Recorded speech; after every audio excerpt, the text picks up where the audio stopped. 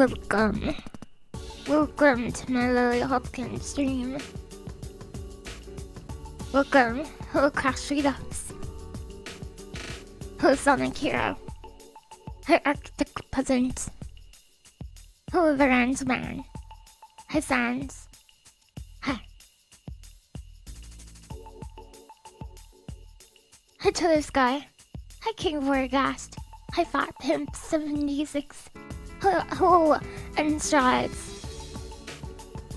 Hi Earthx Crest. Hello. Hi Quaffles.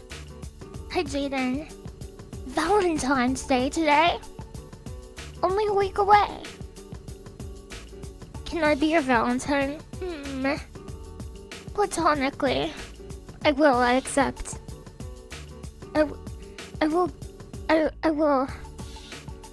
I will be all of your Valentine. Unless you already have one. Yeah.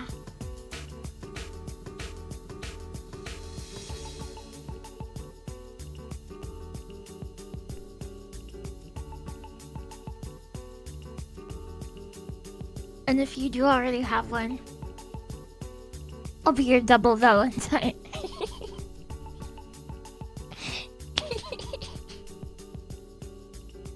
But Valentine was yesterday. Hold on, let me look at my clock. No, wrong. It's today. Thank you for subscribing, Jaden25. And thank you for the 35 months, Phyllis Goodman. And for the 3 months, Polar Nexus. It's only been 3 months. It feels like you've been here for my entire Twitch streaming journey. Hell yeah.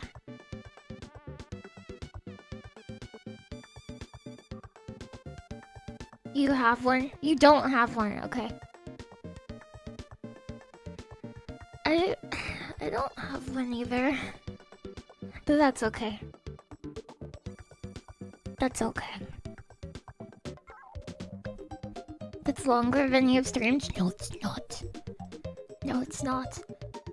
You just read out the rules and you're curious why people are trying to hook up with me. I don't know. I'll probably change the rules to be better at some point. I need to look at like other streamers' rules and to figure out like what kinds of rules to have.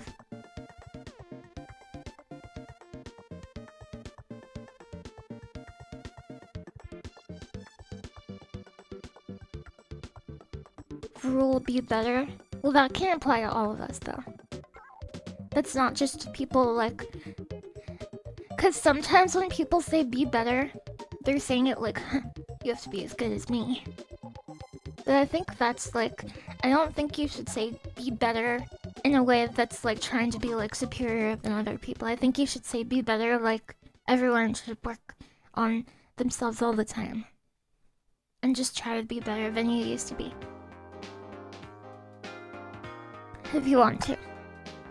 You don't have to. Especially not on Valentine's Day. Yeah, no rizzing.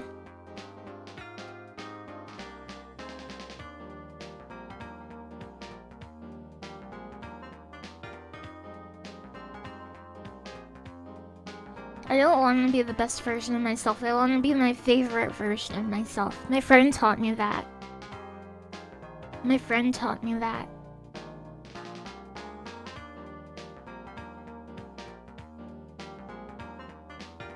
Hi. Hi. Hi. Isn't your favorite the best? It's more specific. Yes. Yes. I need to stop saying that. People have been typing it at me. It's becoming a problem.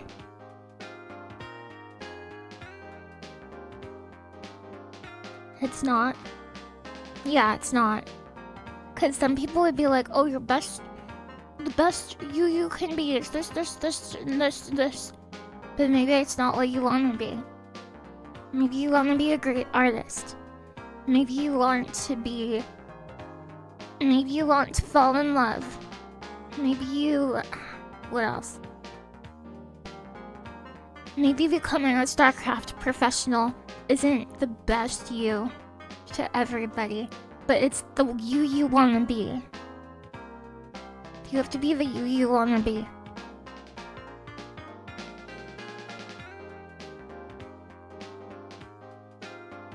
And I will support you.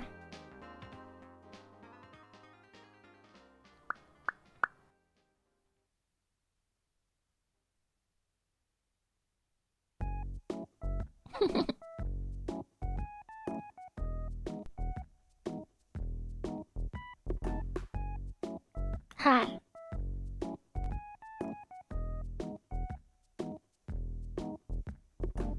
Welcome.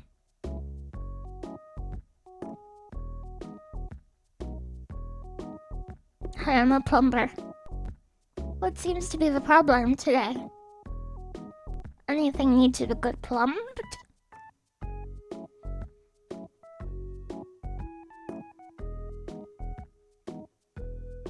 Any plumbing problems?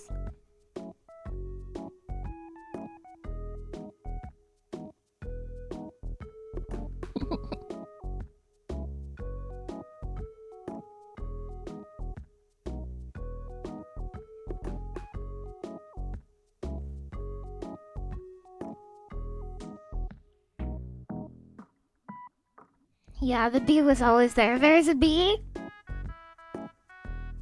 You have a plumbing problem. A lizard stole your girlfriend.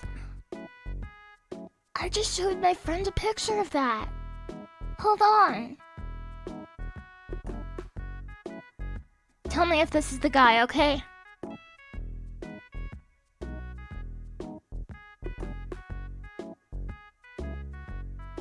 Excuse me, sir.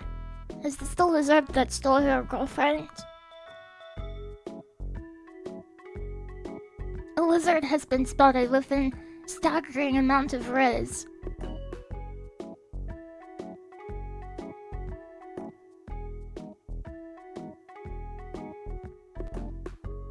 He even has kissy lips. Would you like to press charges? That's him.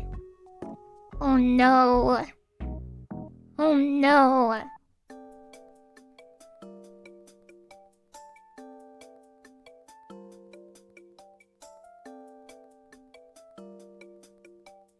You'd have fallen for him too. Cute. Bowsette?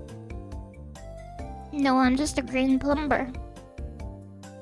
Welcome. Press all the charges, okay.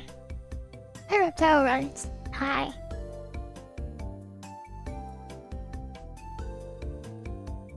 You love geckos. I didn't used to love geckos, but I do now. And I've been watching a lot of octopus vids. Octopuses are amazing. I kinda wanna buy one day. Maybe.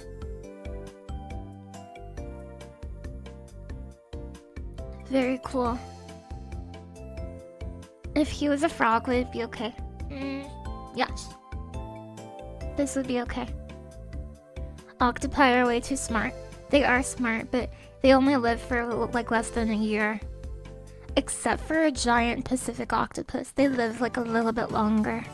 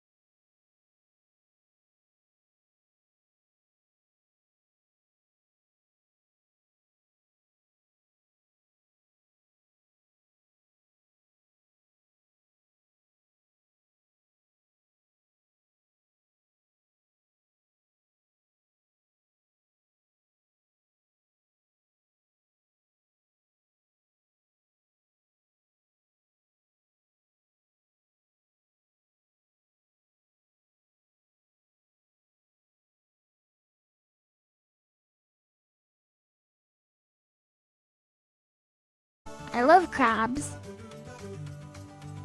Not much of a secret for jellyfish to you. They're blabbermouths. They never stop talking.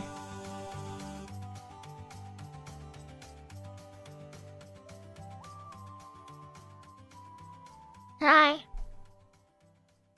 Hi. Wow. Interesting songs. They can repair their own telomeres, so they don't die. Yeah. Their telomeres.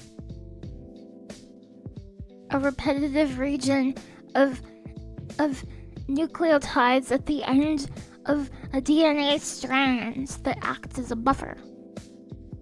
A buffer. You can think of them as aglets on the end of shoelaces. Shoelaces. So when the cell replicates, it doesn't eat away at the coding regions of the DNA. It's got a little buffer. Yes. Fuck.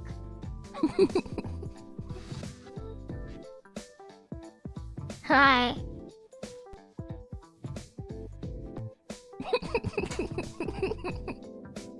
Okay. Go ahead, snail me. Go ahead, snail me.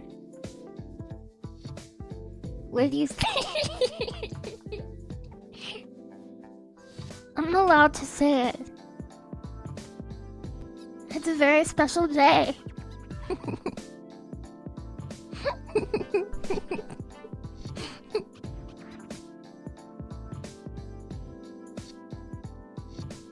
Oh, you laughed. Okay, good.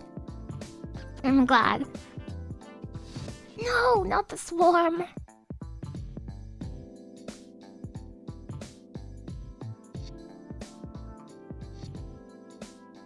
Ugh. Snail bombardment. It's real. I wonder what emote will unlock this week. We got analyzed last week. Analyze. I love analyze.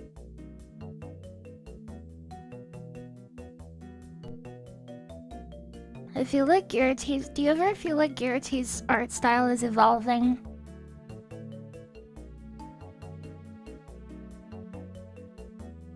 Before your very eyes?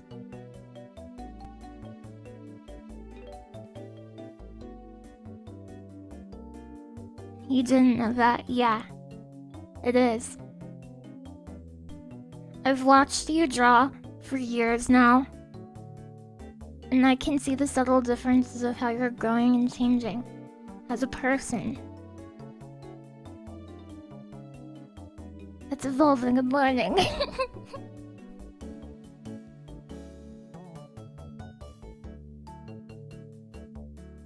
Gear is a butterfly. What type of bug?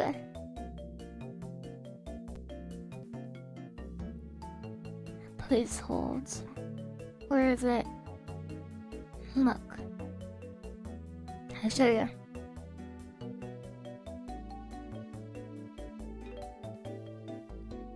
It says...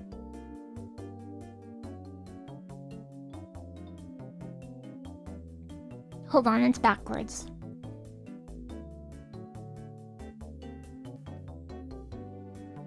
Metamorphosis requires time.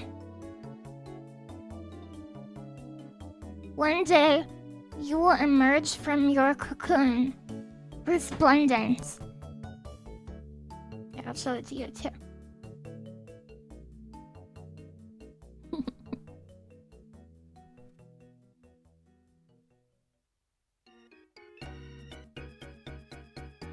Yeah, one day. Yeah, I just turned around to read it. It was facing you guys. I had to make it face me.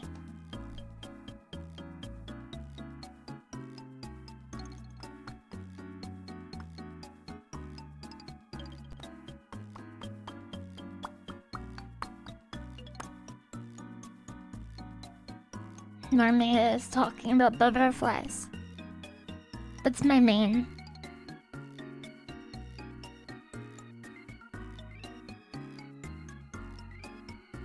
She's not a very good character, but she's high execution.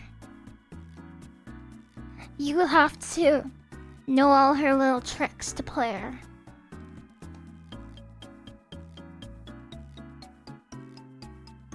And I like that.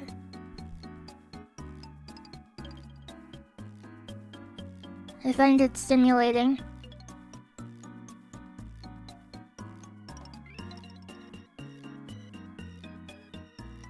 Hey, wanna see something? I can't make it go further than this because this is the edge of my monitor. Okay, we got it. We got it.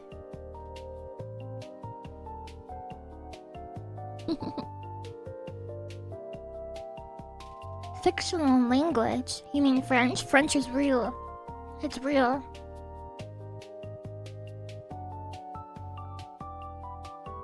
I hope we get the Fruits Pig emote this week.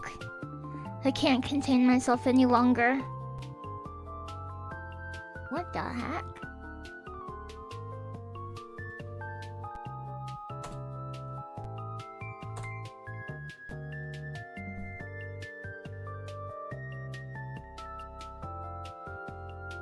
I will become a polyrath. Ribbit, ribbit. Ribbit, ribbit, ribbit. No. No. Ribbit, ribbit, ribbit, ribbit. Ribbit, ribbit, ribbit. Ribbit, ribbit, ribbit, ribbit. Ribbit, ribbit, ribbit, ribbit, ribbit. What constitutes a physiological language? Good question. We'll have to figure that out. Together.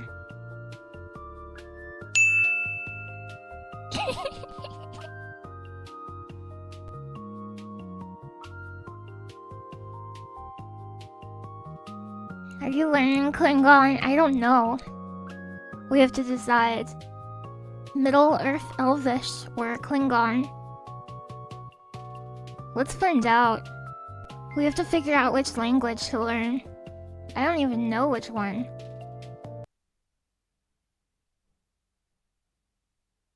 Welcome, Scarlet Loaves. Hello, Semis. Welcome.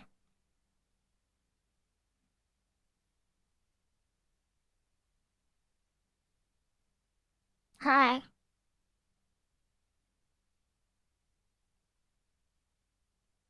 Hi.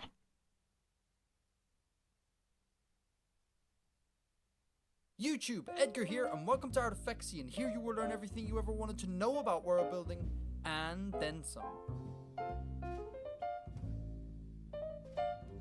There are arguably 6 steps one must go through in order to create a constructed language, or conlang for short. 1. Select the sounds your language. This is background research. I'm learning how people make fictional languages first. And then we'll pick one. And then we'll learn one. Uses. 2. Create a lexicon. 3. Create grammar. 4. Design an alphabet. Grammar. 5. Modify it for handwriting. And finally 6. Begin writing and translating text in your language. Notice, step 1 does not state chuck a whole load of letters on a page, sprinkle in some apostrophes and diacritic marks, set a pronunciation, and boom, language complete. Despite what you may have read in some fantasy novels and comic books, this right here is utter nonsense. Forget about letters and alphabets. In the beginning, there are only sounds. Broadly speaking, sounds or phones exist in 2 forms, consonants and vowels. The IPA, or International Phonetic Alphabet, is a collection of all possible sounds humans can produce, with each unique sound represented by a unique symbol. People in cliques tend to circle jerk. The English letter C as in click and C as in circle jerk represent 2 totally different sounds. In IPA, we have a separate symbol for each of these sounds. Throughout these videos, I'll put the English words and the English representation of certain sounds in quotes, and the IPA symbols in square brackets. Anyways, back to the IPA chart. Consonants are here, vowels are here, diacritics or sound modifiers are here, supersegmentals like length, stress, intonation, and rhythm indicators go here. Good con Super languages select a set of segmentals. sounds from this chart to use in their language. A phonemic inventory, if you will. Having a fixed phonemic inventory that can constantly be referred back to when creating words will ensure that your language has a strong internal consistency. Now, the selection process of what sounds go into your inventory should not be random.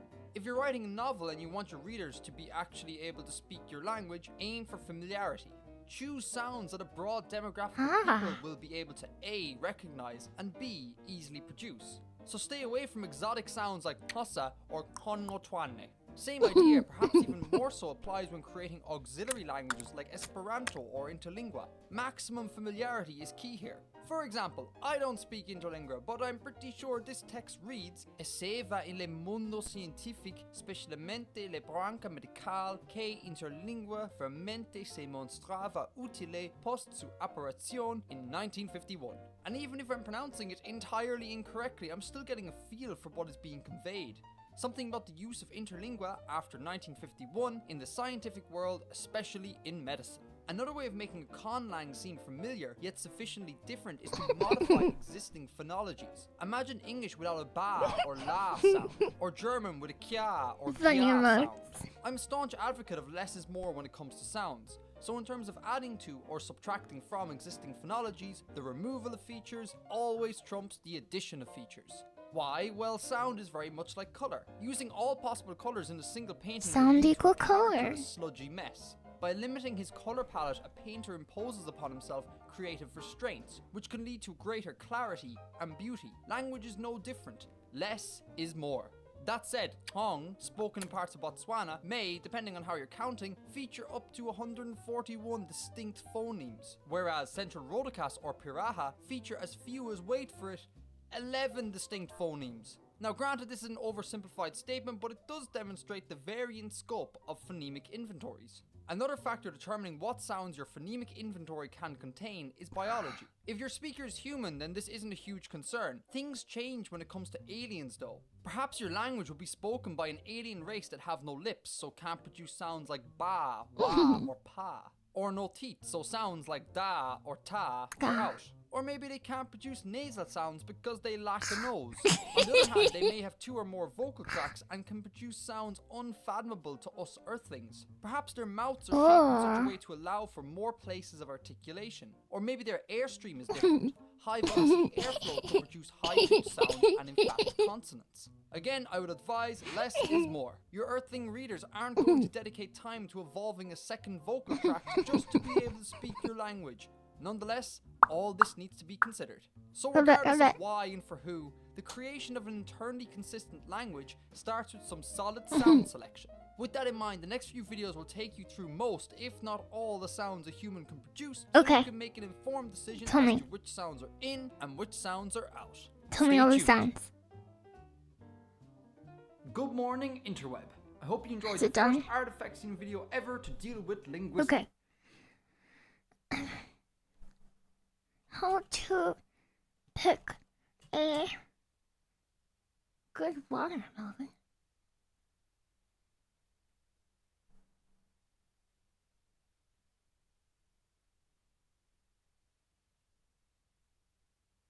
Here are a few tips to pick the perfect watermelon. Check the stem. If it's green, that means the watermelon was picked before it had the chance to become ripe. If the stem is brown, that means the watermelon ripened on the vine. Look for an obvious If the stem is brown, put it down. yellow spot on the watermelon. If there is no yellow spot or a very faint white spot, that means the watermelon did not have enough time to bathe in the sun to become ripe. If there's a yellow spot, that melon is shot. A big yellow spot indicates a well-ripened watermelon.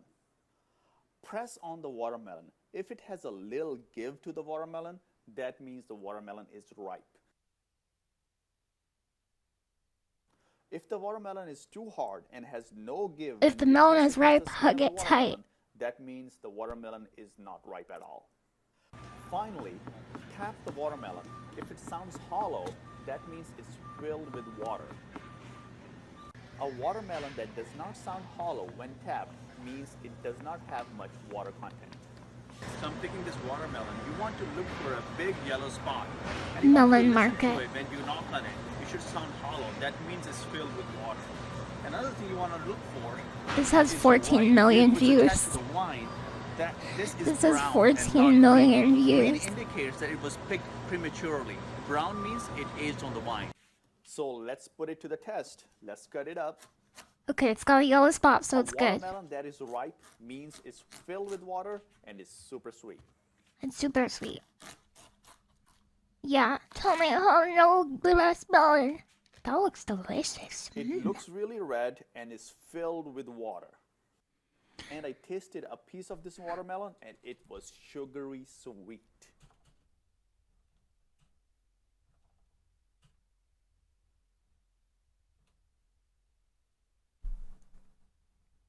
How speak? How speak? Speak Elvish quickly. Boyahun, Nele Terrain, Dan Carmenig, Aragon, Nedin Dagor, Hen Urir Otari. We've all heard Legolas speaking Elvish in the Lord of the Rings franchise. I remember binge-watching the movies in one New Year's Eve night. For a few years, I always wondered if the language he's speaking is real, or is it just a random It's string of real. words. Today, I not only know that it is real, Headmaster Sarah. but I'm also going to teach you how to speak Elvish in 8 How minutes. to speak Elvish. Now, of course, learning a language in just a few minutes is impossible. So, what exactly am I going to do? Well, I'm going to use mnemonics and show you how you can use associations to your advantage while teaching you the Hi. basics of Elvish. He's an elf. Now, there's more than one elven language. The one I'm covering today is Sindarin, the one Sindarin. most commonly used in Tolkien's Lord of the Rings. The word Sindarin. Sindarin is itself derived from Quenya, the Quenya. other popular elven language in Tolkien's books. The writing system of Sindarin is called Tengwar. You've probably Tengwar. seen it while watching the movies. Now let's get into some sentences. Okay, so imagine Hi. you're meeting Legolas and you Okay, I'm have to Legolas. greet him somehow. So, the way you say hi in Sindarin is ah. Ah. It's really easy to remember. Ah. The first thing you say is the first letter of the alphabet. Everyone, The other thing you can say Everyone. is that everyone type ah on your keyboard. Ah. Very good. or after ah is something that translates to well met, and it's mae govanen. My Just imagine governor. you're meeting Legolas in May, and then what sounds like govanen, maybe oven? So after meeting My Legolas in May, governor. you go to the oven together Ah. to bake something for dinner. Ah. Just My picture it governor. in your head. The more you focus on it, the easier it will be for you to remember it. Okay, so now that you're going to eat together, Legolas would probably want to know your name. He's probably going to ask you Mangi Engethlin, which means what's your name? Now, the word Engeth means name. You'll just have to remember it because we're gonna use it in the next Engeth. sentence. If you want to answer this question, just say Engethnin plus Ian your Ethnin. name. Lily Now, Hopkins. there pretty much aren't any modern names in Ian Elvish, Ethnin. but Lily that's part of the Hopkins. fun. You can create your own name in Sindarin. Just search the word corresponding to the meaning of So your that must mean own that name money for is your what? name plus your name. Ian Just to Ethnin. integrate, because the word Mon Lin. Engeth means Engethlin, which Lin. means name. He's probably going to ask you Mangi Engethlin, which means what's your name? Money Now, and the word Lin. Engeth means name. You'll just have to remember it because we're gonna use it in the next sentence. If you want to answer this question, just say Engethnin plus your Ian name. Ethnin. Now, there pretty much Lily aren't any Hopkins. modern names in Elvish, but that's part of the fun. You can create your own name in Sindarin. Just search the word You can corresponding create to your own Sindarin name. Thank you very much for the raid, Mysko. I hope you had a great stream. And everyone, please follow Mice.co. Sorry if I say your name wrong. My bad. My bad. Meaning of your name in the dictionary. Or you can use just any cool sounding word you'll find. There will be a link to the dictionary in the description. So, if you want to introduce yourself, it's I-N-F-N and then your name. LilyHops. At this point, Legolas will probably ask you if you actually speak Elvish. So, when he asks you, Pedilet Helen, you can Pedilet answer Helen. no. He asks you if you actually speak Elvish. So, when he asks you, Pedilet Helen, you can answer no, or yes, ma. There isn't one direct word for yes, but ma is really close. Now, if you want to say a bit or maybe a really close word to that is nai, which literally means may it be. If you proceed with the conversation in Elvish and you don't understand something, you may say, sorry, I don't understand. Sorry in Sindarin is gohengongin. Remember the pronoun ing? It means me or my. And the way you can remember gohengo is to imagine, for example, yourself going to get a henga tattoo with Legolas. Go for a henga tattoo, Legolas. Gohengongin, I've imagined that Legolas. before. Ukenyong. Ukenyong means I don't understand. Remember the u? It means no. So I don't understand. Goheng get a henga tattoo with Legolas. Go for a henga tattoo, Legolas. Gohengongin, Legolas. Legolas. Ukenyong means I Ukenyong. don't understand. Remember the Ukenyong. u? It means no. So I do not understand Ukenyong. is very easy to remember. So you can use the Also, word a quick no side as note negation here. as well. Did you know that Tolkien was making languages when he was a child? It's incredible, because it was the languages that provoked him to create this incredible, rich fantasy world. As he wrote in a letter, the stories were made rather to provide a world for the languages than the reverse. Cute. So you can see that Tolkien really loved his constructed languages. Hi. Now, I also wanted to add that I'm not a master at pronouncing Sindarin. So if you actually Sindarin. can speak it, just Kenya. let me know how to improve. Okay, getting back to your conversation with Legolas. Now, when you are getting henna tattoos and you see him in a bit of pain, you can ask him, Mangenki, how are you Mangenki. feeling? If he's alright, he can say, Immayer. In my ear. You can think of the In my pronoun ear. im, like being the English I'm. But really it just means me, myself, or I. Mayer means useful or good. You can remember it easily by imagining that Legolas loves May because in this month everything is beautiful and good. If he's not okay though, he would probably say im uvayer. In uvayer. I'm not fine. Remember the u? In my ear. If you'd like to cheer him up, In you uvier. can say, don't worry, Avaro Naev. Avaro I always think of it Naev. as being something Alvaro Soler would say. Just imagine Avaro him petting Naev. the hair of Legolas and cheering you up. Avaro Naev. Avaro Naev. If Legolas appreciates your company, he may say, thank you. Len Hangong. Now, if you say Len Hangong quickly, Linghanon. it sounds kinda like Lennon. So you can imagine John Lennon thanking you. Imagine. Get it? Okay, now that you know how to say thank you, you should also know how to say please. And although there isn't a single word to describe it, you can say Angelnin. You should Angelnin. actually connect the two first words while speaking. Angelnin. So it really would be Angelnin. We've already Angelnin. seen the word nin, and you can think of the Me. angel part as something an angel would say. An uncle would say. Okay, this is the end of your conversation with Legolas. You should probably say goodbye. Aww. And goodbye is Galu. You Galu. can also be more formal, Galu. mysterious, or even vintage and say farewell, which is Novayer. Novayer. This is a really popular word. Novayer. Novayer. So, that's all. And You then just had a conversation and in then he Elvish. turns to you and says, I love you. Alright, thank you for watching. Of They should have included I'm that just one. scratching the surface with this video. You can learn Sindarin Don't you and speak think? it fluently. It's a real language. For now, I just hope that this video made you interested in the language and that now you have a better understanding of Tolkien's genius.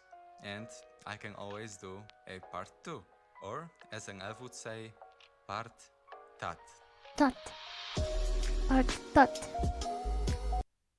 Welcome back. So, when I think about talking to a family of elves, 3 things come to mind.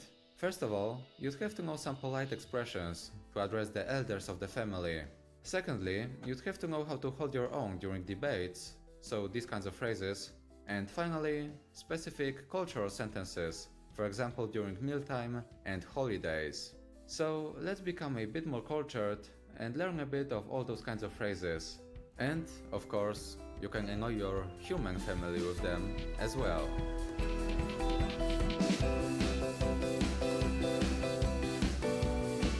Alright, let us begin with polite expressions. We've learned some already, but, can you ever know enough? I mean, probably No. yeah, but let's do it anyway. So, firstly, as you probably remember, thank you is hangongle. Hanonle. But if you want to just say thanks, it's very simple and similar to the full thank you. And it's hangat. Hanad. And although thanks isn't Hanad. super polite, it's all about having better conversations, and I think it can help immensely. Alright, maybe you also remember how to say forgive me, and it's gohenongin. Go But Hanonin. we've never learned how to answer if someone Go else says Hanonin. this to you. So, you could say umoje edavet. Umoyo. It is not necessary to Umoe. forgive. Edavet. Now, whether you're speaking with Legolas, or maybe it's him who's speaking to a king, these kinds of phrases can Good be night, super Miss helpful. Co. Maybe it's to I hope you have a forgive. good rest. Thank you for Now, your hard whether work you're speaking today. with Legolas, You or rock. maybe it's him who's speaking to a king, these kinds And of thank you for phrases the can be rate. super helpful. What do I have in mind? You are Basically, a way appreciated. of politely addressing someone older or higher on the social ladder than you. For example, at the beginning or the end of a sentence, and to a man, you can say, my lord, hir ning. And to a lady, Hir ning. of course, Milady. and it's hiril ning, my lady. The Hirilnin. second word in both those phrases, ning, means my. As you probably remember, it's also in the sentence, my name is. So, you can just memorize the first words of these phrases. That's why I think these are the easiest to yet. Alright, now transitioning a bit to the debate vocabulary, but not fully, we have expressions of appreciation. After someone's done something well, you can say, well done, Mae Mae kanen. kanen. And if somebody has said Mae kanen. something well, you know what's coming. Well said is Mae peneng. Mae I like to peneng. think about it as congratulating someone peneng. for writing something great, because, you write with a Pen. pen. For me, it makes it easier to memorize. Now, we've arrived at the arguing station, or we've signed Let's up for go. the debate club, if Time you to prefer. argue. These phrases may seem a bit random, but I think they're very fun. First up, we have a strong one. Do not speak in Elvish is vobedo. I Vobedo. like to associate it with veto, and although the E's are pronounced differently, at Vobedo. least they are written Veto. similarly. And you can say that veto has a similar meaning as well. Hope it helps. Next up, it is probably my favorite one of all time. If I would encourage you to memorize one of them, it would be this one. Even in English it sounds amazing.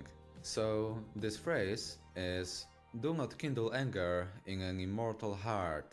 And in Sindarin it's avothangoruth vigur alfirin. I mean, if that's not epic, I don't know what is. Now, I've also found some sort of answer to that.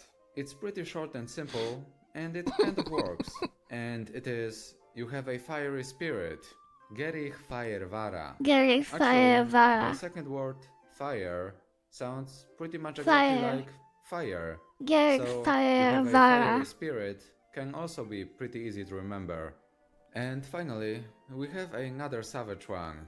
Maybe you've heard this phrase before, and although it's not applicable in many situations, when Fire. it is the best thing you can possibly say. So, I'm talking about if I want something done, I'll do it myself. And it is Aie angirong ngat karngen han keritong angim. It's almost an insult. Don Man, I anim. should have included that I in the insults aniron episode. kanen. Hansel don anim. And now we have the cultural references. Let's start with what you can say while having a meal. So if you want someone to come and have dinner with you, you can say Tolo madogonin. Tolo malo Come gonin. and dine with me. Tolo You malo can think of it gonin. as being go and dine with me. Tolo because of malo the gonin. go in the Elvish sentence. It can be easier to remember. Now, of course, we have to have a phrase meaning it's delicious. So it is Majer ayes ayes hen. And literally, it's this food is delicious. And I think it's super applicable while you're eating chicken. Get it? And finally, something that 2011 Thor would say, fill my cup, is pango ihulnging. Pano I ihulnin. like this one. Pano But ihulnin. alright, although there has been a lot of phrases already, we're still not done. Yeah, So Majer let's ayes do a lightning hen. round of holiday vocabulary. So Holidays. happy birthday, literally joyous anniversary day, Cool. is Edinor Veren. Edinor Veren. Although, yeah, any Edinor anniversary Veren. will do. Next up, Happy New Year, or Have a Joyous New Year, is Garo Itchrin Eden Veren. Idrin. All these sentences are Garo gonna have the word idchrin Veren eden in veren. them. So, you know, it's a pretty important one. Idrin. But alright, let's go. Lightning round. Third up, Happy Valentine's Day Let's go!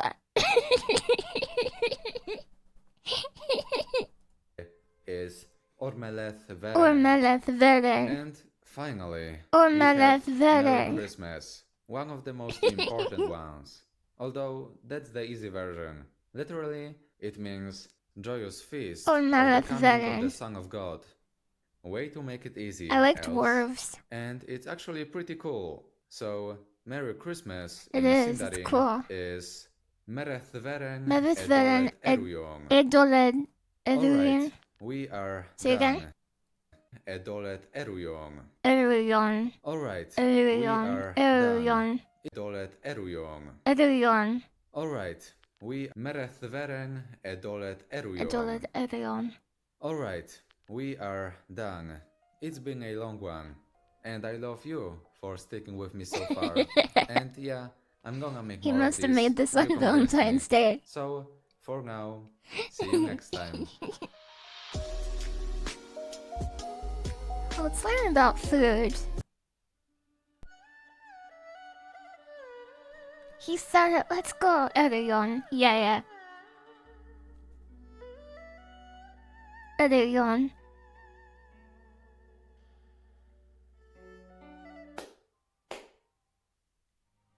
Hi, Alphagorn. So, last Hi. time we learned culture phrases, including mealtime expressions. So today, let's do something different. Okay. We all know about lembas, the Yeah, of Elvish course. bread. But how are other Elvish food items called? And we'll do some other stuff too. Alright, Lembas. so let's say that you're having dinner with Legolas. And therefore, all the elves. for Majer sure. ayes hen. So I've read that actually most elves of Tolkien's original Middle-earth weren't actually vegetarian.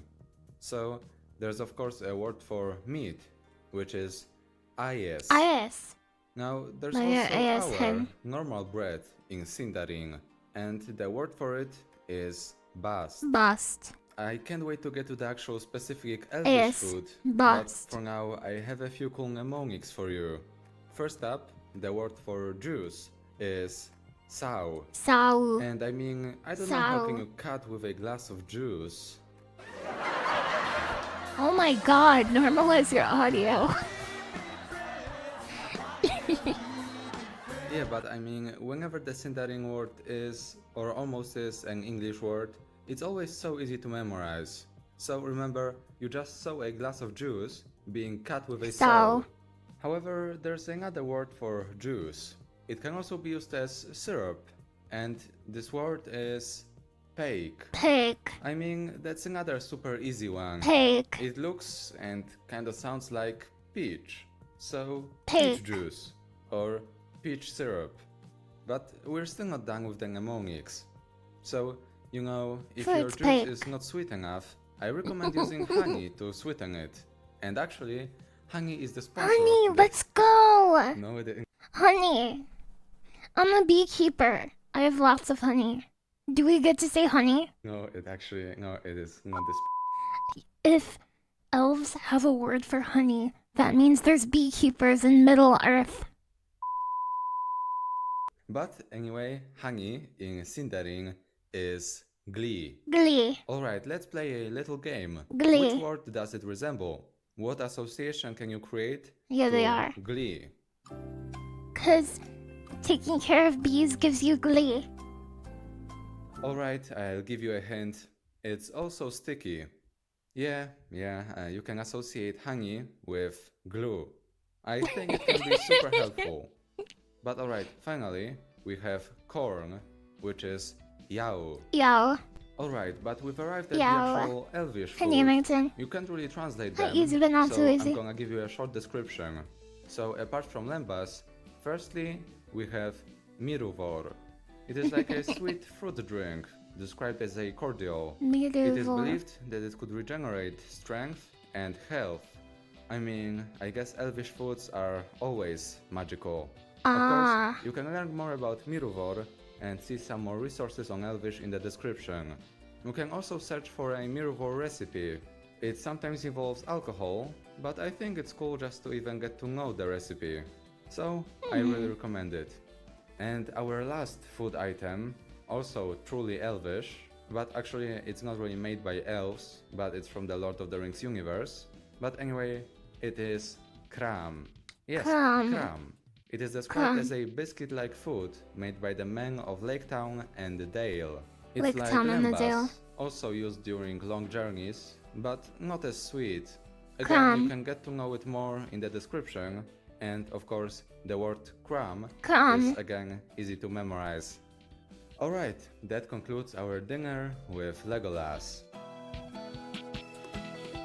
Now, for some other phrases, let's say that after dinner you have to split ways with Legolas, Aw. but he doesn't want you to travel alone at night.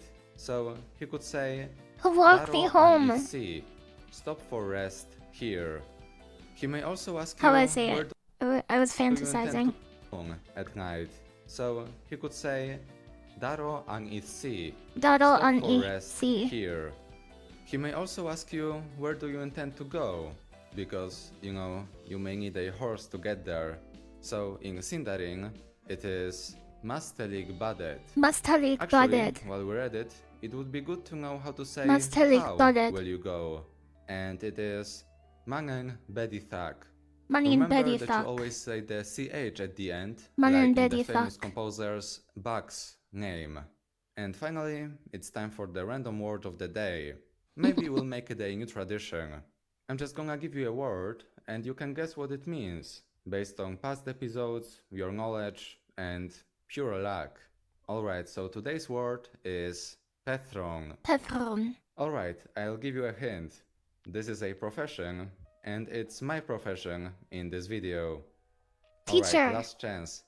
This word means narrator. Oh. Hope that was interesting. Pethron. So, thank you very much for watching. I don't have that much time lately, so I cannot post next week, but after that... Hello everyone and welcome Hi. to this week's Ah. video. This is the second part in Tolkien's Constructed Languages series. If you missed part 1, you can check it here or here somewhere. It was just a bit of an intro into all or most of Tolkien's constructed languages, like a general overview. But today, we are diving into the fascinating world of Quenya. So if you came here to learn the basics of Quenya, one of Tolkien's elven languages, then you're in the right place.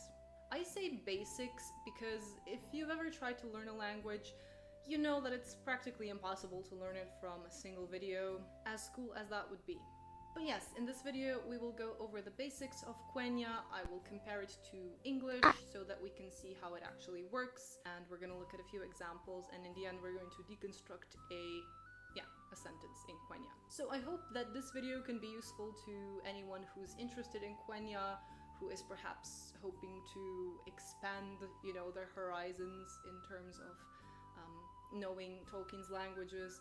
And perhaps, it can be a good starting point if you are planning to actually learn Quenya.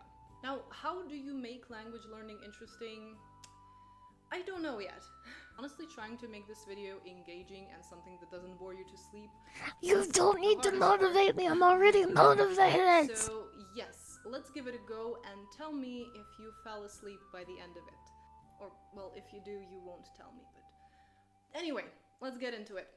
The way this video will work is that it will be divided into several sections where we will look at different word classes. Now, don't be scared if you're not a linguist. Word class is nothing super terminological or super intellectual. It just means different types of words. Nouns for people and objects, verbs for describing actions, and to connect different sentences. Conjunction. I want everyone to be able to follow this video, not just people with a linguistic background, but I want it to be understandable to everyone. That's why we're starting with the basics. Here is an example sentence where you can see pretty much most of the word classes that exist. I'm putting this here just so that you kind of have an idea of what we're talking about, so that when I start talking about nouns or adjectives, you're not just like, wait, what? As you can see, nothing special, everything you know already. Maybe you just don't know what it's called or the terminology for it. So now, with this in mind, let's finally look at Quenya.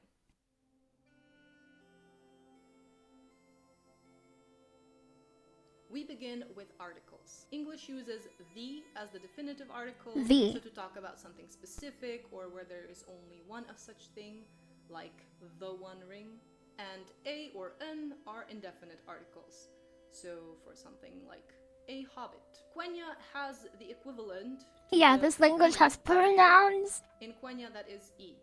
Iatan. Iatan. Or the human, because Iatan is a word used for, not for the gender, but for the species. So yes, Iatan, the man. There is no equivalent to a or an, so in this case you would just skip it. If you wanted to say a man, you would simply say atan. And that's basically all about articles. Really simple, really straightforward.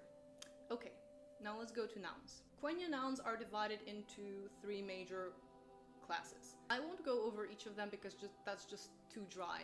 But what I will do is highlight a few other things. Let's compare it to English, because English also has different noun classes, proper nouns, I like the music. people, common nouns for objects like tree, apple, and so on. What is not similar to English, though, is that Quenya has noun cases. What this means is that nouns in Quenya basically change their form. They get an ending, a suffix in the end, or a prefix in the beginning. They change depending on the sentence. This will be more clear when we look at examples. In English, you can say, this is an apple. The apple is missing. Give the hobbit an apple. See how hobbit and apple always remain the same in all these three examples and in more examples. They wouldn't really change. It's always hobbit and apple.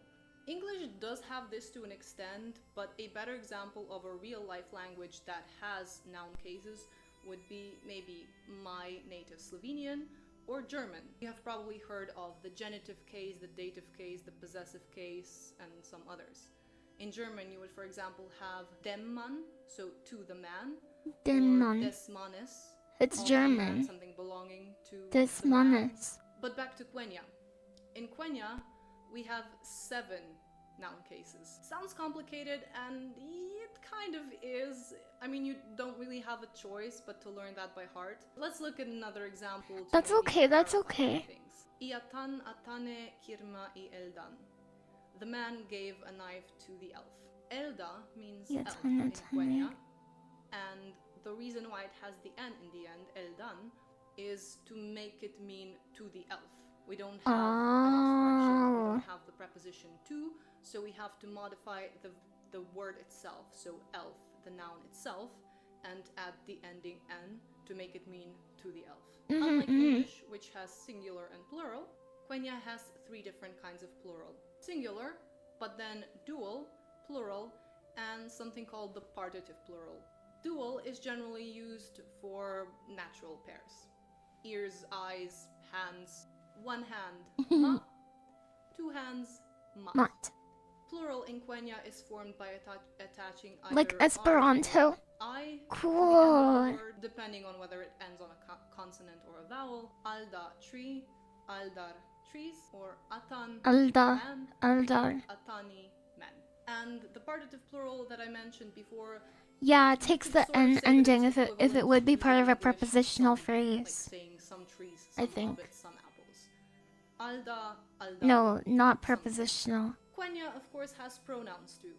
I, we, you, they, all that stuff.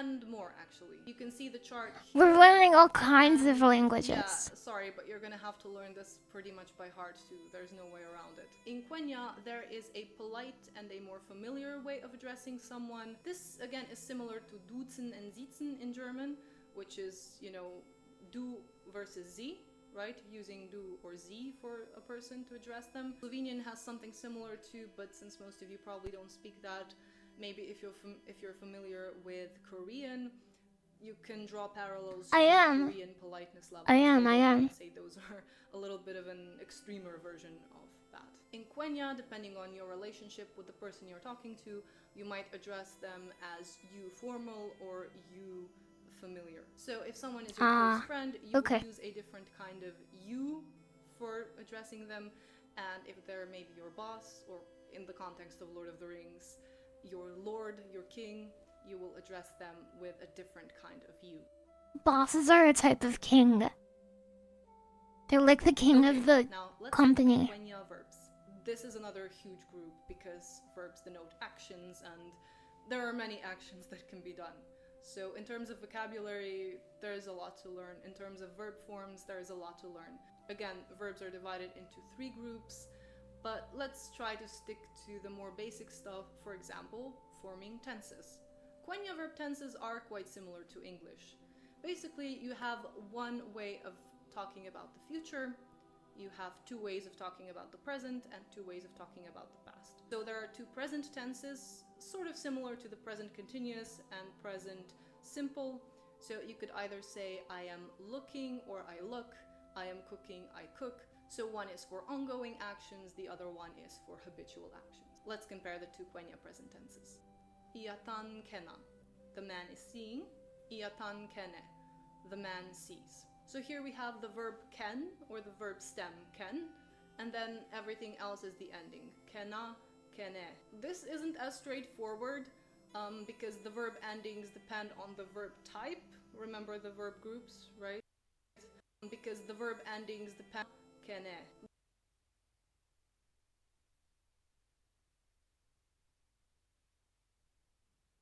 Iatan kena. Kenon. Iatan kene. Kenin.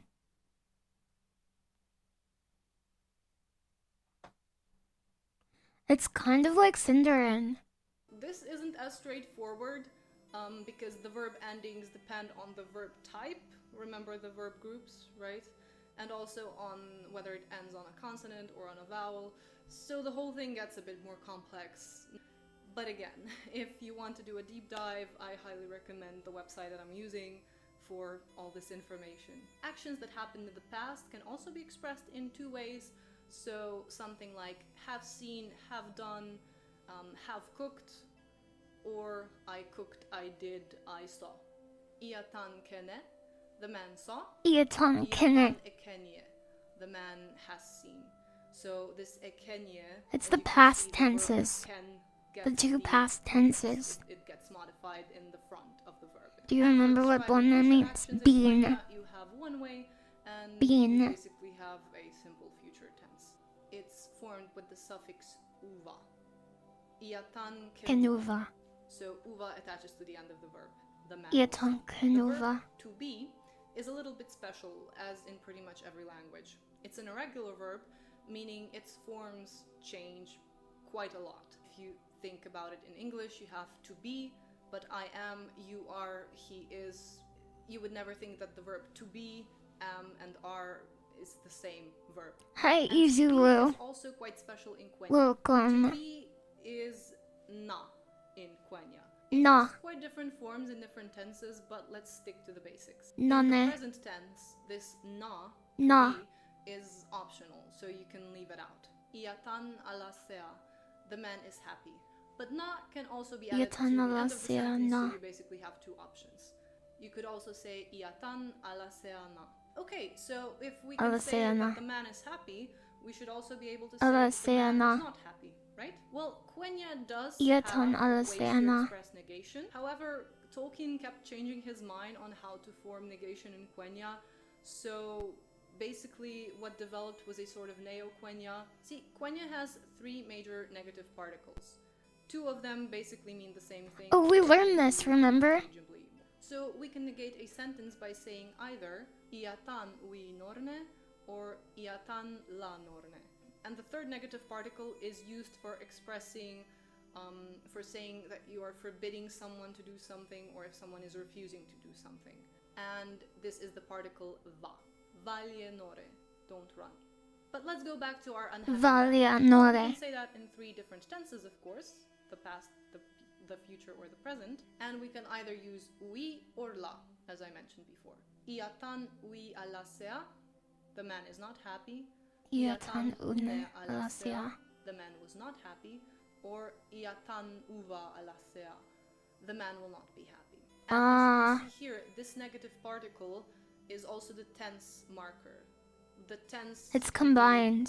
Seen in the particle we. It tells us whether the sentence is in the past. Because normally we would put So uva at the end. regular affirmative sentences and But negate now it's them. part of the Then negation there must particle. also be a way to ask questions. Quenya has the interrogative particle ma. And this ma is Ma. added to the beginning of a sentence to turn it into a question. Example. Ma. Iatan noruva.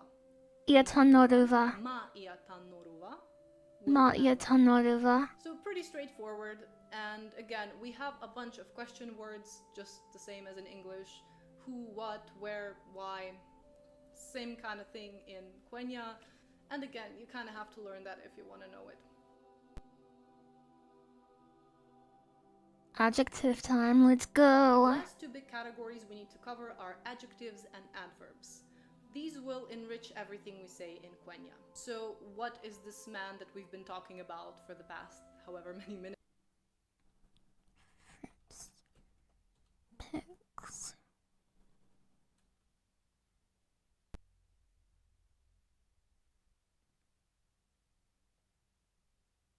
These are real pigs. Fruits, pigs, toys. What the? What the? There are no fruits, pigs online.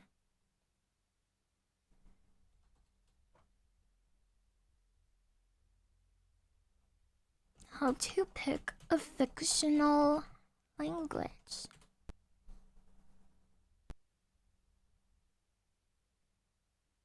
They call them conlings.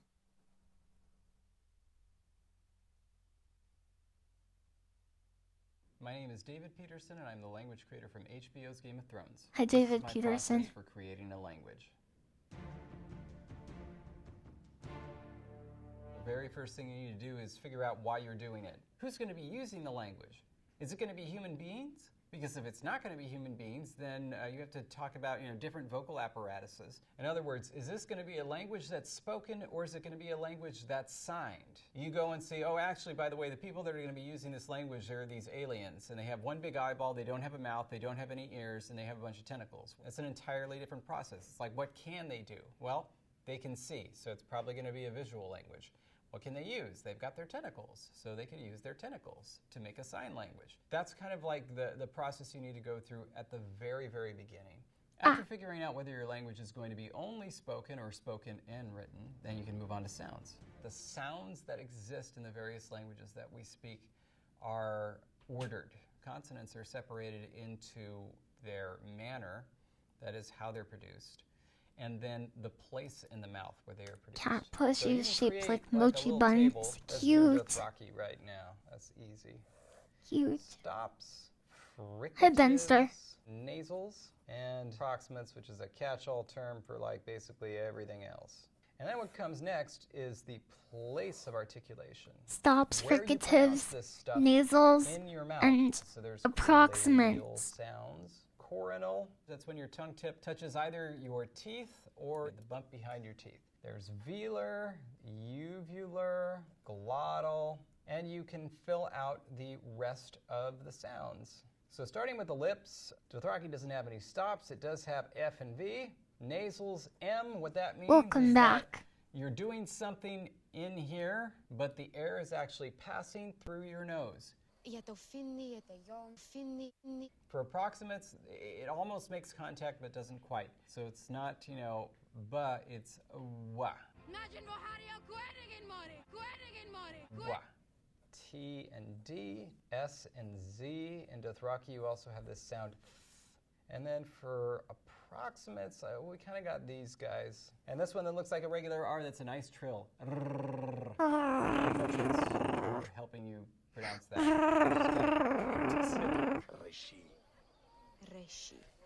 I feel bad about that. But the idea is that you fill out this chart, and what you notice is that things are occurring in groups.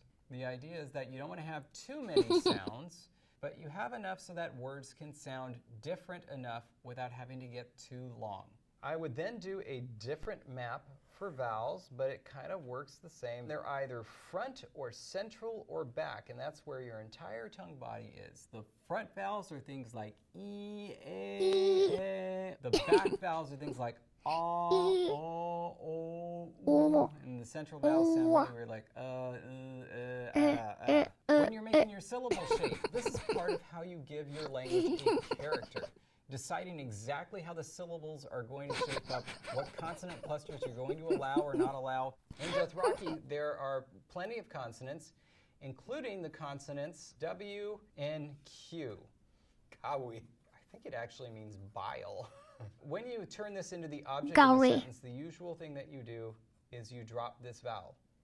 But you cannot, in Dothraki, end a word with these two consonants. It's simply impossible. So you insert a dummy E vowel just so that it's pronounceable. And that's part of what shapes the character of Dothraki. You know that you're never, ever, ever going to see a word that ends in either of these sounds. It just can never happen.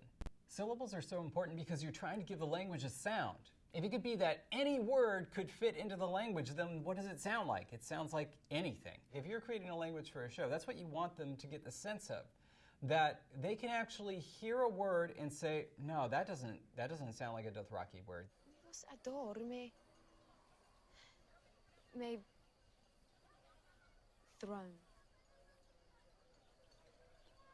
Throne. That one sounds Throne. weird. You want them to be able to say that, even if they don't know why or how. I When it liked comes to that stress show. That was a good intonation and show. also tone. You have to decide, all right, is this language going to be a stress language or is it going Oh, to be a he's tone making language? that So, face this is a because the stress language, that Dothraki is not horse stress. lords are from Essos and they don't understand the Places the- in various places. the Iron Other languages Throne. like Hausa or Mandarin are tone languages. That's That is, why. the actual pitch that you speak the vowel at is important. 你好. I've done both. I do syllable mostly because I am not convinced that actors will pull off a tone language correctly. When you're designing a stress language, there are rules to where certain things are stressed. So for something like Dothraki, it subverts the expectations, I guess, of English speakers. This word, obviously English speakers are going to look at that and say, wow, Dothraki, yeah, simple enough. In Dothraki, that word, that syllable is Dothraki. stressed. So it's Dothraki. Doth- To be honest, the stress rules are pretty easy once you get used to them, so I just Dothraki. memorize them. Next is grammar, and grammar is something that we refer to as morphology. That's how words relate to one another and set themselves into paradigms. Every single language on the planet that we know of makes a distinction between nouns and verbs. Basically, having nouns versus verbs, as far as we know, is the most important distinction in language. When you're creating nouns, the thing that you have to decide is what is going to happen with these nouns. Do I don't want to know. have singular and plural? Do I want to have a dual or a trial number, exactly 2 or 3 or something? Do I want to have nothing? Do I want to have case? And if so, which cases, how many? The last thing is gender. The gender just refers to what type the noun is. That can be masculine and feminine, but it could also be big versus large, living versus non-living, natural versus non-natural, tool versus plant. That's all something that you can decide as you're building the language. In High Valyrian, nouns have 4 numbers, 8 cases, and 4 genders. So you have to know a lot of stuff to be able to use a noun in High Valyrian, but you don't have to use a whole bunch of extra words like little prepositions and stuff. It means you have to use fewer words and your sentences can be shorter. That's how it works. Verbs are the most important part of any language, and it's also the part that I hate creating the most. The verb is the engine of the entire grammar. They can have tense, they can change depending on who the subject is, or who the object is, or who the indirect object is. There are also other parts of speech that some languages will have. There are adjectives. Adverbs can come in 3 different types. There's manner adverbs, time adverbs, place adverbs. There's also prepositions. Plenty of languages have little bits that come afterwards that are just like prepositions, and they're called postpositions. Postposition. Postpositions, so does High Valyrian. Determiners are little words that give you more specificity about the noun. Demonstratives give you a little bit more local information. In Dothraki, there's actually 3 different ones. There's this, close to you, there's that, close to the person you're talking to, and then there's that, way over there, that's close to nobody. Nouns, verbs, and all of those extra parts, all of that together is what comprises the grammar. When it comes to sentence structure, the first thing that you have to do is figure out what the order of the major elements in your sentence is going to be. For example, the sentence, the man sees the woman. It's the subject first, then the verb, sees, and then the object is the woman. So the man sees the woman. In High Valyrian, it's a little different. You start with the subject again, vala, that's the man, and Vala. then you put the object, abre, and that's the woman. Abre. And then finally the verb, urnes, sees. It's subject, object, verb. After you decide on your basic word order for basic sentences, then you have to move on to other types of sentences. For example, questions. So, vala abre urnes is the man sees the woman. But if you want to turn that into a question, vala abre urnes, does the man see the woman? You don't actually change the word order, you don't add another word in High Valyrian, you just I don't change know. the intonation. When you're creating a language, this is your way to demonstrate exactly how your language works differently from English. It's really cool to come up with a really cool and fun and interesting and quirky grammar. But if every single thing is just word for word exactly as English is, right in a row, then you haven't really done anything very interesting. The next step would be derivation. We have, for example, the verb teach, and we have teacher. Be right in a row, then you haven't really done anything very interesting. The next step would be derivation. We have, for example, the verb teach, and we have teacher. What if you made a language and he didn't like it? That is what's known as derivation. What if he didn't And like you your can do that with language? your language as well, and it's probably a good idea. To give you an example, in High Valyrian, there is a What would you do? Yelmio. Yelmio is a word for wind, but then You'd when be it sad, came me time to come too. up with a word for storm, yeah, I could have made a brand new word. You can obviously see that they're not related in English. There's wind and storm. But I thought, well, it'll be fun to actually make this word a derivation of another word. So I started with Yelmio, which is the word for wind. And so from Yelmio, we get Yelmazma. Yelmazma. is like a big wind Janmazma. or a great wind. You would And that cry? is the word that's used for storm. And then this is how I actually I'm made sorry. Daenerys' last name. Yelmazmo. Yeah. Is kind of like of Thoughts the who storm, and exactly. that's how you get the idea of Daenerys Stormborn. Up next are miscellaneous categories. One of the things that, of course, you'll have to eventually run into when it comes to creating a language is the number system. First, is the number system going to be base 10 or not? In English, there's a big stop kind of like at 10, then at 20, then 30, then 40, and 50, and so on. Not all languages are like that. For example, if you have a base 8 number system, what is written 1, 2 is not actually 12. In fact, it is 10. When you're creating a writing system, a unique writing system for your What's language, that? you get to decide, all right, is this thing going to be an alphabet, an abjad, a syllabary, like an abugida, or is it going to be something that's more glyph-based, like a logography? In an alphabet, you have unique characters for vowels and consonants. In an abjad, you only have unique characters for consonants, and that's it. In something like an abugida, you have a main glyph for a consonant and then some sort of a little addition for a vowel. And then in a Tokipona. logography, you'll have glyphs Should we try? for Should we entire try? words or parts of words. Oh, it's a It can be, conlang. more than one word, depending on exactly how it works. The last step to creating a new language is the lexicon. The lexicon is all of the words of the language. Bear in Oh, I mind see that here, a actually. language like, English or French or German, languages like these have thousands upon thousands of words. My largest language, Dothraki, has 4,000 words. Dothraki. I put a lot of work into it. It takes a long, long time to create thousands upon thousands of words. So, basically, when it comes to the lexicon, when you're to that point, you're going to be working on the language for the rest of your life. But, it's a lot of fun. You can really start wherever you want. Think about, say, for example, a scenario, riding a horse, starting a fire, and think about what goes into that scenario, what's happening, and what will the speakers of this language have words for with respect to that scenario. There are so many possibilities in front of you. You can just spend days doing this. Everything that I create goes into a full reference grammar and dictionary document. Everything is written down so that Enjoy your if you Final ask me to Fantasy figure this out, they can 14. figure it out. If you want to make your own What are you language, doing in the you game? want to get really good at it. Certainly you can study linguistics. You can also study many other languages. But when you study languages, don't study related languages. So it's cool to study French and Italian and Spanish. It's better for you as a language creator to study French and Japanese and Turkish, languages that are totally unrelated. This is going to help give you a much better idea of exactly how languages can be different.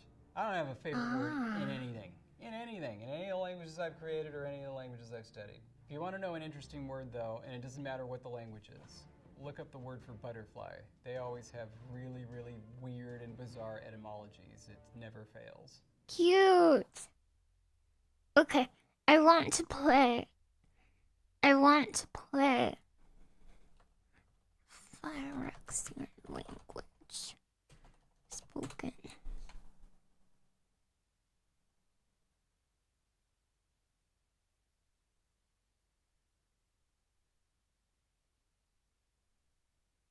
Next week, the brand new Phyrexian set, Phyrexia All Will Be One, will be releasing. And You hate because of all that, the I've been words. releasing a Hi, series of Chupacabra. videos that actually teach people how to speak Phyrexian. The link to that playlist can be found in the description below, but I receive a lot of questions from people asking me how I learned to speak Phyrexian or learn Phyrexian words and phrases. By the end of this video, you're going to know how I discovered these words and phrases and how to pronounce them so that you guys can learn how to speak Phyrexian yourself. Hi.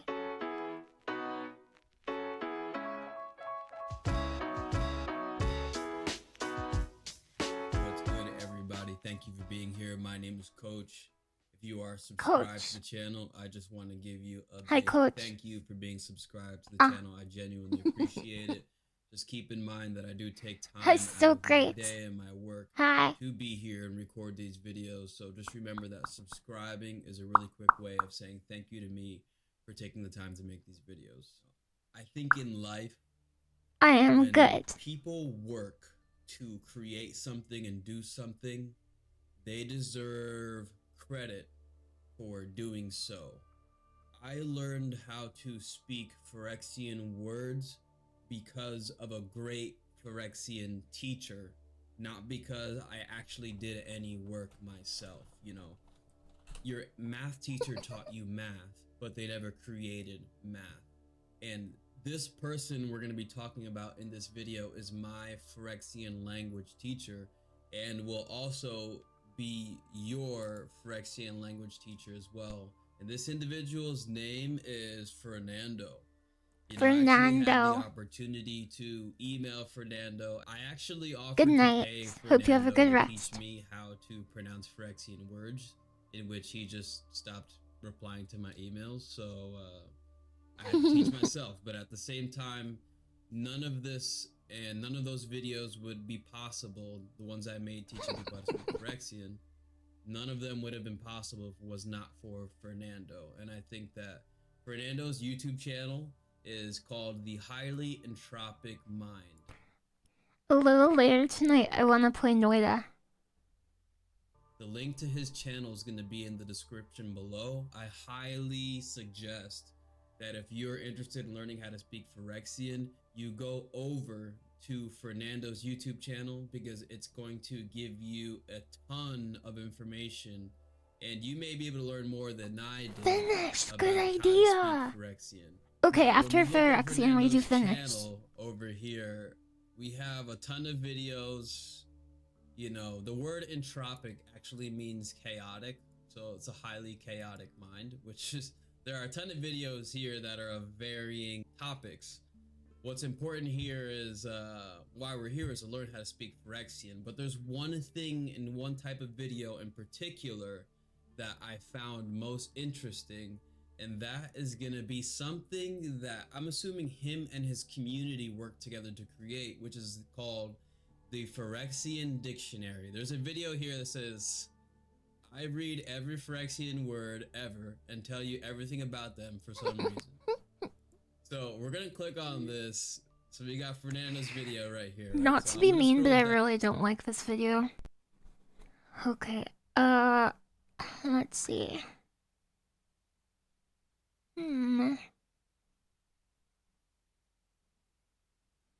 It's not just that it's long-winded.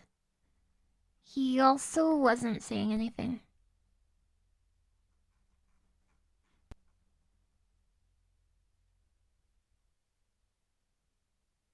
Hello everyone, welcome back. These three people I here don't think he was are weird, I three just thought it was very a cool boring people, video. because all of them helped to discover some ancient forgotten language. This Yeah, we guy could try is called Fernando. Bedwich, and he helped to decipher the Hittite language. I have a video about that in case you want to check it out. This is Alice Cover, and she helped to decipher Linear B, an old kind of Greek language. And this is Jean Champollion, and he helped This to is decipher Fernando, by the way. Egyptian language. Have you heard of the Rosetta Stone? This guy used the Rosetta Stone to decipher the Egyptian language. And I have read of these three people, I have read how they decipher these languages. I became versus, and the Phyrexians are these creatures which are super evil. They are kind of like robots or machines, and it's a long story. I'm not gonna get into the lore, but the point is that these creatures, the Phyrexians, have their own language called Phyrexian. And Wizards of the Coast has explained that this is a real language, this is a real conlang. But here's the thing. Many companies, many media companies have created languages for their TV shows or something like that. You have, for example, Dothraki for Game of Thrones, Na'vi for Avatar, Klingon for Star Trek, the list goes on. There are many conlangs in fiction. But the thing that makes Phyrexian different is that we don't know how Phyrexian works. For all of those other languages, for Klingon, Na'vi, Dothraki, like the people that made those languages will explain how they work, and you can learn them if you want to. But with Phyrexian, I think that purposefully, Wizards of the Coast has been very secretive about how I know it's for playability, but I always wished they made the numbers like in their own like glyph. You know what I mean? One of the cool things to me about Phyrexian is every word is like on this line. So you draw like this line, and then it's stuff coming off of the line that's the word. So this is a new word. Phyrexian works. And I think that is part as a marketing strategy, because like, look, they can print these cards and they are written in the language of the Phyrexian, and I mean, we know what they mean because there are also versions in English and in other languages, so you can actually know what they do. But the fact that they are written in the language of these people, like, it's so flavorful. Oh, it's so cool. so the standard for trading card games in general is that usually they print to a variety of markets in different languages. So any different language copy of a card is legal anywhere you play it. You, if the players or a judge aren't sure about the ruling of the card, you can look it up. There's web resources so you can check the actual stats and phrasing of all of the game effects. But the Phyrexian cards are pretty much identical to that. It's very immersive in terms of world building and stuff. And the fact that you don't know what it means, that it is mysterious, and it motivates people to Like, try to, well, figure it out. If you which lived is in what the they're United trying States, to for do. example, you could bring a It is- deck of like Russian or Japanese cards to a Friday Night Magic, or you could have like all kinds of cards from different languages in your deck. Yes. Like one of those, you know, those games that are like games that are played in the real world, where there are clues hidden everywhere and stuff like that. I feel maybe Wizards of the Coast did not expect that people would try to decipher Phyrexian as a kind of game, but maybe they didn't expect that there were people as nerdy as us. So what we are gonna do in these videos is that we are gonna start deciphering little by little the Phyrexian language.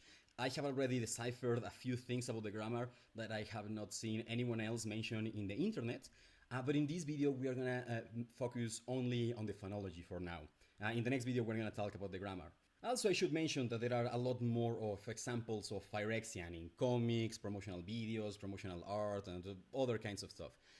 And so I went through many examples of Phyrexian, and I started looking for all the examples we knew of proper names. For example, like in these cards, we have this one is Elesh Norn, and this is Vorinclex. So we know that the name Elesh Norn should be somewhere in this card. Same with Vorinclex. We know that the word Vorinclex has to be somewhere in this card. And also, you might have noticed that the text in these cards is horizontal, and the text that I have here is vertical. But that's because it seems that in all native examples of Phyrexian, it is written top to bottom and left to right, but apparently they rotated 90 degrees for the cards because they are designed for horizontal text. But anyway, I'm gonna look at this text and I'm gonna use the strategies that I learned from all the cool people at the beginning, and we're gonna look for patterns, and we are gonna start deciphering the Phyrexian language. So let's begin with Vorinclex. Vorinclex, the primal hunger of hell. Names, not just in Vorinclex, is that we have two kinds of symbols. We have symbols that are very angular, some of them cross the line or something like that. But then we have these symbols which are made of like What language is that? three That's cool. elements. For example, we have this thing here and this thing here, and the three elements are different every time, and they are on different sides of the line. For example, in Vorinclex we have this symbol to the left, and in Sheoldred we have this symbol to the right. In Elesh Norn again we see it to the left, but they are always made of three elements.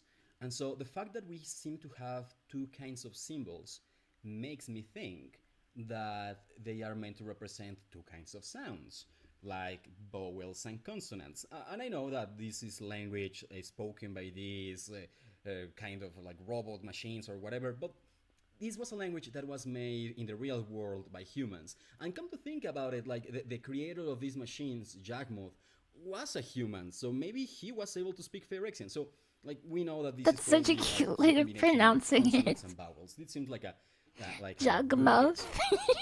and that means, and we also notice in these examples and in all examples of Phyrexian Cute. text, that it always starts with this horizontal line, and it always starts with this slash here at the end. And so those are not symbols. They are just marking the beginning and the ending of whatever you are writing. Yeah. So let's start with Vorinclex here. We have this first symbol, which probably refers to the first sound in Vorinclex. And here we have to be careful not to confuse the letters we use to write a word with the sounds of a word. Because those are that they are quite because it could be different vol. things, especially in English. I mean, there are languages like Spanish, Italian, or Korean where they have much better orthography, but I'm getting off topic. The point is that there is this way to write the sounds of a language, of any language, and it's called the International Phonetic Alphabet. And if I write it with the IPA. International Phonetic Alphabet, boring clicks is Again. something like this. Boring Boring. clicks. Click. I'm running out of space. Well, here a K and an S go at the beginning there. Boring clicks. Click. Click. And so what I'm thinking about when I mention the sounds and stuff is going to be the international. I'm going to be talking about the International Phonetic Alphabet and nothing else, right? Just to be in the same page. IPA. And so let's see. For example, we have this symbol here. Probably refers to the first. This is cool. I'm sound gonna in subscribe boring to this guy. And so let's start writing all of our guesses. And then we are going to see if they hold up. I think that this symbol refers to this, and this is called the labiodental voiced fricative. That is like the linguistic terminology for that sound. And then we have this symbol here, and these kinds of symbols that we are theorized refer.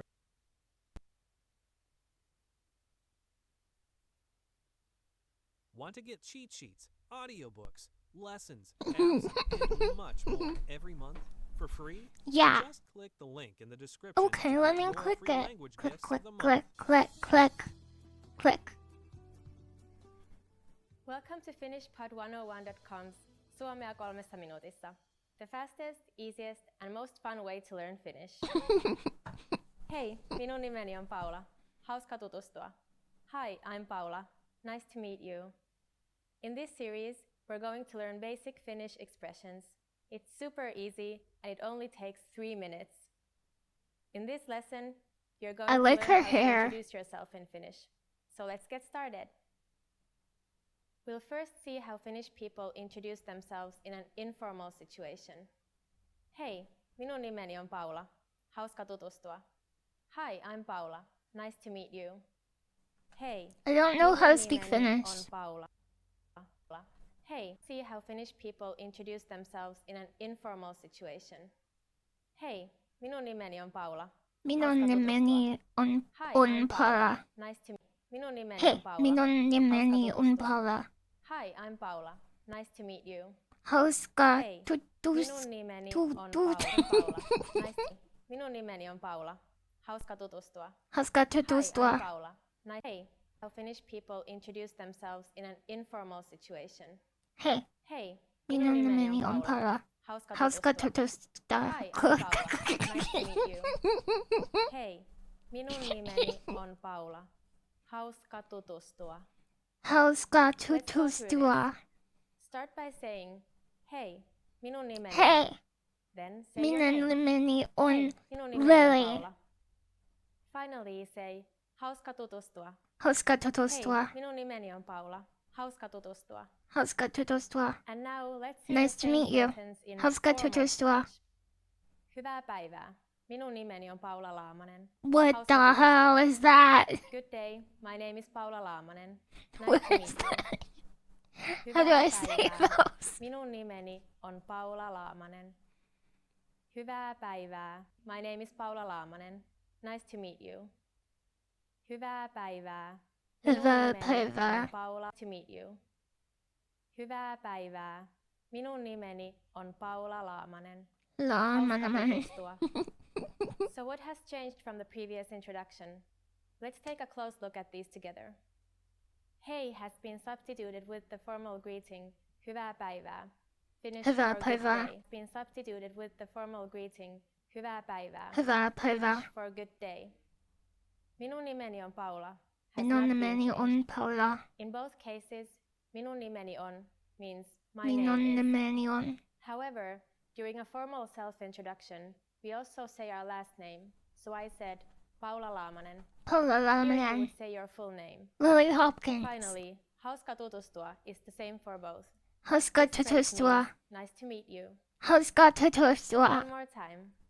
The informal way to introduce yourself in Finnish is Hei, Hei, minun nimeni on Paula. minun nimeni on Paula. Hauska tutustua. You can make it more formal by saying hyvää päivää. Hyvää päivää. Minun Paula nimeni on Laamanen. LilyHops. tutustua. Hauska tutustua. Now it's time for Paula's points. When you introduce Hauska yourself, tutustua. it's a good habit to shake hands and use hauska tutustua after saying your name. If you're concerned about politeness, even hey is polite enough in the Finnish business world. Hei. In fact, If you speak too formally, people will think you sound unnatural. In Finland, simple is best. Hei, In the hauska, last tycker lesson, we du? learned how to introduce ourselves in Finnish. In this lesson, we're going to learn how to properly thank people. Are you ready? Then let's start. There are several ways to thank someone, but let's start with the easiest. It's just one word. Kiitos. Kiitos. Kiitos. Kiitos. Kiitos means thank you. When saying thank you very Kiitos. much, you just need to add the word paljon. Kiitos Kiitos paljon. Kiitos paljon. Kiitos Paljon paljon. means a lot. So kiitos paljon is just like saying Thanks thank a you very lot. much. Yeah. It doesn't matter if you're trying to be Kiitos formal paljon. or informal. Kiitos will work in both situations, so don't worry. But how do you reply to thank you in Finnish? It's easy. There are basically two ways to do it. The first is ole hyvä. Ole hyvä. Ole hyvä. Ole hyvä. Ole hyvä literally means be good, and it's commonly used Ole to reply hyvä. to thank you, especially when someone thanks you for giving them something. The other way to say you're welcome is the expression ei se mitään. Ei se mitään. Ei se mitään. Ei se mitään. Literally, this phrase means nothing or never mind. Ole hyvä. You use this when you think that Ei there's se no need to be mitään. thanked, so it's like saying don't mention it. Ei se So mitään. when someone says kiitos to you, you can Kiitos. simply reply with Ei ole se hyvä mitään. or ei se mitään. Now it's time for Paula's points. If you're not sure Let's about whether to go, use Paula's kiitos or points. kiitos paljon, keeping it simple is always your safest bet. You don't have to worry about formal or informal situations. Kiitos can be used with just about anyone, anywhere, and at any time. Finland In the is a last lesson, country we in learned how to Northern thank Europe. people by saying kiitos. In Kiitos. this lesson, we learned some of the most common greetings used in Finland. Ready? Let's get started. The most used informal greeting is hei. Hei. Hei. Hei. Hei means hi or hello. Hei. We use it when we meet people, friends, relatives, and even people we don't know. We used this phrase in lesson 1. Do you remember? Do you also remember what the formal way of greeting people is? Hyvää päivää. Hyvää Hyvää päivää. päivää. Literally, hyvää päivää means Hyvää good päivää. day. As a rule of Hei. thumb, we can use hyvää päivää only during Hyvää the päivää. daytime, from midday until early evening. During the evening, we say hyvää iltaa. Hyvää iltaa. Ilta is Finnish for evening, Hyvää so hyvää iltaa iltaa. means good evening. Hyvää. Hyvää päivää and hyvää iltaa are used when we meet someone, Hyvää but when we päivää. leave, we don't Hyvää say these greetings iltaa. again. Instead, when leaving in a formal situation, Finnish people say näkemiin. Näkemiin. Näkemiin. Näkemiin. Näkemiin means goodbye. Näkemiin. In informal situations, you can just say hei hei. Hei hei. Hei hei. Finally, in Finnish we have an expression meaning see you soon, which can be either formal or informal. Nähdään pian. Nähdään pian. Nähdään pian. Now you can greet people in many nähdään pian. Nähdään pian. Now you can greet people in many different ways in Finnish. Let's review them all again.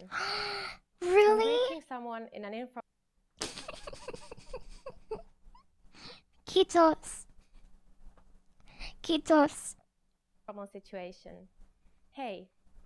When greeting someone in a formal situation. Hyvää päivää or hyvää iltaa. Hyvää päivää. When leaving in a formal situation. Näkemiin. Näkemiin. When leaving in an informal situation. Hei hei. Hey hey. When leaving, no matter whether it's a formal or informal situation. Nähdään pian. Nähdään pian. It's easy, right? Now it's time for Paula's points.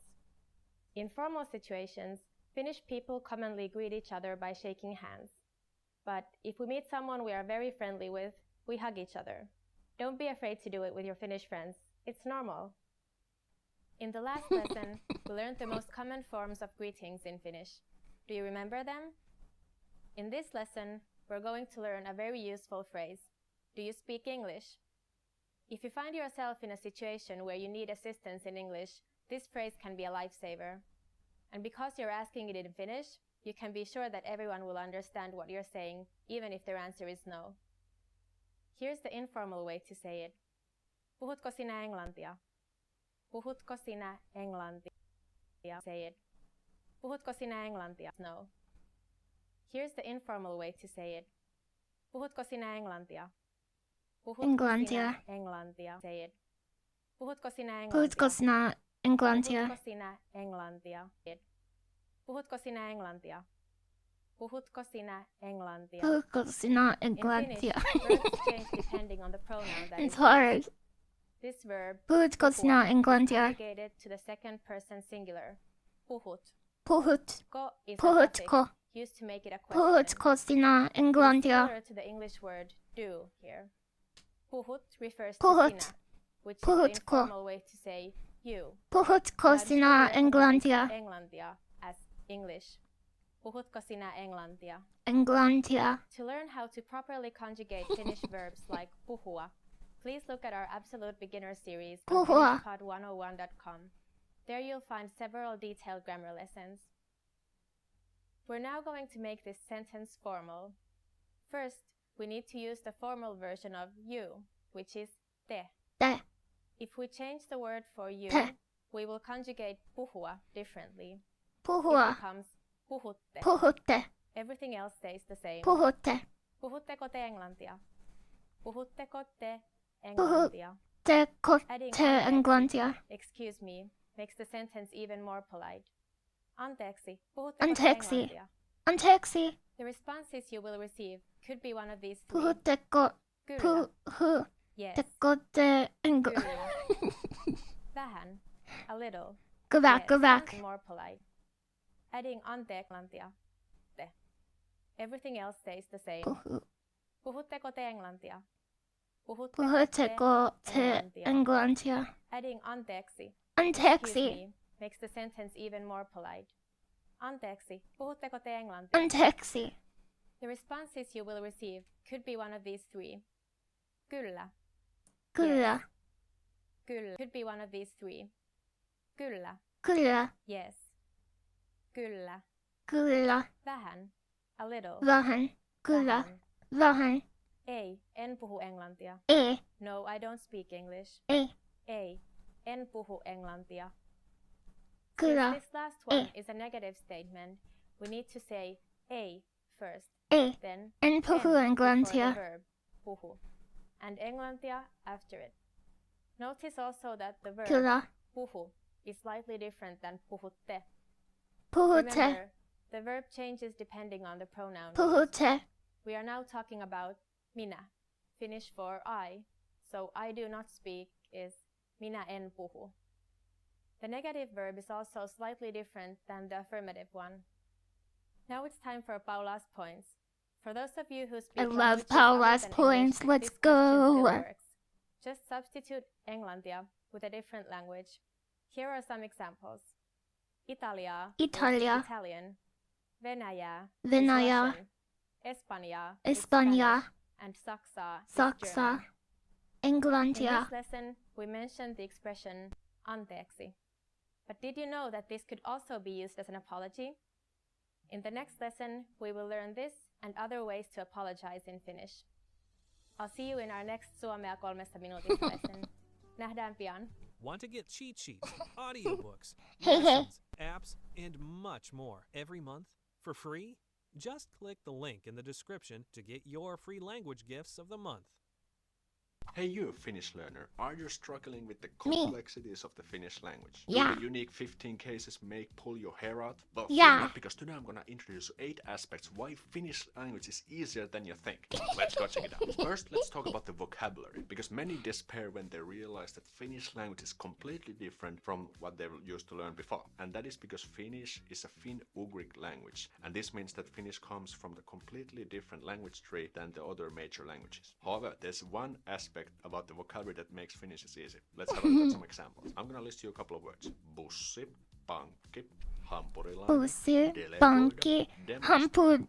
Can you Go guess the back, meanings of go these back. words? Well, some examples. I'm gonna list you a couple of words. Bussi, pankki, hampurilainen, Hampurilainen. demonstrate, Hampurilainen. pankki, hampurilainen, delegoida, Delegoida. demonstroida.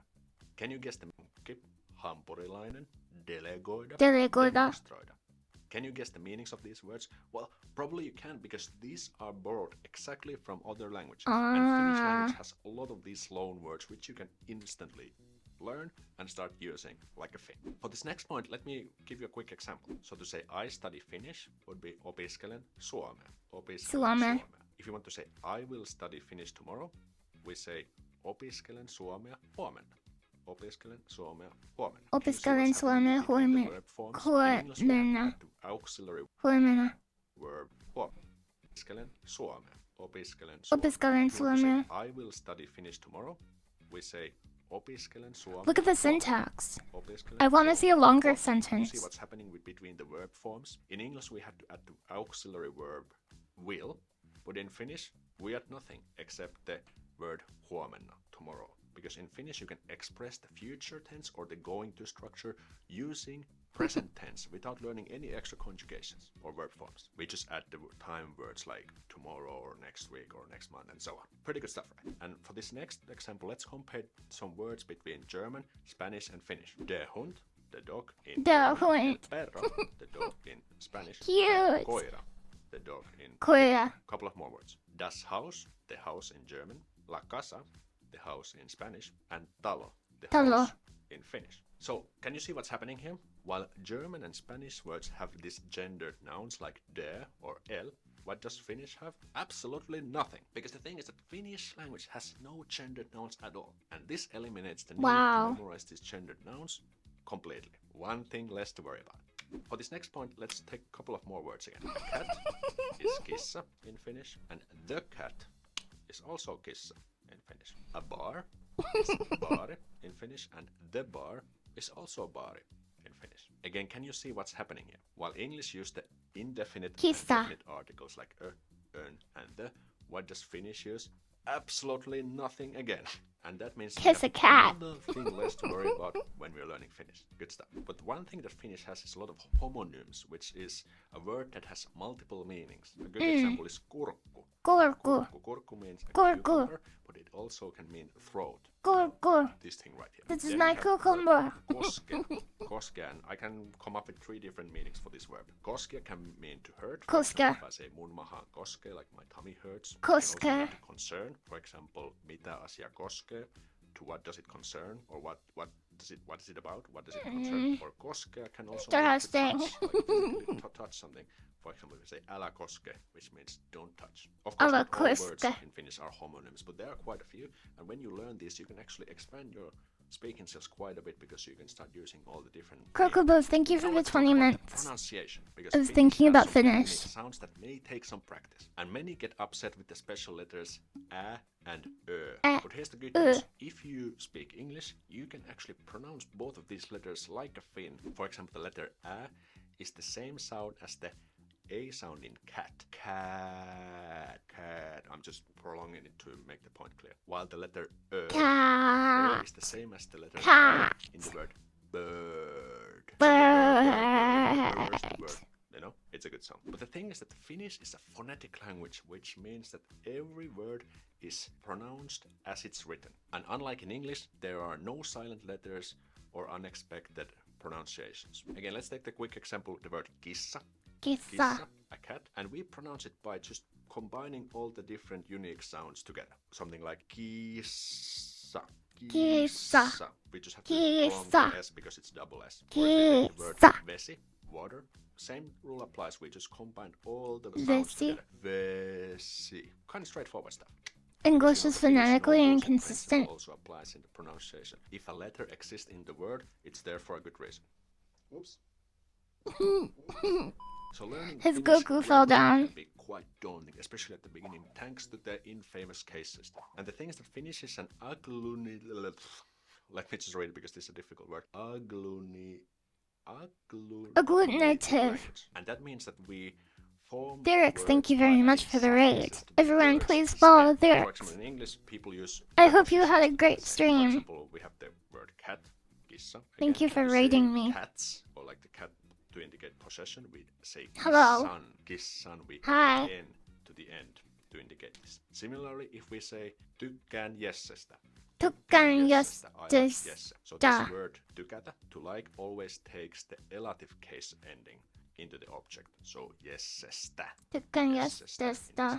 case. However, the good news Jessestä. is that most of the difficult stuff comes at the beginning. So Finnish language is kind of like a pyramid, like a regular pyramid. So the first layer is very thick, very wide, takes some time to get through. But the further layers, the things that come later, are much thinner and easier to get through. Whereas English language is kind of like a reverse pyramid. The beginner stuff is quite easy, but things will get more complicated as you make progress. For the next part, let's have a look at verbs. And in English, one of the annoying features is the huge list of irregular verbs. For example, if you take the verb go, to conjugate it, all the other forms are go, went, gone.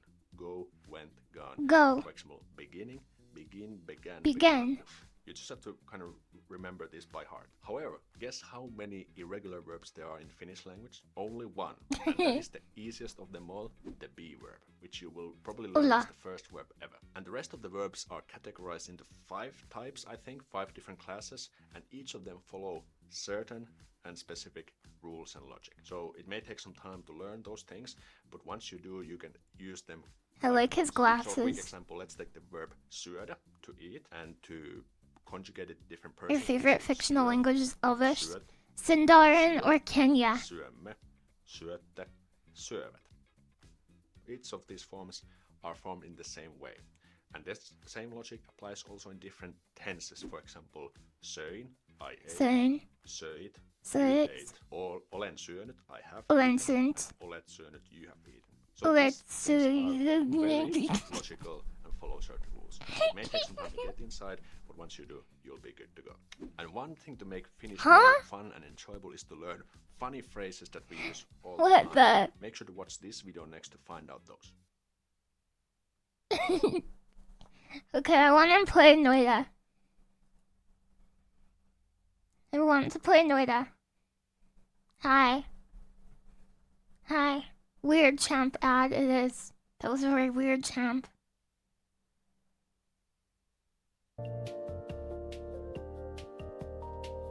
Hi. Finnish is cool. I want to learn Finnish. Should I learn Finnish?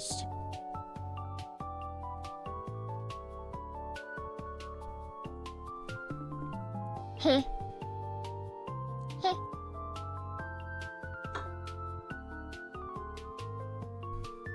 Oh, don't be lazy.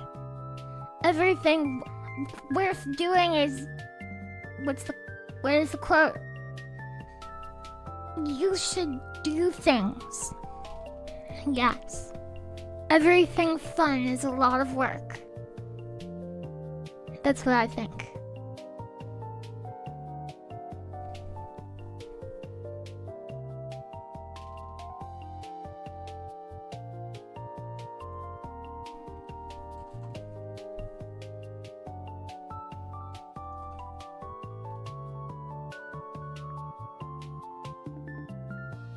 Yeah, Sun Tzu said it. And if it still seems like a lot of work, you just have to drink more coffee.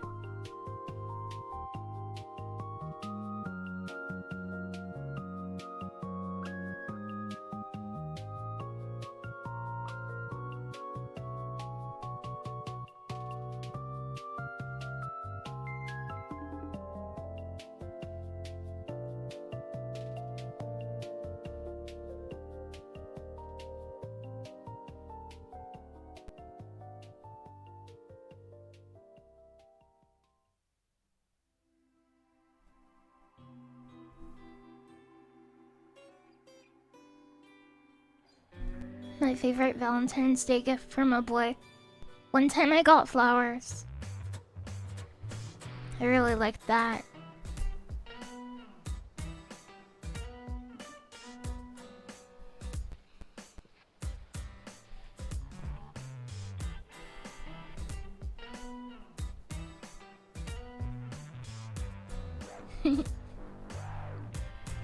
I'm a big flower head.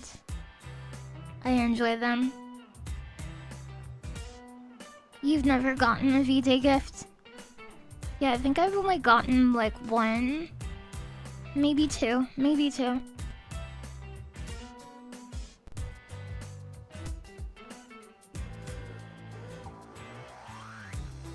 Analyzing.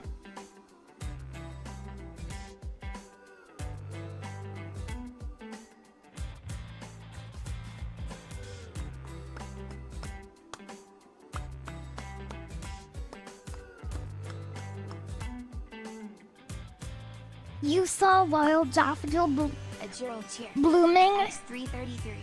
That's not less than 3, but it's 3 threes. Thank you very much for the 333 bits.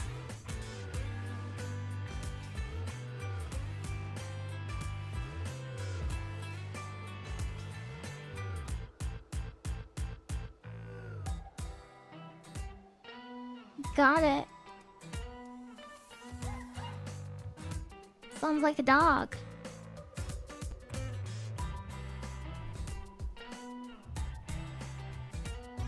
Hi.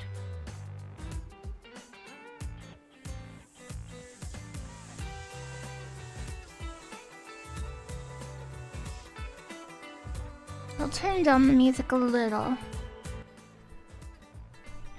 A small amount.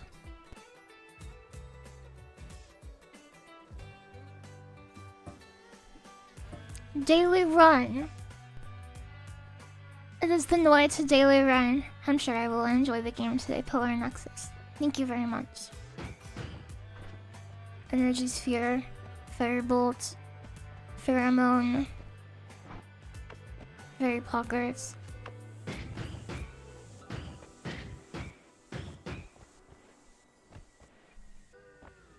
The game is slightly too loud.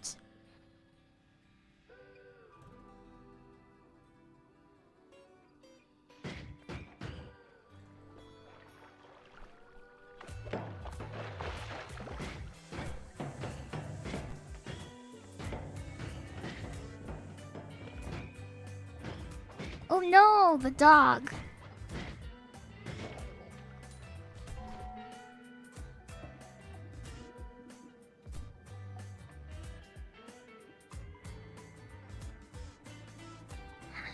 It's dog. It's a dog. Hiko hurta. Hurta. Hurta. A hound.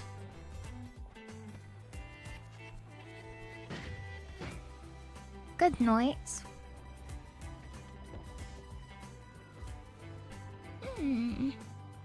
Where are people voting? Ooh. A lot of yes voters tonight. Feeling confident, are we? That's dangerous. That's dangerous.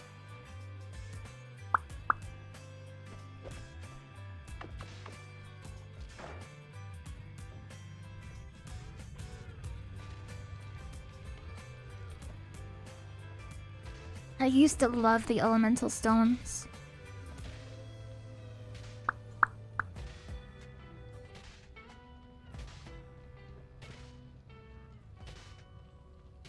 I think I still kind of do.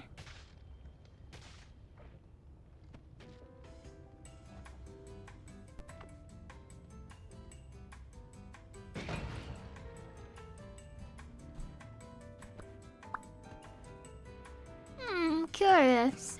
What is? You thought it was 18 plus? Nope. Well, I mean, it is 18 plus, but... Okay, you guys, my stream is 18 plus, but that doesn't mean I like it. Not safe for work. Is what I meant. I misspoke. In other words, only adults can watch my stream. But that isn't like a free reign to talk about like immature stuff.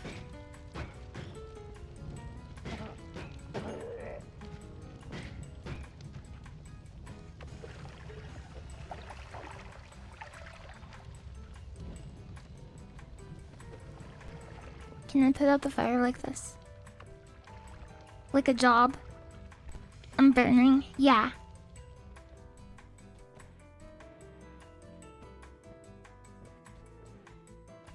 There's a wand down here.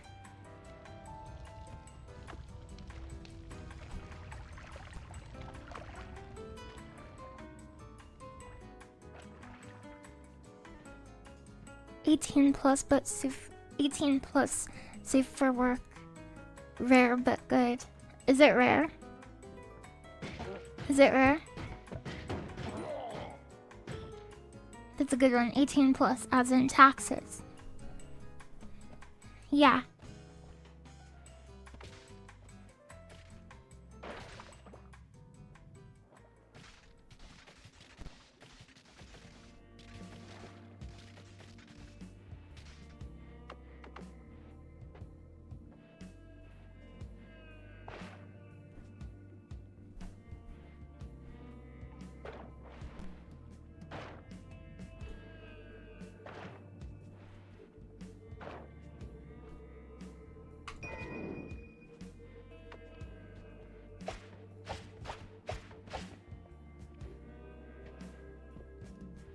I just started the run. Hello, Yuja bro. Welcome.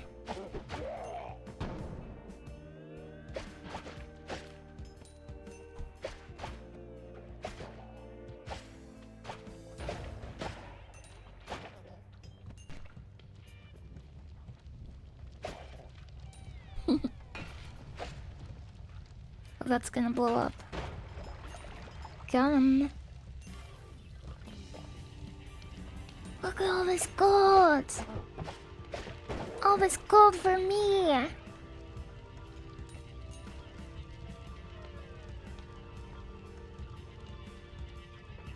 For me! Haliko Hisi.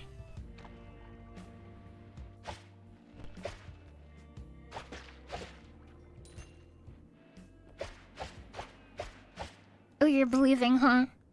You're believing, huh? Kick this bone into the lava.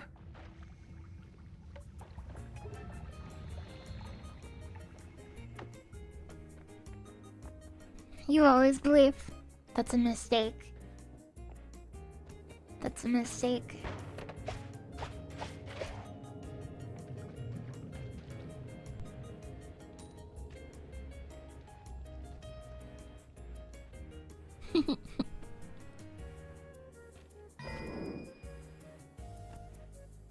We have to find more items.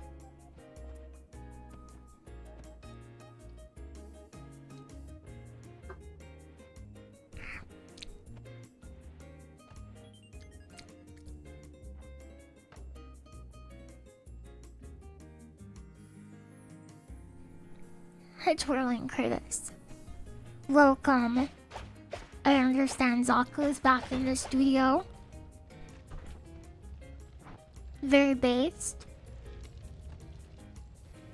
Hi. You're back in the stew. Yeah, that's what pros call it. The recording studio, it's called the stew.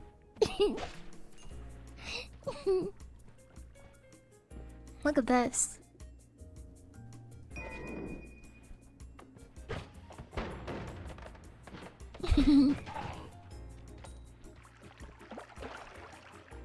Back in the soup.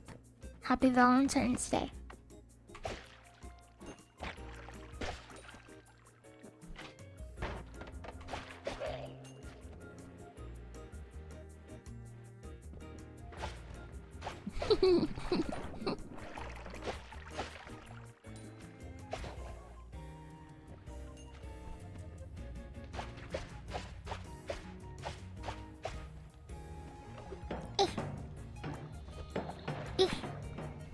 Ooh, that was lucky.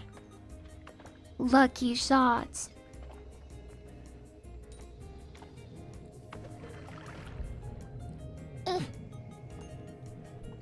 When you're ready to make music, they put you in a big stew. It's weird, but that's how the pros do it. Well, you gotta be like the pros. The pros knows.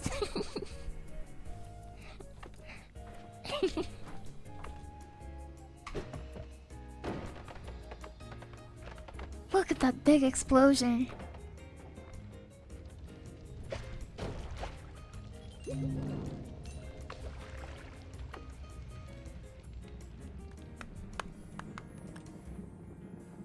Oh, look at this guy. It doesn't have a water component, it won't kill him.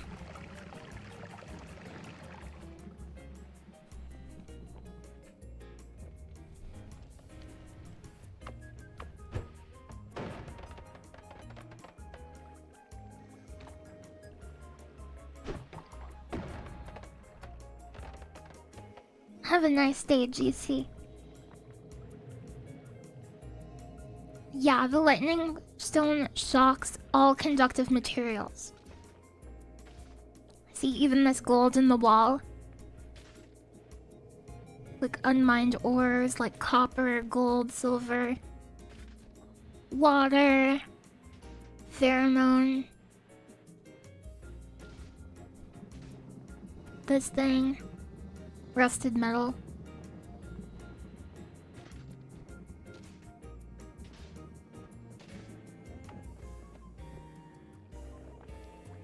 No, it's not.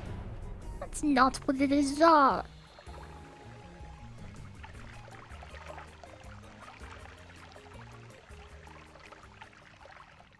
The hearts refill your health.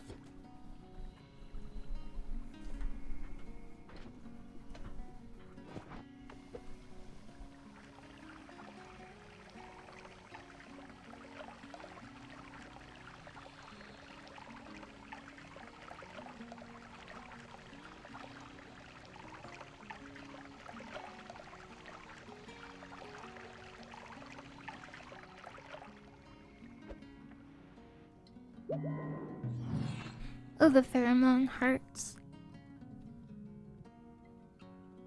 It makes you less aggressive. I shocked all my fish.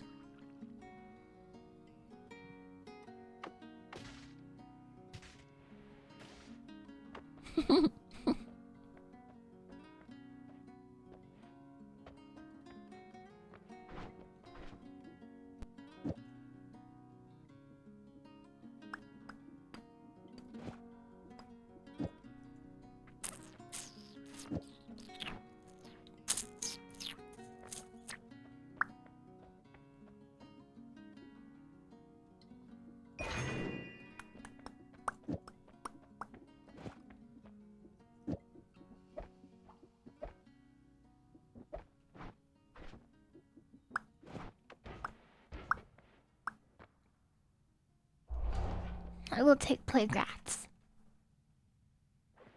Playgrats is what I will take.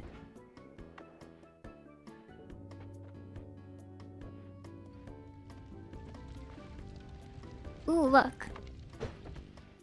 Maximum age. Hell yeah.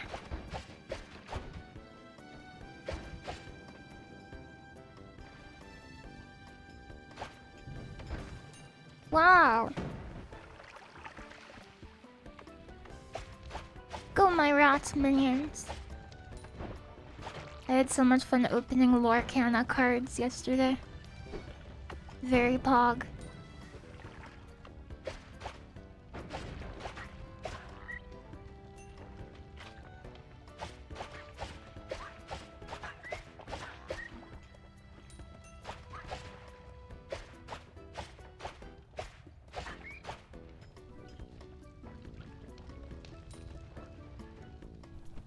Whoa! Whoa! I'm gonna need somebody who is familiar with Noita to look at this shop. Look at this shop. Oh my gosh. We don't have to go to Fungal Caverns then. This is like the best shop I've ever seen.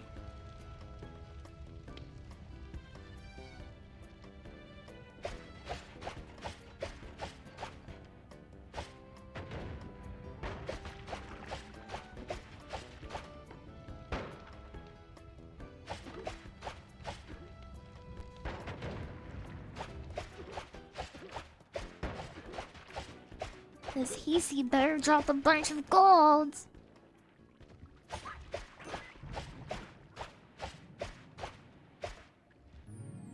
Oh wow.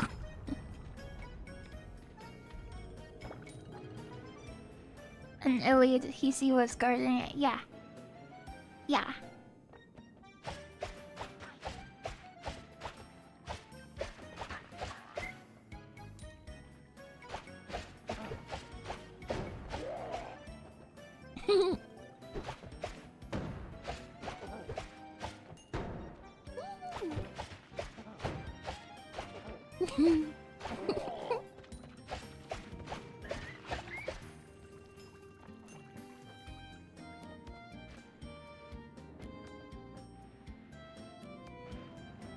Aw, you should try drawing a map.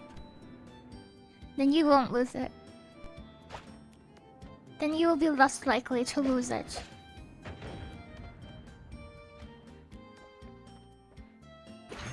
This is such a good shop. Holy moly.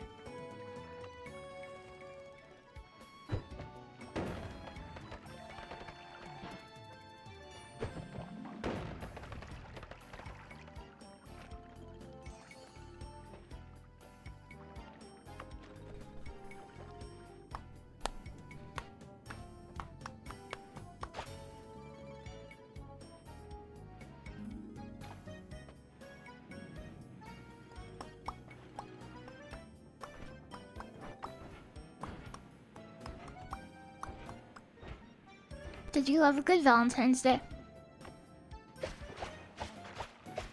Did you?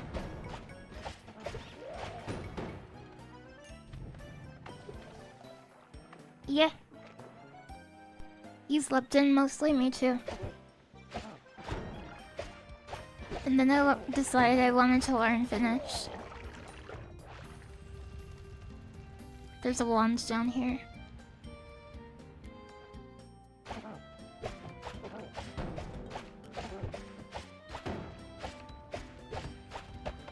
Ow, he meleeed me. You were in school all day. I know that feeling.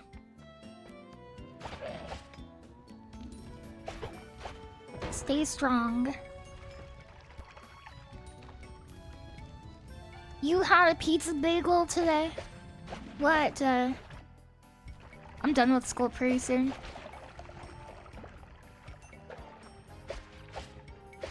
Kill the rats! Kill the rats! Get out of my kitchen! Ratatouille.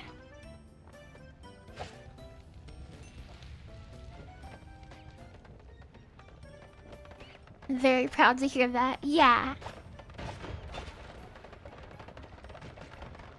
It's gonna be so nice.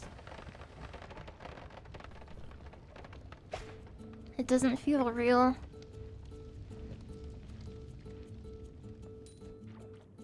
Cause I'm so— oh, he teleported.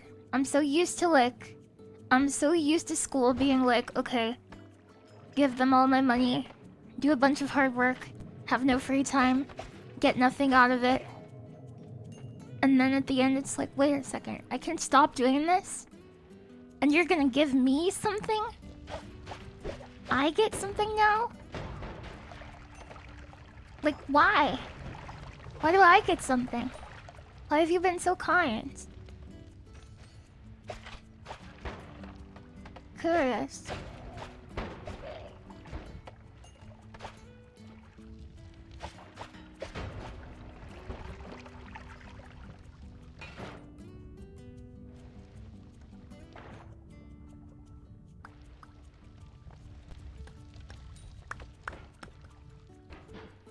I can't talk about what I study on stream because it's too specific.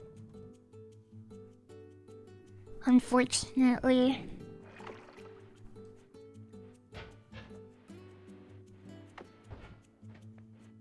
We were playing Noita. Playing a little bit of Noita.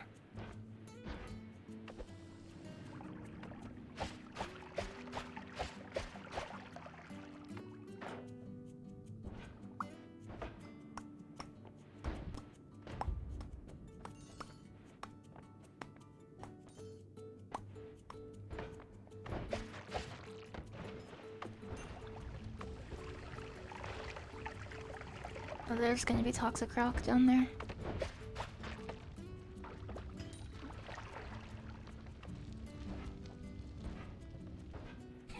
I love teleporting rats. An alchemist of types. You could say that. You might say that. Okay, now I just need the water material.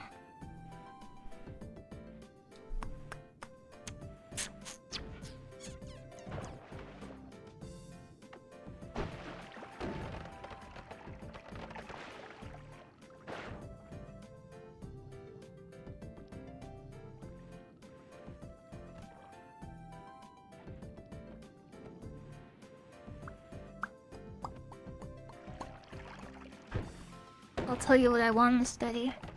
Finnish. I want to study Finnish.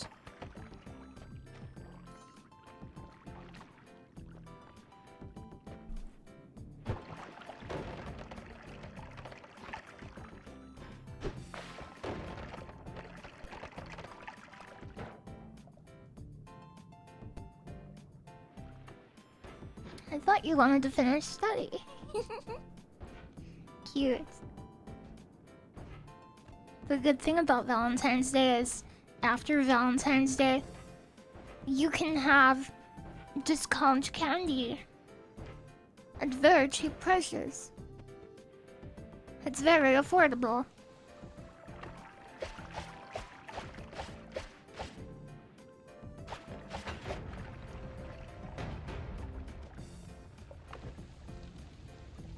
What made you pick Finnish? It's in Noita. And I have 3 friends who speak Finnish. And in Finland, sauna culture is a big deal. Every private home just about has a sauna. Because they love them so much. They just have saunas in their homes.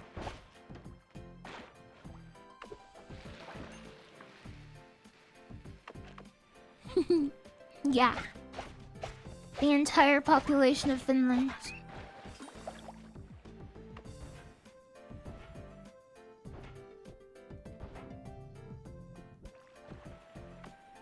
You have a friend from there. He said there's a Burger King with a sauna. Cute. They love them saunas. Yeah. Good and fin-pilled. If I detoxed, there would be nothing left of me.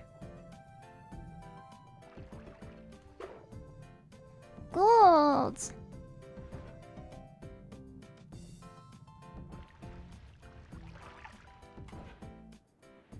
In Finland, there's a place called He's Burger.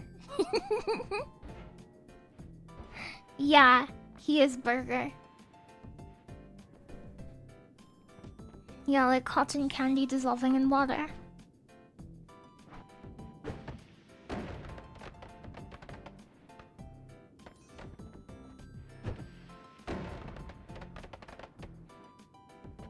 He is burger.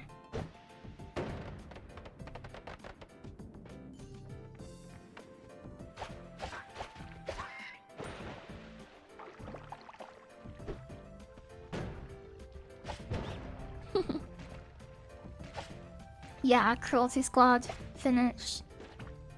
Noita, Finnish. All kinds of Finnish.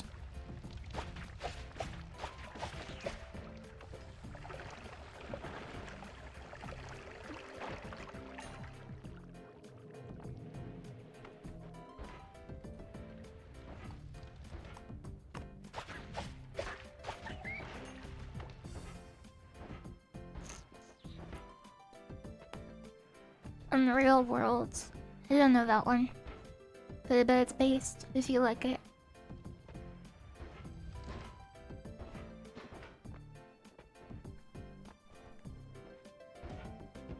You love He's Burger?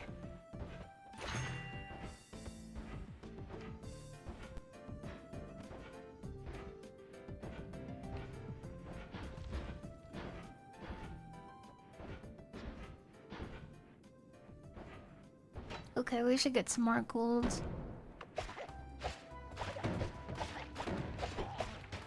We have the spells we wanted, but we should get some more gold too. Oh, he's gonna get ratted. He's gonna get ratatouilleed. Thank you for your contribution. Ratatouille is a sick film.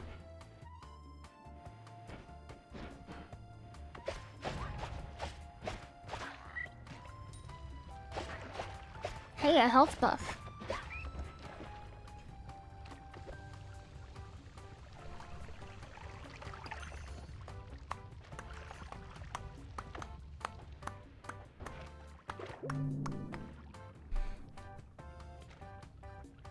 In Finnyland, they have Lutefisk. I don't know what that is.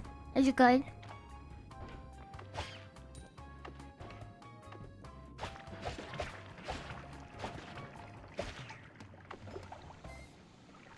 One of the best AAA animated films.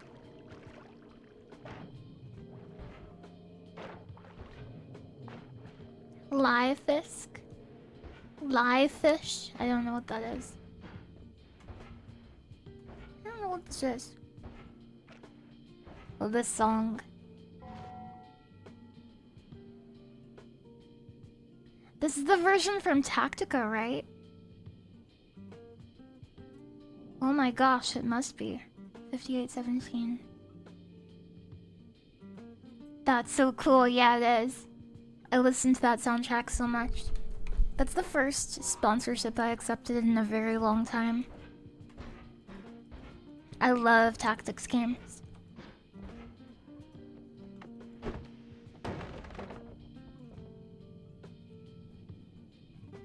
You're not finished, they put lie in it. Oh, I see, I see.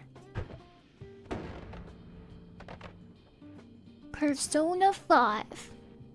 Tactica. Wonder what's up here. Surely 200 is not enough, but we do have teleportation.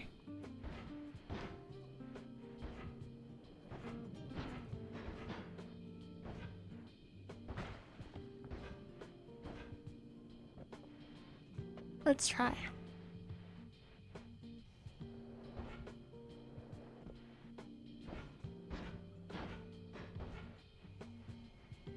Ah, I suck.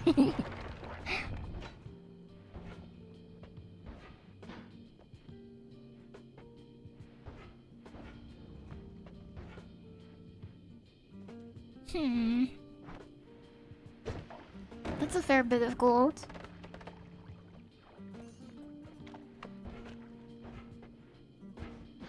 If you could learn a new language, what would it be? Did you anger the gods? No.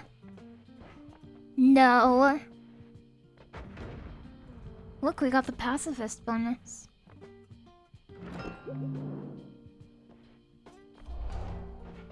I should have taken perk lottery, but I didn't. It's hard. You started looking at learning Mandarin? I love Mandarin. Very cool. I didn't know that about you.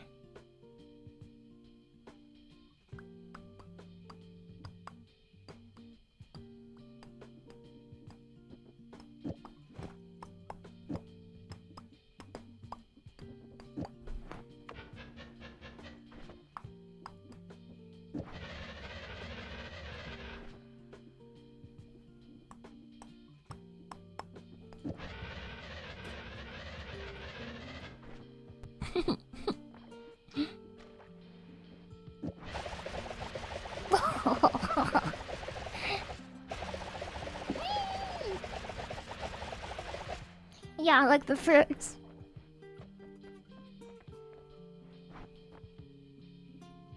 I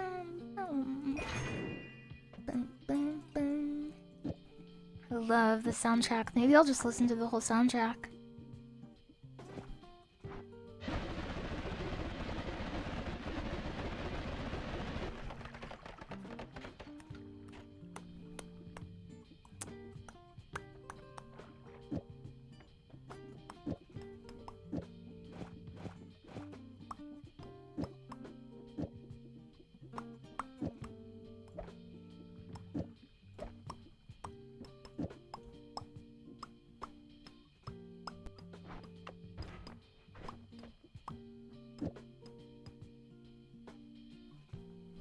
Okay.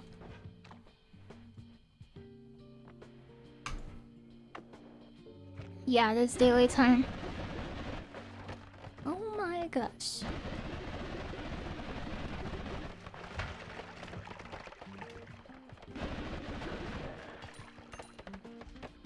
Let's do the monk side quest. You want to?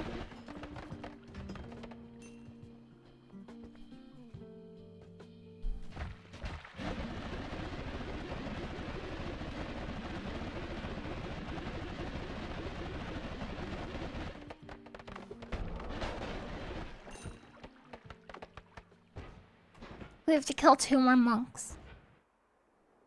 Sure. Okay, we will.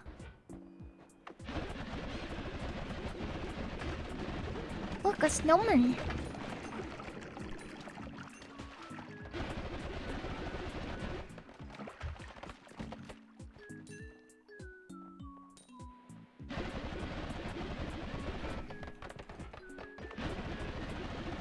I see an uko.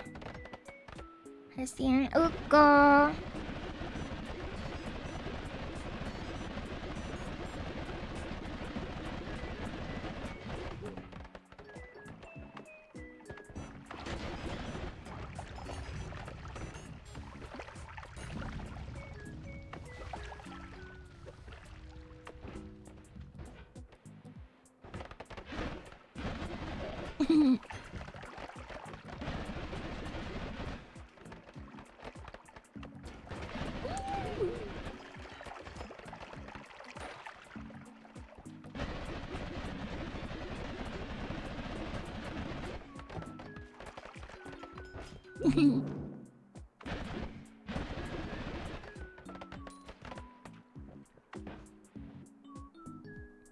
Analyzing. Analyzing.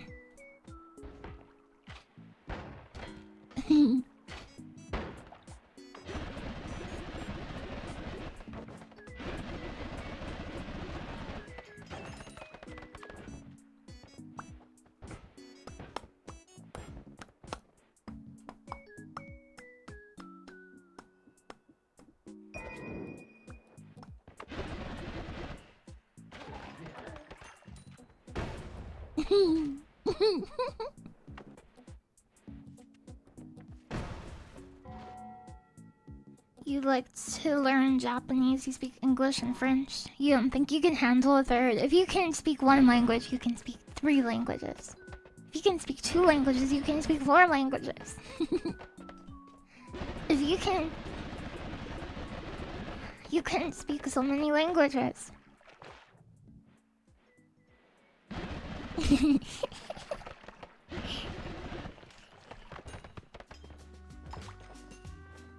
Can you speak 0? Some people can't speak 0.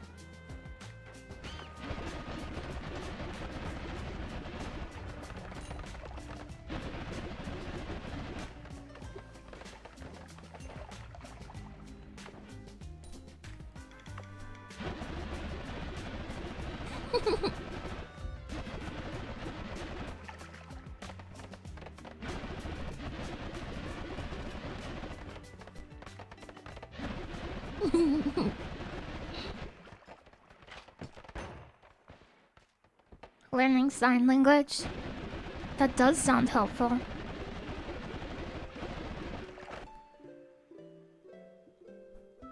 Whoa! Interesting wands.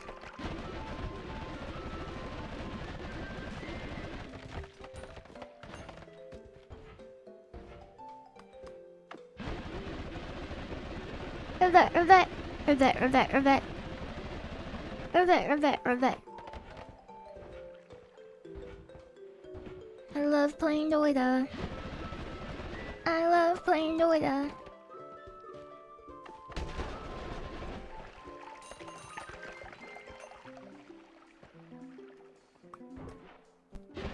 Health power up.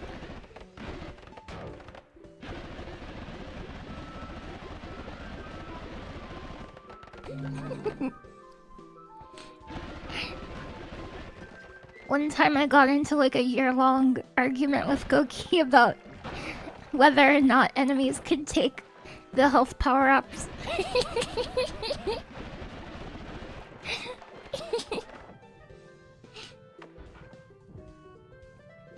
That was so funny.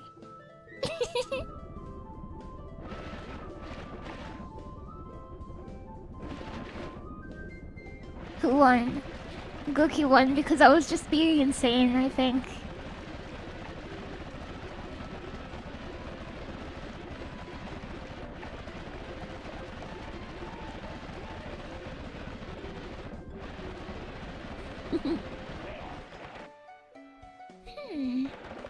Sounds like it. Shut up, Sarkoria. Shut up, Sarkoria.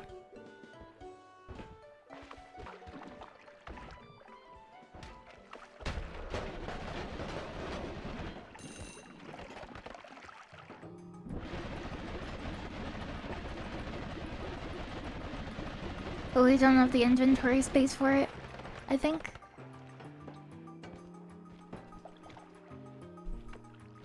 That's okay. I just wanted the gold from the quest anyway. Oh, did the arguments get not heated at all? I don't tend to get very heated.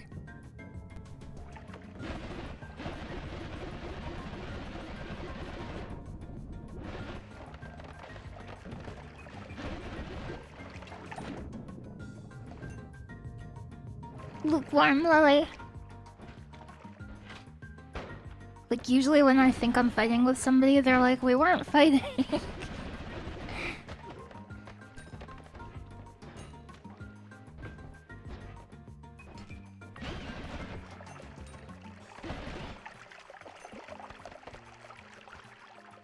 Tomatoes being fruits or vegetables. Cute.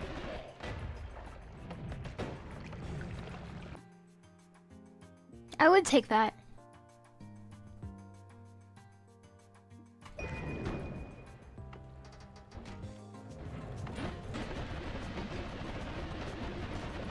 Come then.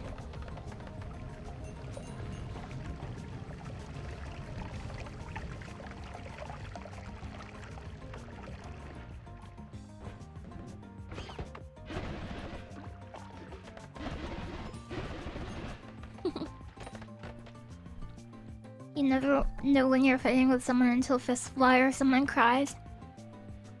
Oh no! So we're like opposites.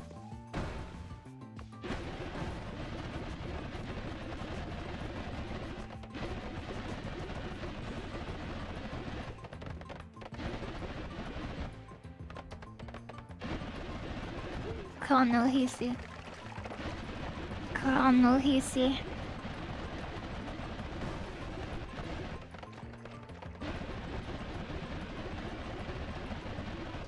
You still think about Kumon whenever you play games. There he is. Kumon. Ow! Kumon. Worm! Worm! Worm!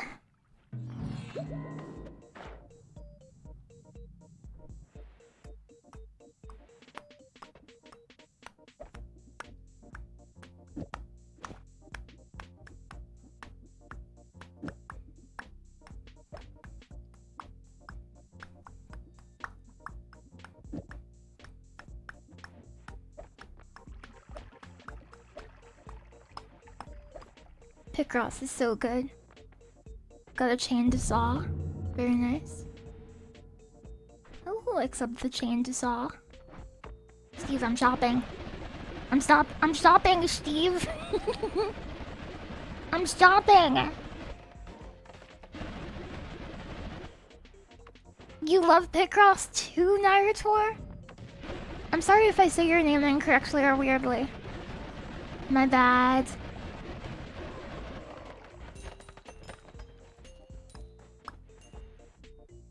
Okay. Let me analyze. If we could find a trigger spell, that would be helpful. Projectile slower or permanent shield. They're both very good.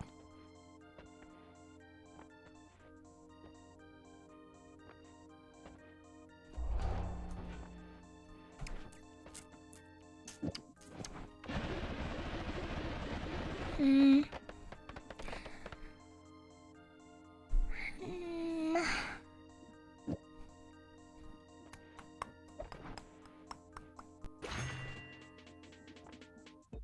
Let me analyze something.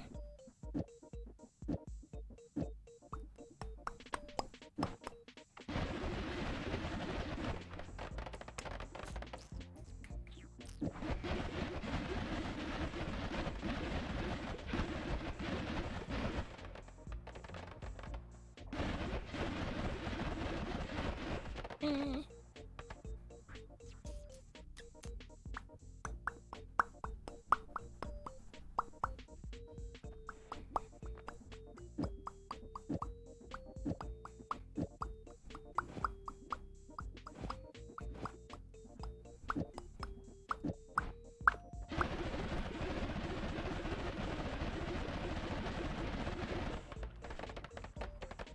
Hmm.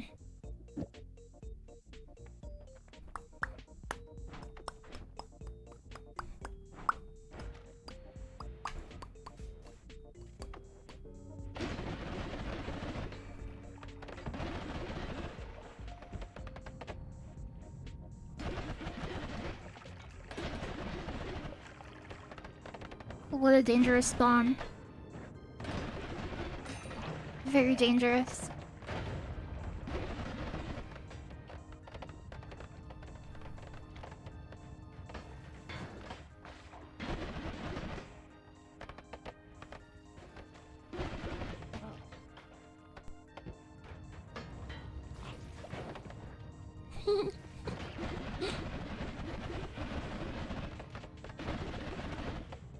Polymorphine.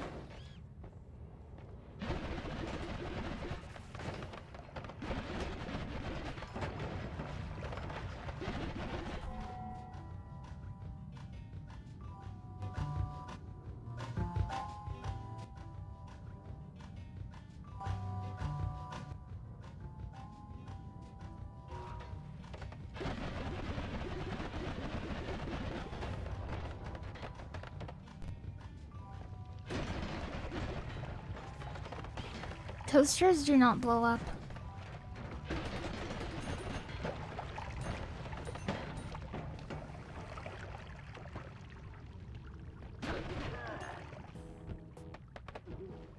Nice job, my rats.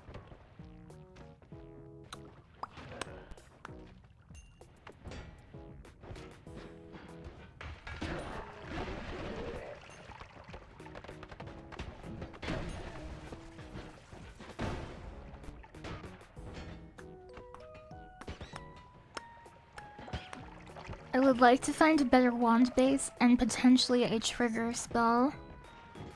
We gotta get out of here though. This is about to be the insta-death place.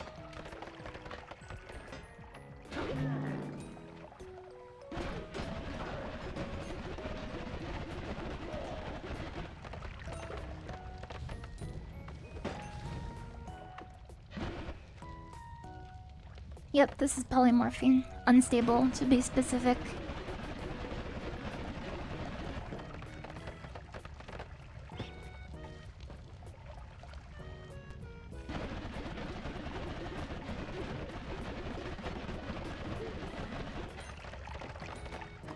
OSHA violation. Cute.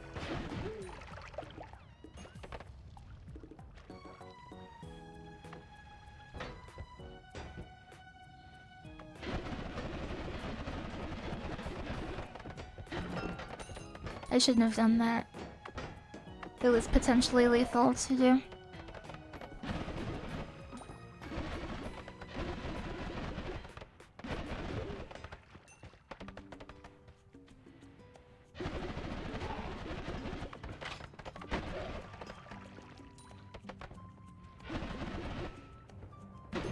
Hey.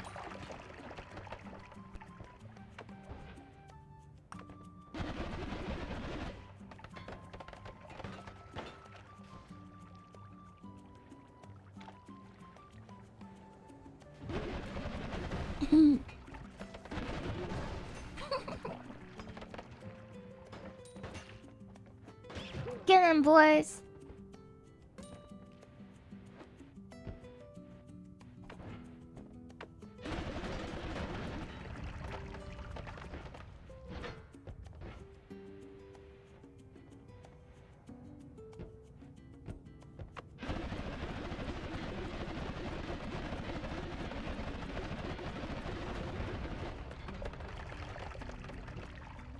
Yeah, I love that too. It's such a cool biome.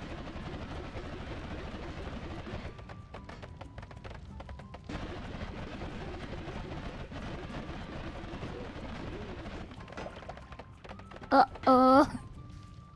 Danger room.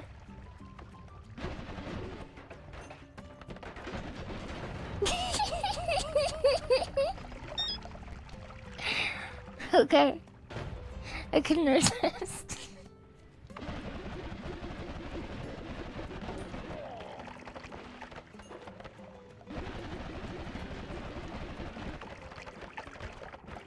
We do have a Steven to fight.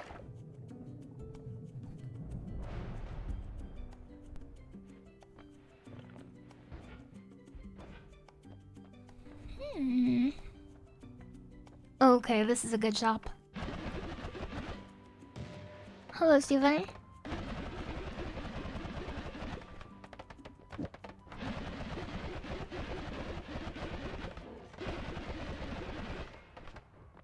I will put it back on. Projectile slower, so funny. I'm dead? Maybe? Maybe? I'm alive! I'm alive!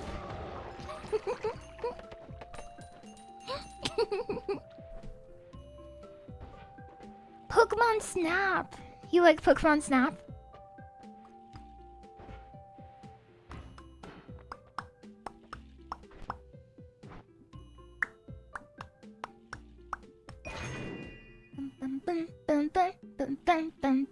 I'm scaring you. Oh yeah. Hi Densi. Welcome.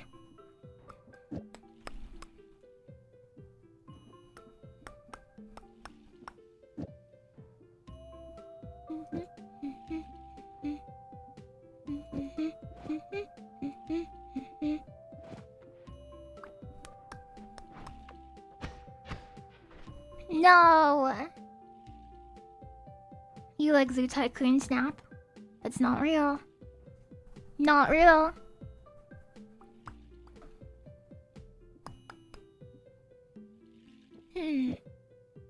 Let me analyze this a little.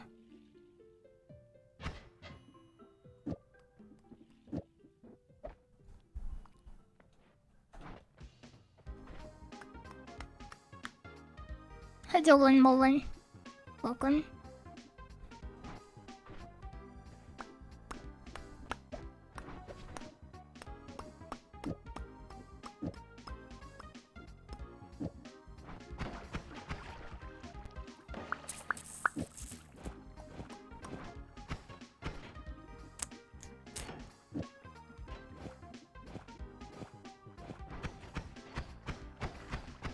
Mm-hmm. 0.38. Oh, it's Castaway.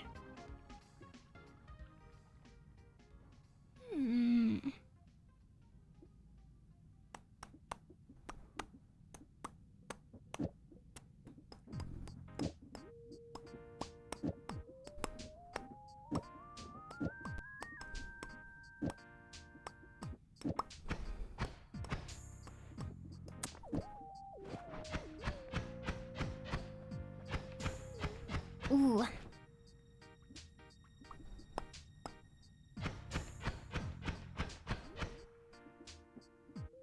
What is the mana economy on this? It's a little chunky.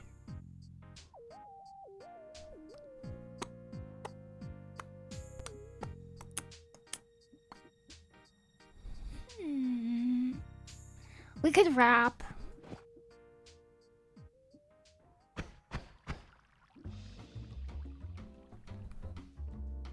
Oh yeah, and this doesn't work because you have to use it, you have to double cast it. So you have to double cast this. And have it on something else.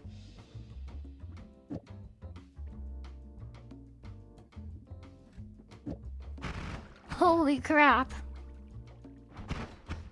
Okay, this is where we run into mana problems.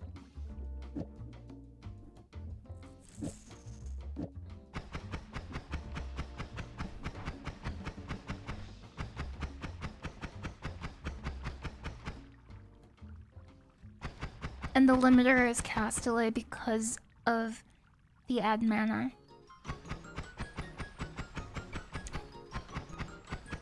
This is a considerable amount of damage for where we're at right now.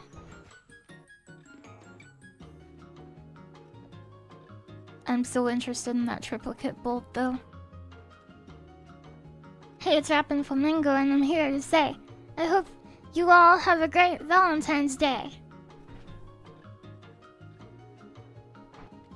How was that? Was that good?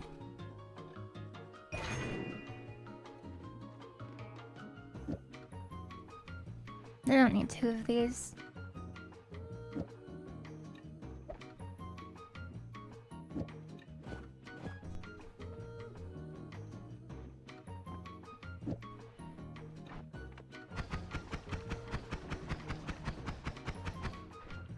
Nailed it.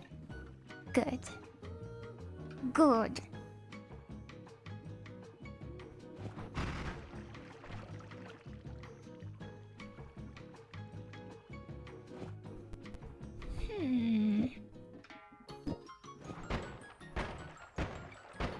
Yeah, that's just worse.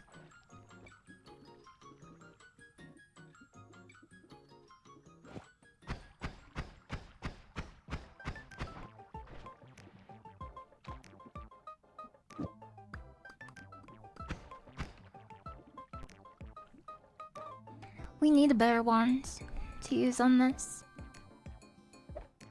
That is what I think.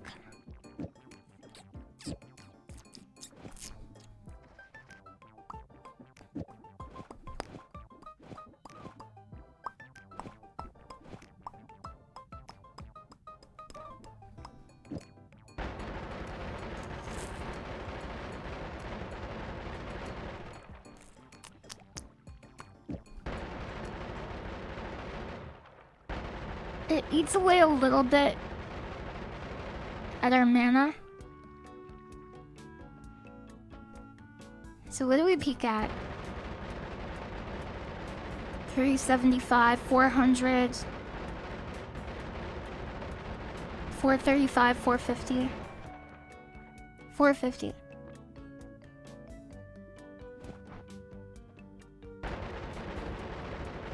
$560, but it is harder to aim.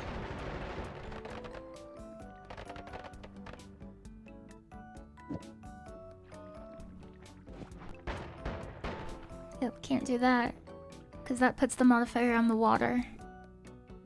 That is the problem.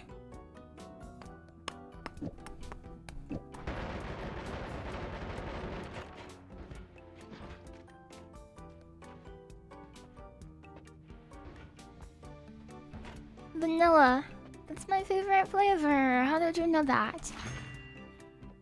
Oh, yes, it is.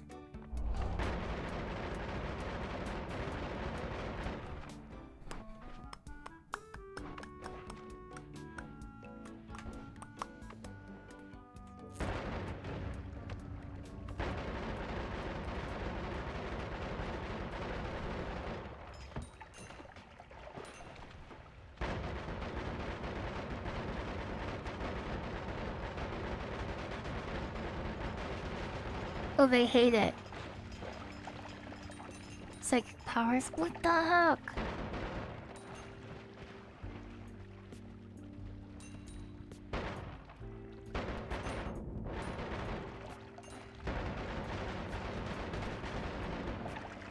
I love this game.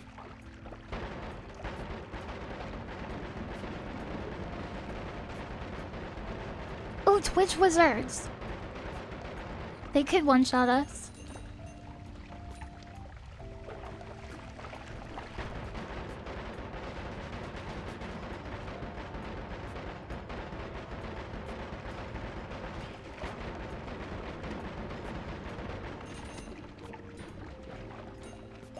A little bit of slowdown. Here's fungal. The frames, yeah. We'll come back to fungal in a moment.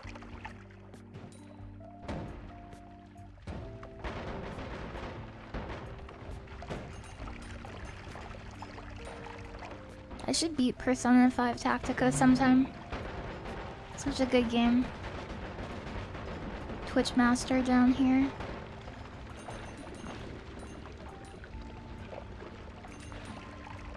This is a daily run.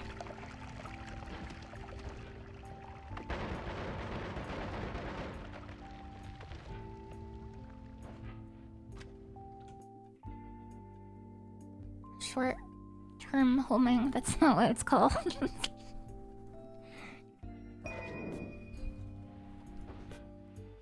Short-term capital gains.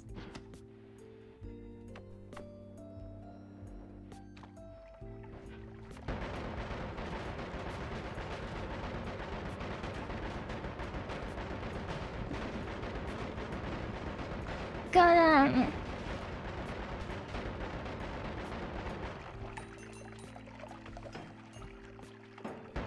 I will say that this seed is a good candidate for a long-term run. Or a long-form run, whatever.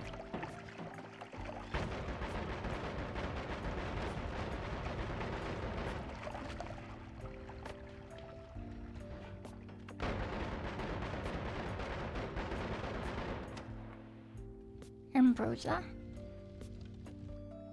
Ambrosia, let's go!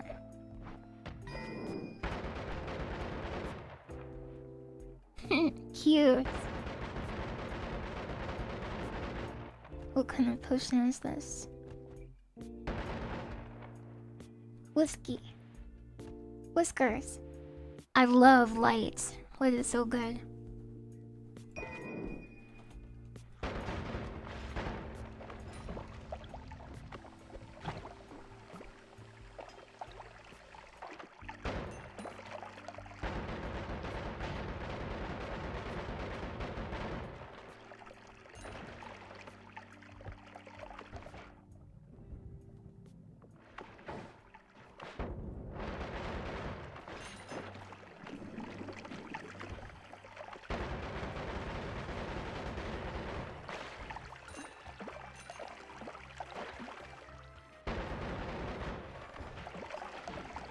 Light is a 1-drop. It's a 1 mana cost projectile modifier, and it's relatively common. So you can use it for really, really efficient wand wrapping. Very good spell.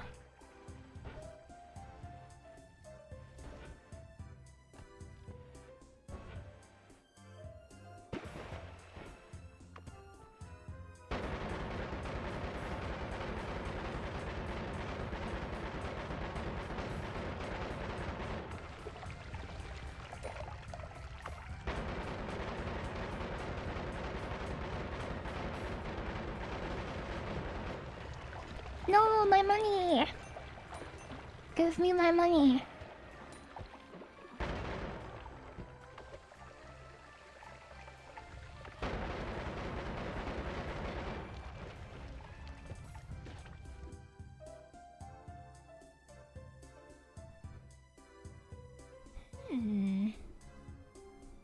That's pretty good. That's pretty good.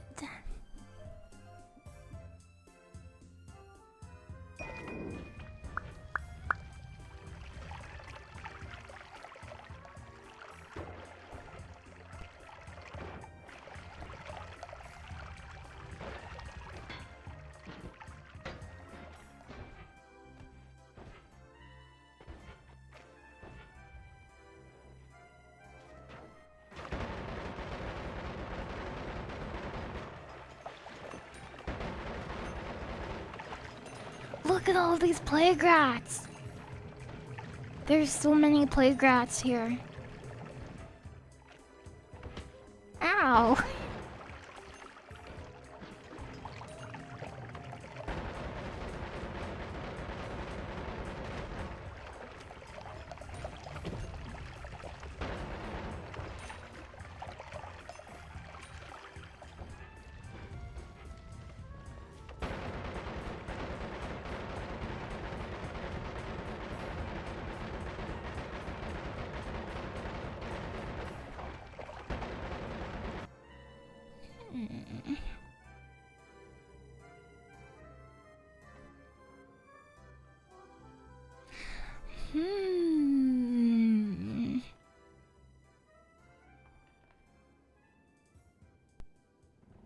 Probably not, but it is tempting.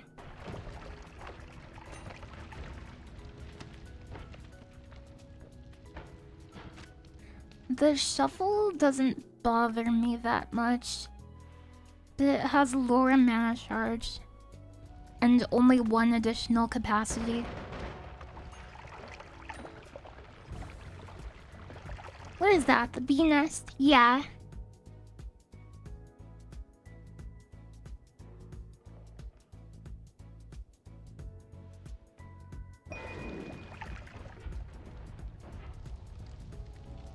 Oh, this is a cocoon. It has a worm in it. It's the worm cocoon.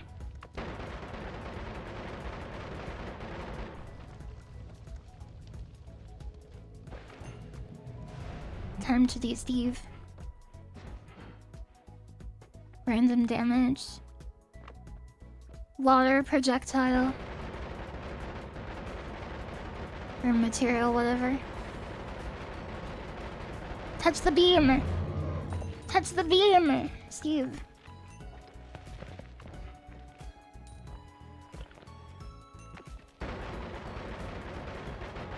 Was there a circle of vigor?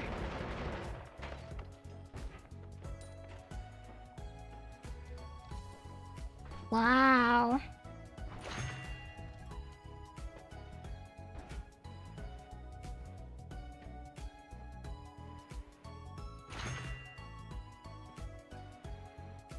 I do like cordyceps. Worm attractor? You're a worm attractor. I've never taken this.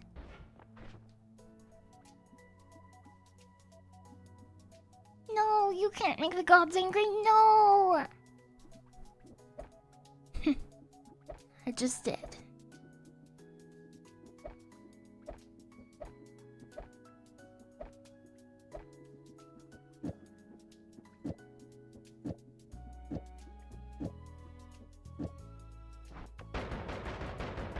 So, it's a little slower.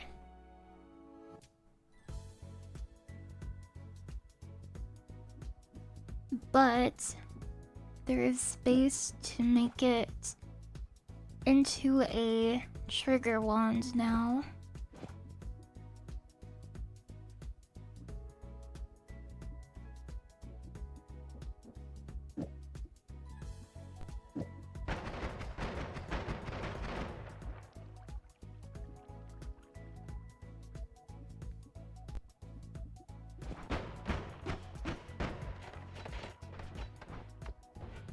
God-sized Snickers.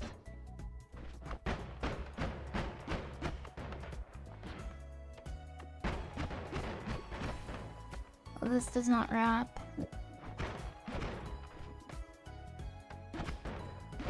So cast delay. Cast delay. And if I put it inside of the trigger. Oh, I see what I did.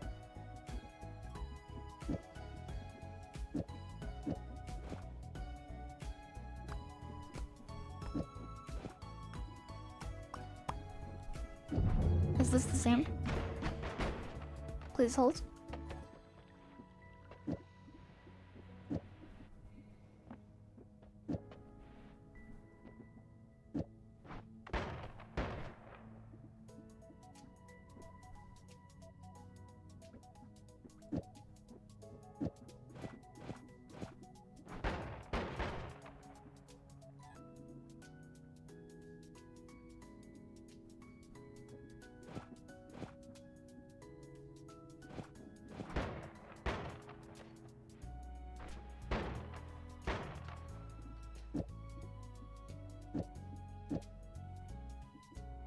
I want this. I like quantum splits. I think it's good.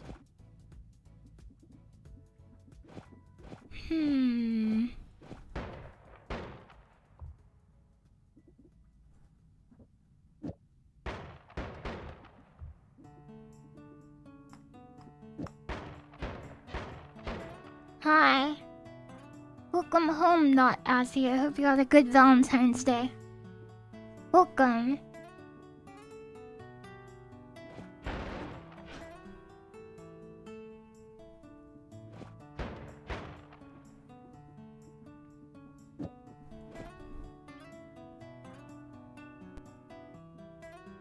This gets rid of the rest of the castaway. Is that right?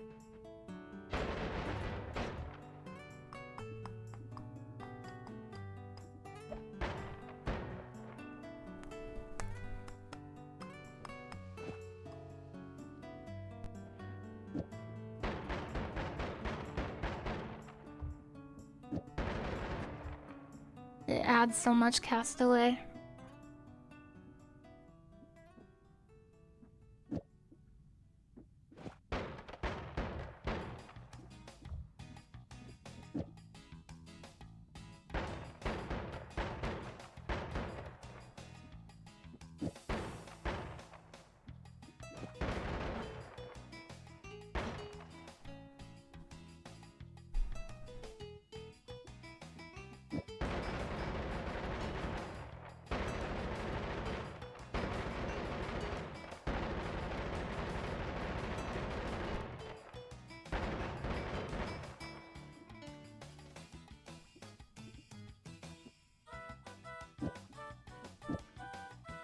But if you move it here...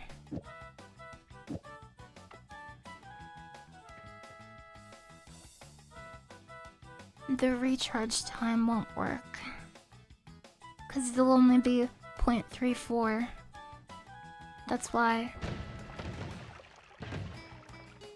What the heck?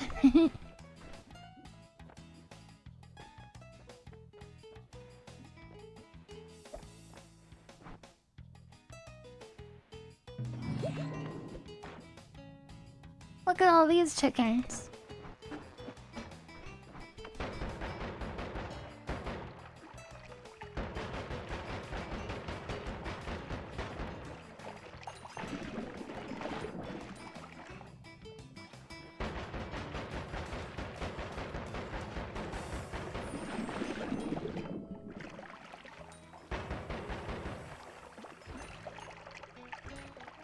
Look at my mournful ghosts.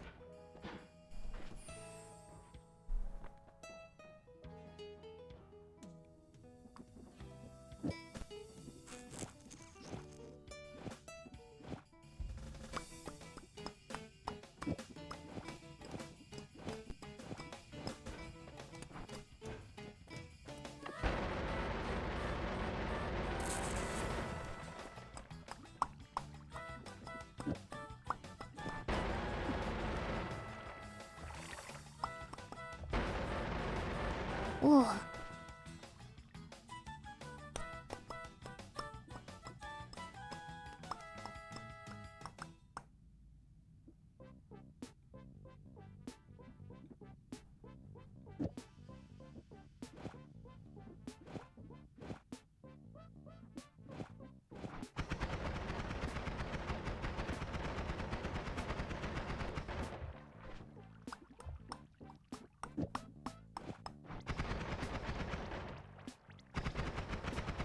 That's the one.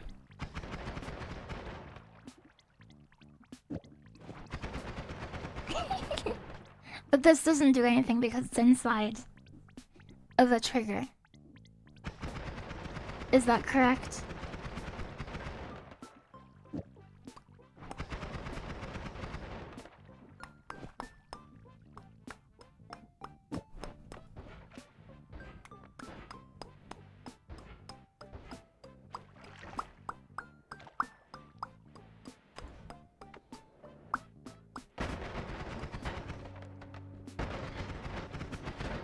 Good on.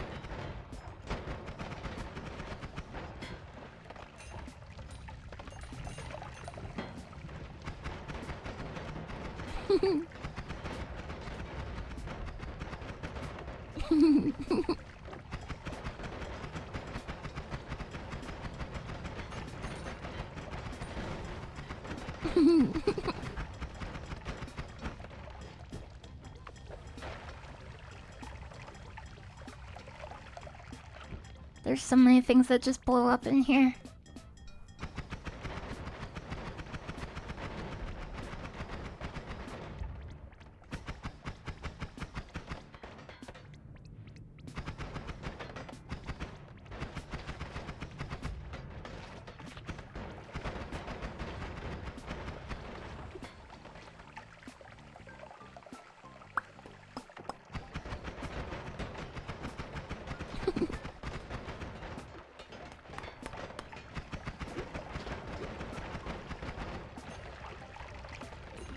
Health power up, let's go!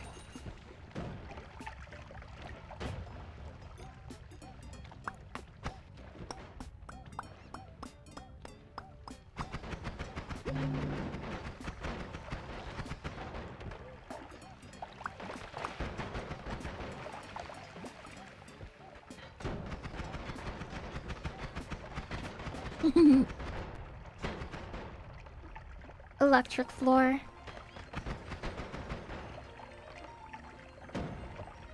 Play online! The creator of this playlist gets me. What the heck? Nobody knows about Play Online. It's my thing.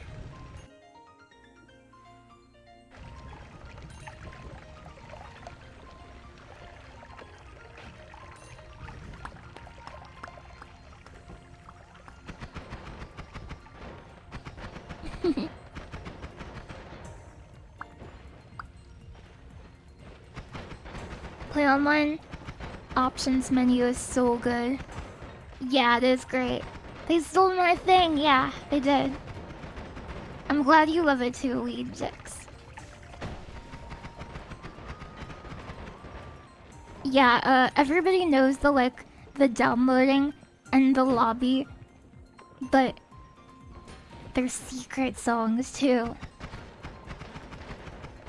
Like the options menu. It bangs. It is so good.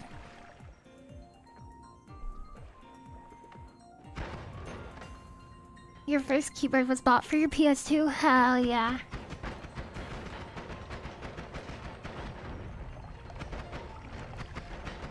Are you a Final Fantasy XI liker? Be honest.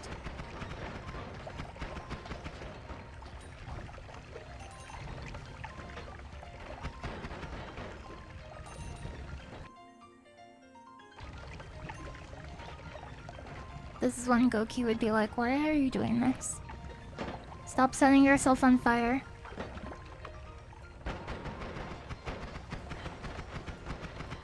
Over 40 days of playtime. You tried to play Final Fantasy XI and the game wouldn't run at all. It's a bit of a process, but if you hang in there, you may enjoy it. You also may not. I can't speak with certainty on this subject.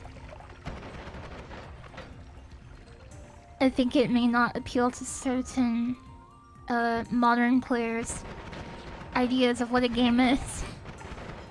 But it's very fun to me.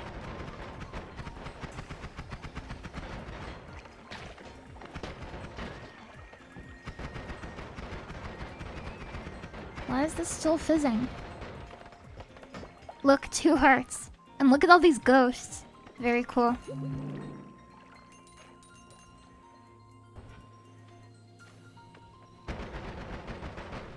I don't think we have a great way of getting in. Can you just shoot rusted metal?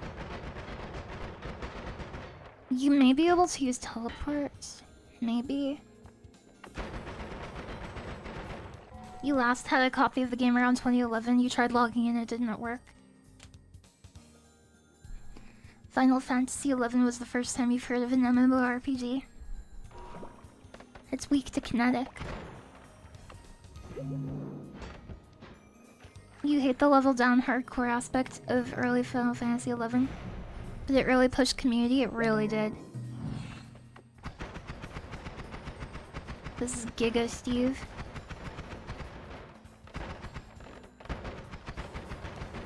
He's a bit of a jerk. Well, I shouldn't call him a jerk. He's set in his ways. Let's put it like that.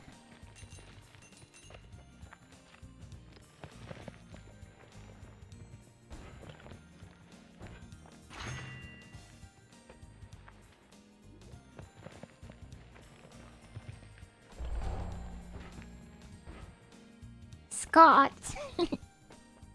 Yeah, Scott. I love Quantum Split.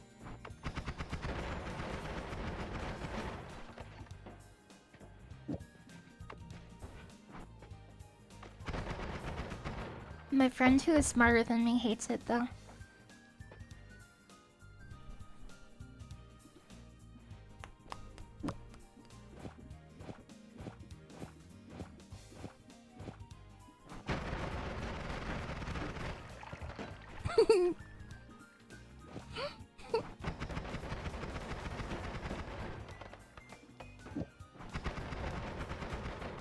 Okay, where's that?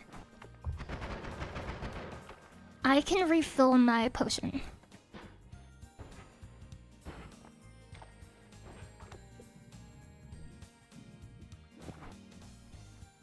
Danger!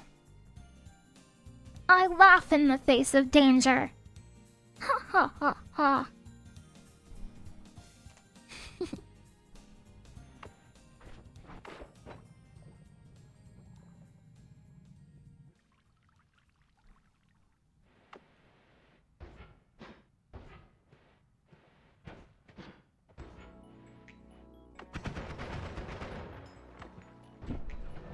Ah.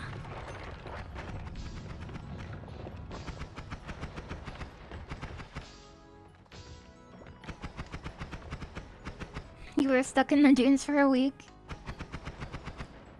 Well, dozens of people passed by you due to poor heals. That's funny.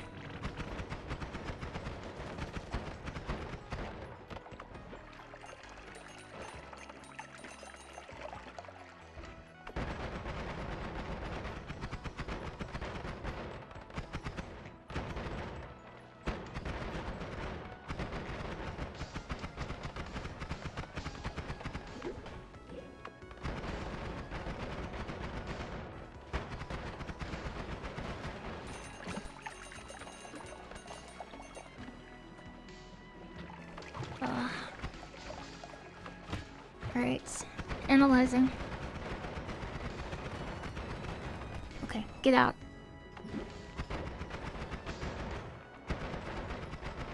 Is he dead?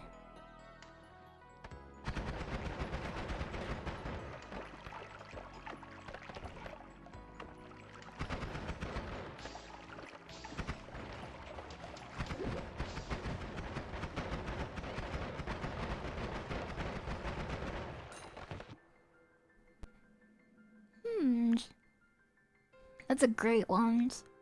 What the heck? Hi, Chandraman. Welcome.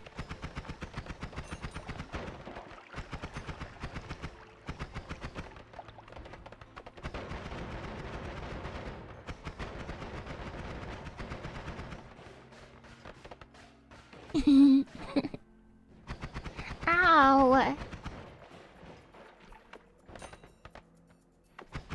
I wonder how much damage the mournful ghosts do.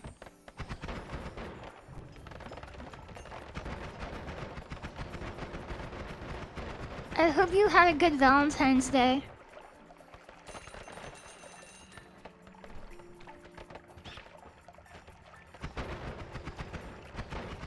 Wands like this makes me want to ascend the tower.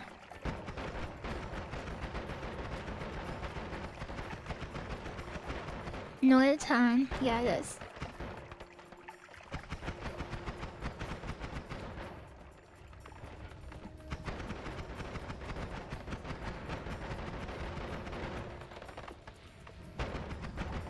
Goki.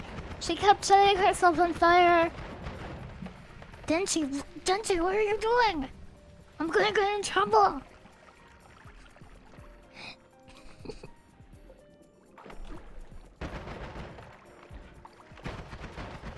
Uh-oh. Team up attack.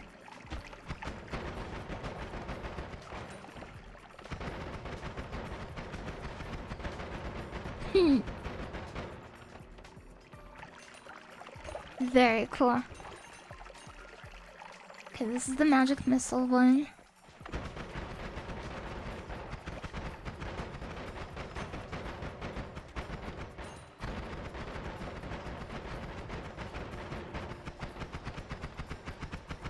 Yeah, team mobile attack. It's another thing.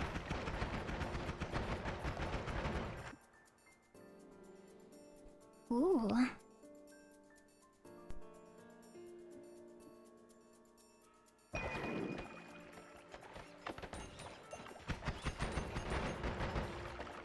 I think I like this one better. But I don't really need another wand.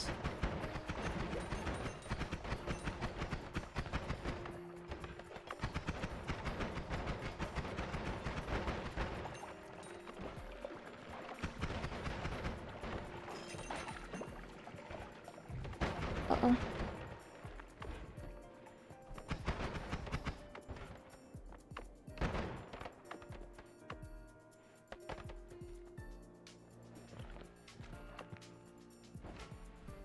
How get inside? How get inside? Oh, I see. This is just a daily run.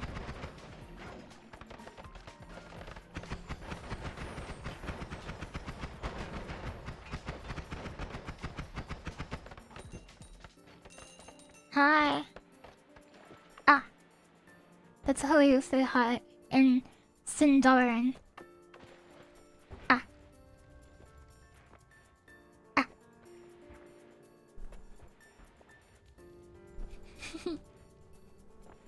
V-Day was good. You went solo to a movie and spa on a massage. Hell yeah.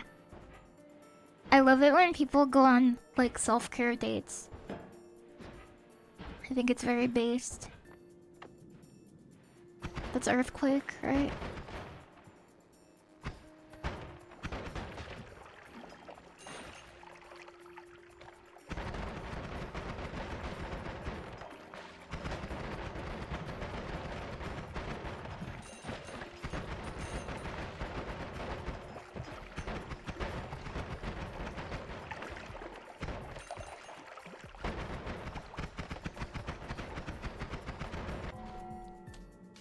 You watched a depressing German TV show and then 3 of the last episodes of Ava.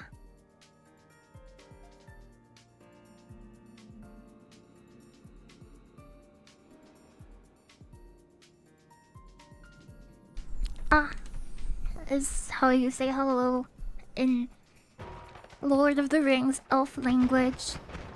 Ah, just the letter A. That's how you say it.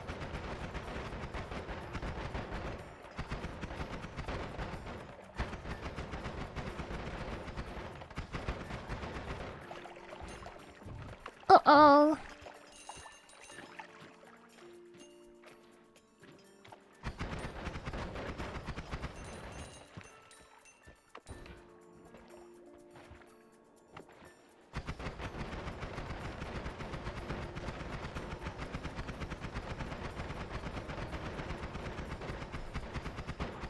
Teleportadium.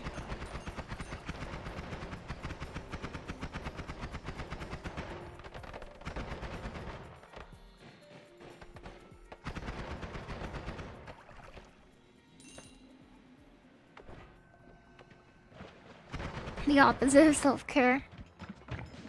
Don't do that. You have to make sure to take care of yourself today.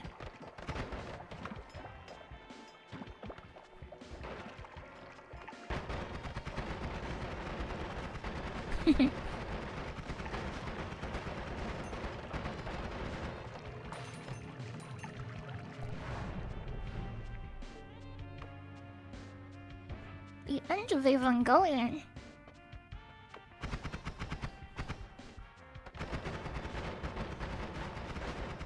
It's him. It's Steven Universe. Oh crap. That was scary.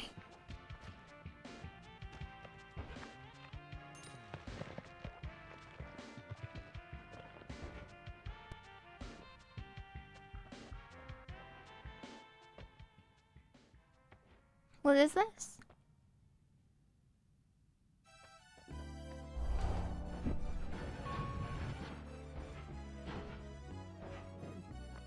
Ooh.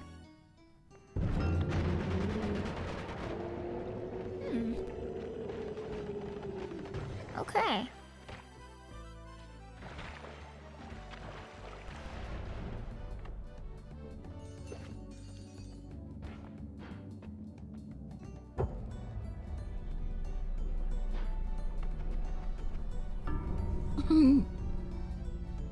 Easy beasy.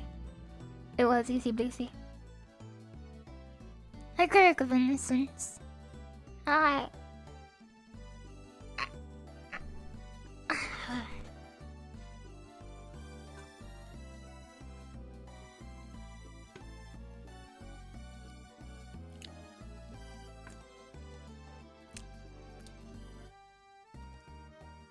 Good game.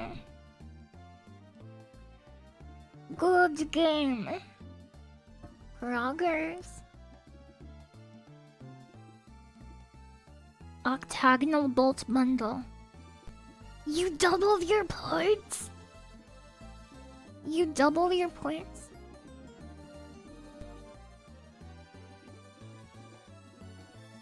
Look. The mimic with human feet. That one's funny. Wanna play again? You want to?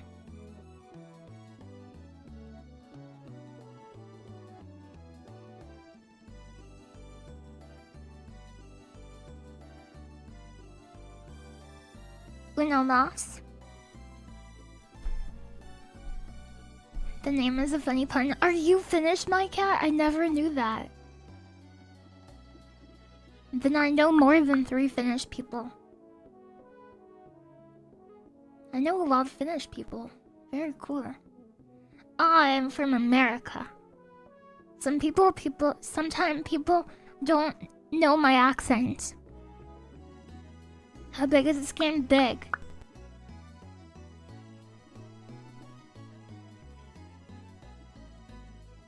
First time you've seen the game beaten and you slew the boss so nonchalantly and unceremoniously. Yeah, I got lucky. With a spell shop. Yeah, the game is infinitely big, technically. But if you explore too much, the game might crash. Because it's too big.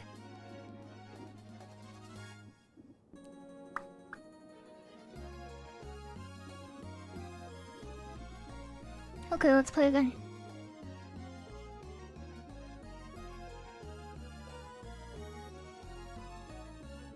Hi. Your accent sounds pretty standard American as someone who's not from such a place. Okay, good.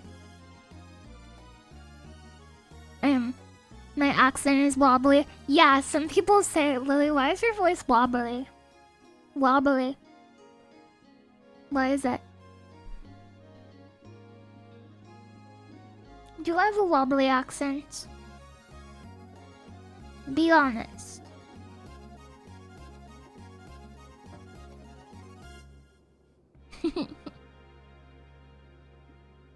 Wobbly. A little. Cool.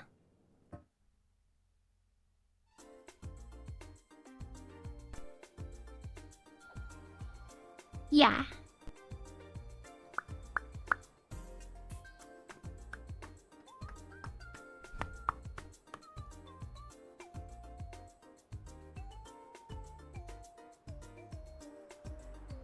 Thank you for the follow. Magic missile, spark bolt, water. Pleasantly wobbly. Off to Narnia. It's a good voice, you should keep it. I'll remember that, thank you. I will keep that in mind. Good to be here.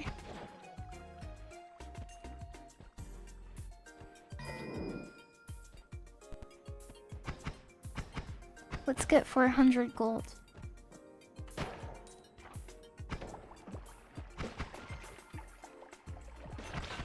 Ow.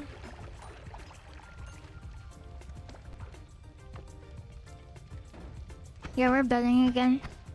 Since I just won, it's pretty unlikely that I'll win again, just in a row. Everybody knows that. That's how probabilities work.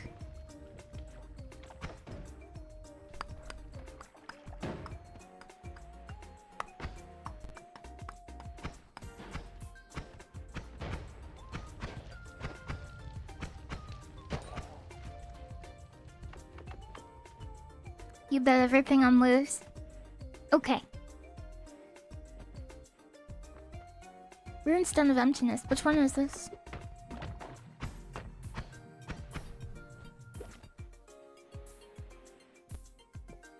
Oh, second run, so it's twice as likely. Oh. Is it a bit or a lot RNG, depending? I would say a lot.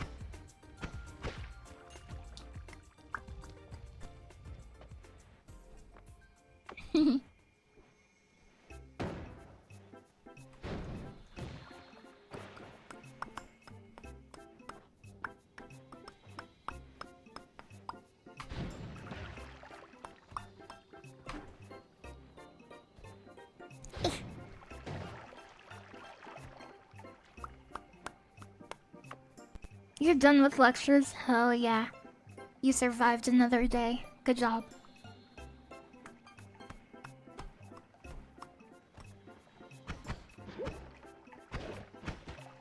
Uh-oh.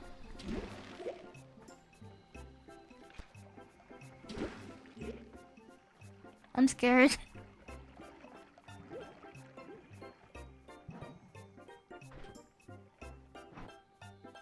Is the game in slow motion?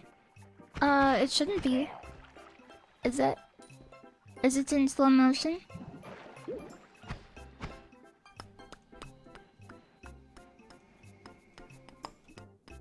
Saw blades. Running good on your end.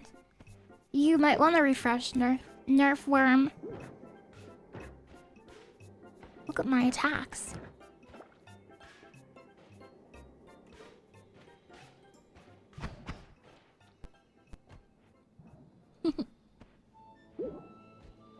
Blindness Master down here. Very powerful adversary of hell.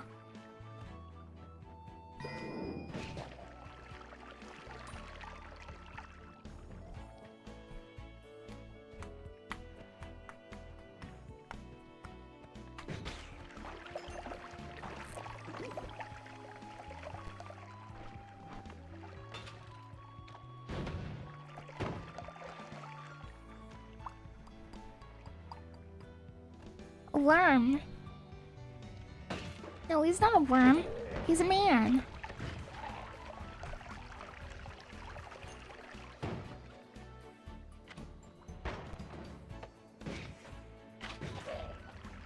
Impossible, he dodged my attack.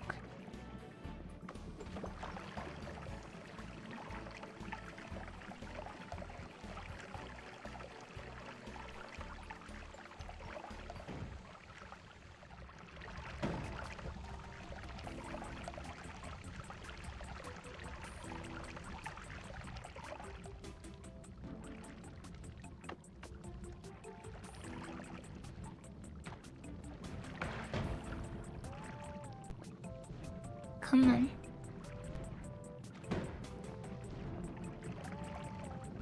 Uh-oh. Come on.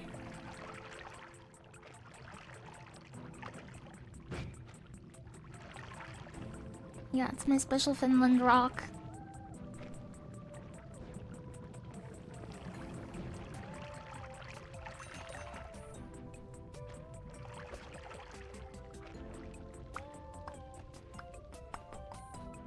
I learned Finnish today. It was awesome.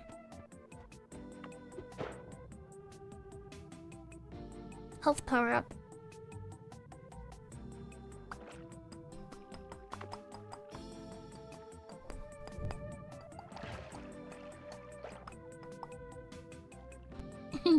Did you finish? Yeah, for now.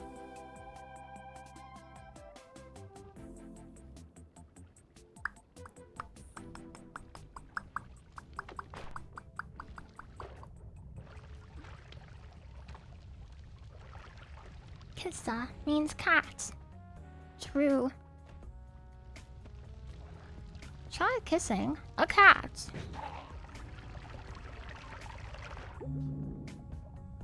You always dig for the little gold pockets. That's cute. Can you say something in Finnish? Hey. That's Finnish for hi. Hey. Pikkutulle karppanen. Pikkutulle karppanen. Karppanen. Pikkutulle karppanen.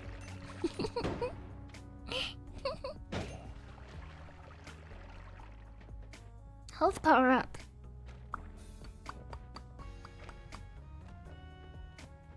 You're glad English was your first language? There's a lot of like subcultures where English is the default language, so I kind of agree with you. Like everybody who wants to get into aviation, for example. Even pilots in like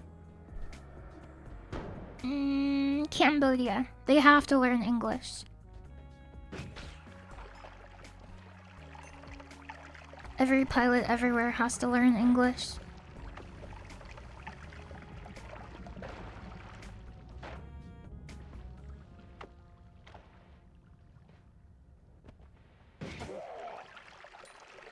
And I think the same might be true for programming, but I'm not sure. Or at the very least, it's probably very helpful to know English. Okay. Yeah, the internet language. So I would agree with you there. It's probably a lucky one. A lucky pull. But there are other lucky languages too. Terrain warning.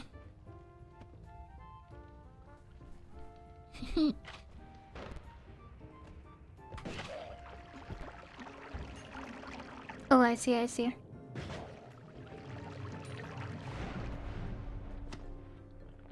It kind of gives an advantage to ESL people because they're forced to learn a second language. True. I like that outlook too. We have a pretty good shop here. Probably slime blood. For the projectile resistance.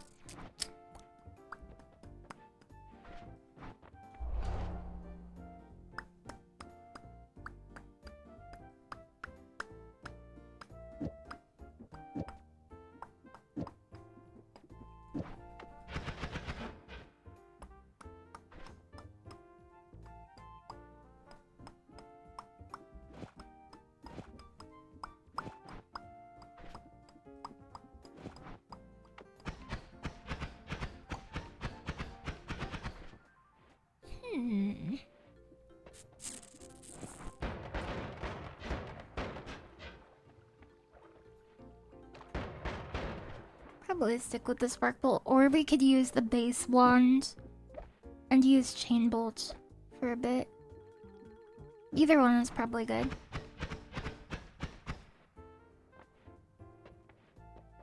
You have some friends going into aviation as air traffic control and aircraft mechanics. That's awesome.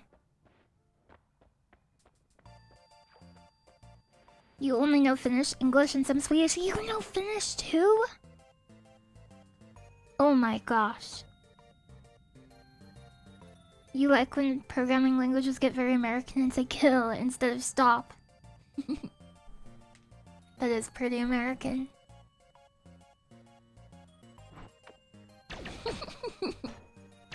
Your uncle flies jumbo jets. Yeah. That's programming language.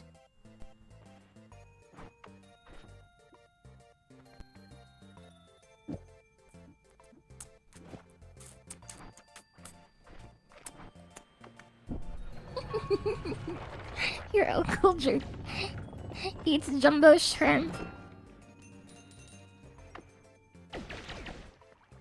Wow, I wish my uncle could do that too. Sad. I'll never have an uncle as cool as you are.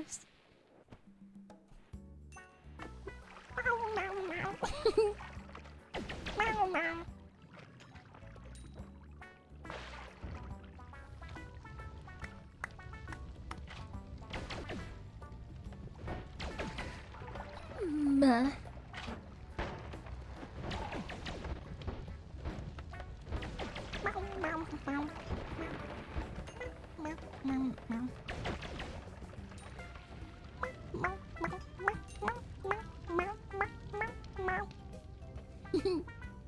I'm talking like a kisa.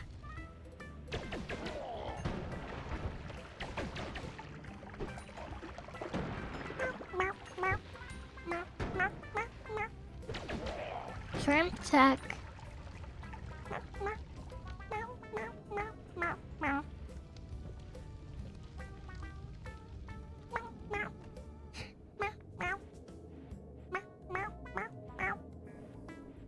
Dear God, gamers learn English on Run Escape. That was a quadruple kill. Very nice.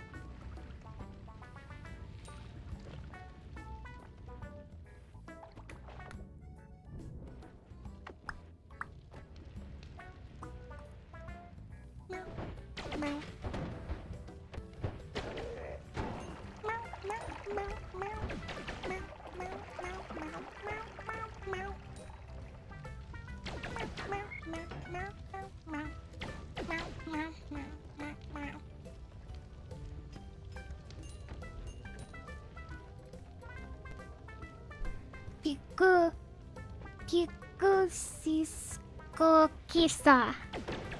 What is Cisco? What is it? Why are you laughing? Why are the Finnish people laughing? Okay.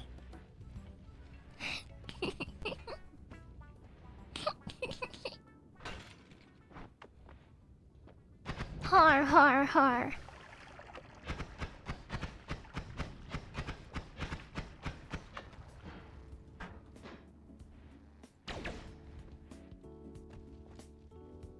Piku Cisco.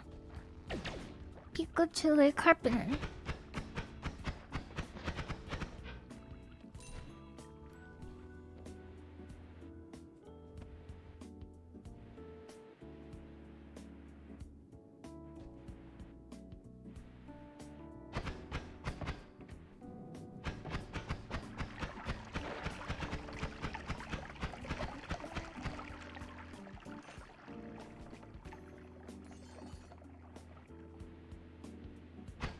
I'm looking for items. Don't bother me.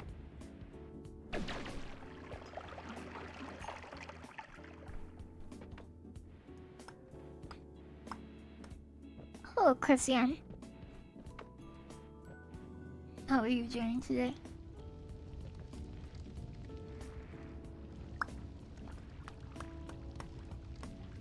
Look, this gold melted down here. Ow.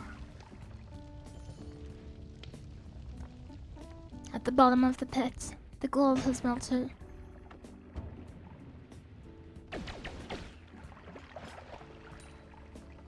Health power up. Let's go. I feel so healthy.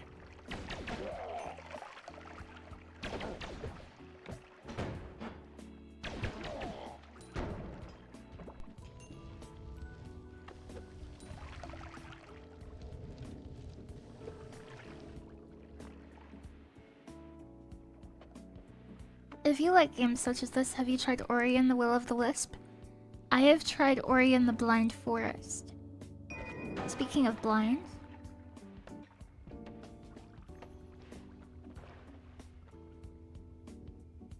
it's a very cozy game. It's the kind of game I would rather watch than play. I think that's one of the games I've actually fallen asleep in. Like, fallen asleep playing. It's very comfortable. And when I say that, I don't mean it as a bad thing, of course.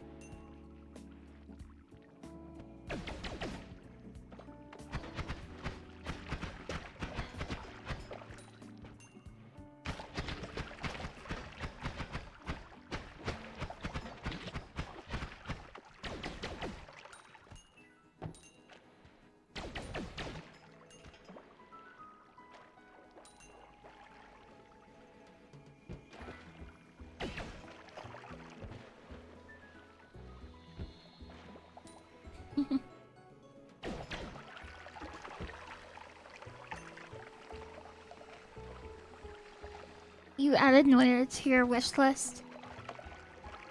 Yeah, it goes on sale for like 50% off or more. Goes very cheap. Okay, that's pretty good. I want to check this out.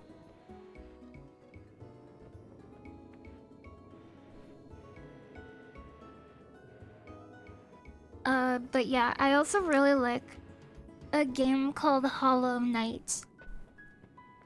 That game is awesome. Skip. One more time. Skip. Yeah, RPG Maker XP is free on Steam. That is true. Robocop. Okay, I could be dead.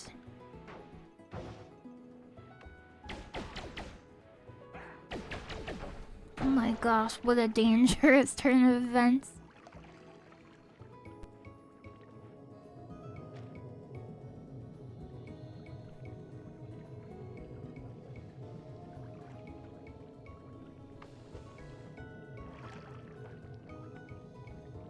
Yeah, Hollow Knight is awesome.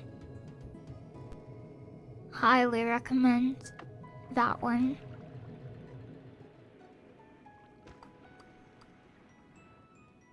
Okay, the blindness master is up there still. Teleportation master.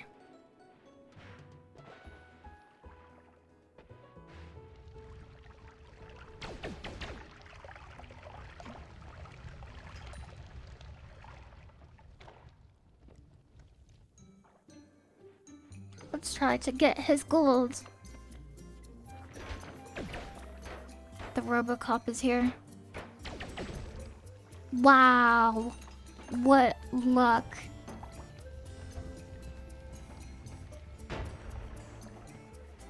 Ridiculous amount of luck there.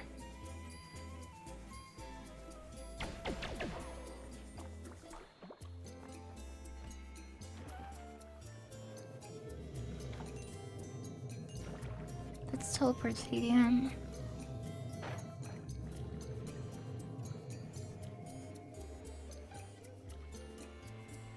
And now the blindness.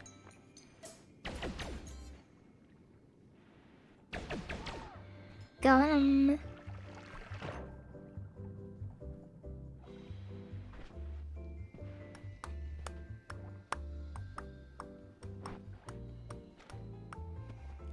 I'm unlikely to replace these wands, but there's a possibility if I found something very good.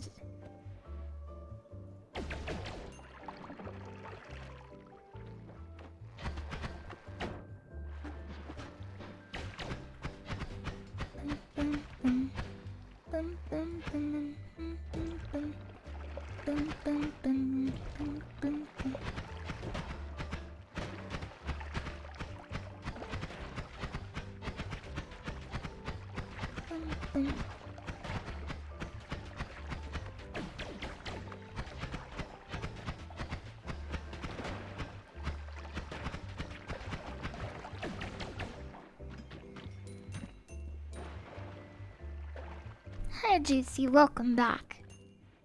Welcome home.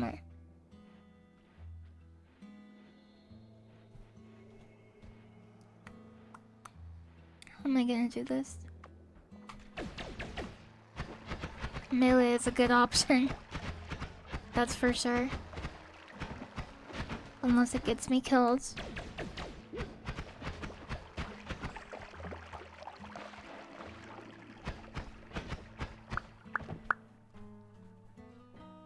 Thank you for the follow.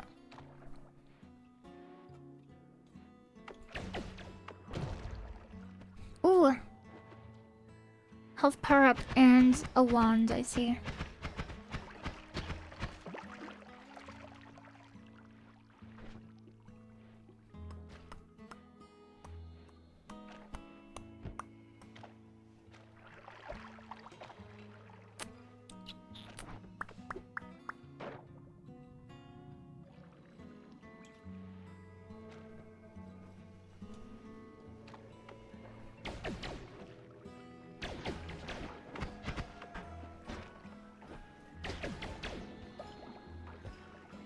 Hi. I'm having a good day. I slept a lot.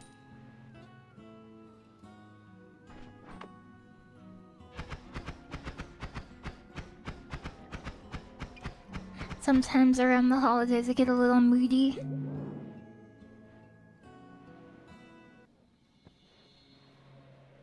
Thank you very much for asking.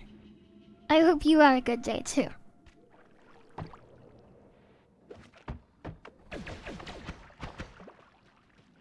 You're a big fan of sleep. Look at this guy. There's a nest right above us, is why this is happening. Am I dead? Okay, I got lucky.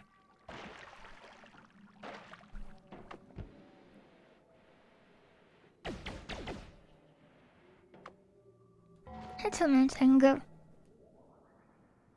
Talking asleep, I'm getting a nap in the background. Need some more rest. Okay, have a nice rest. Salu.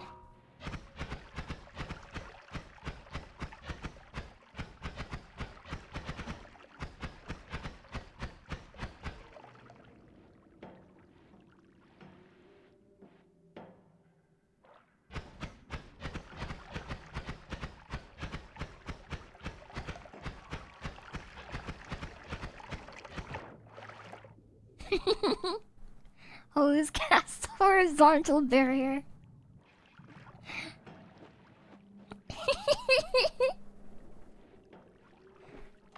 I think I'll skip that one. Get it? It every time I left click it, it would instant kill me. Every single time. Every left click equals 1 death. Ribbit. Use it.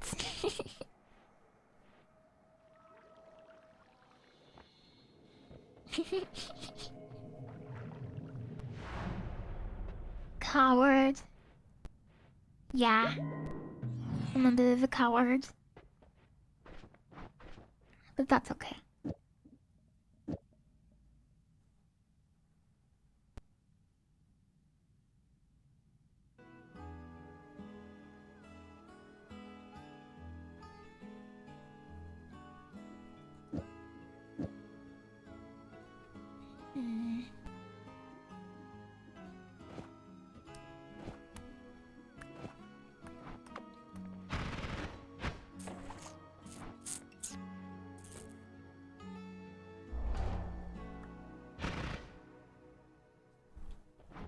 Damage check.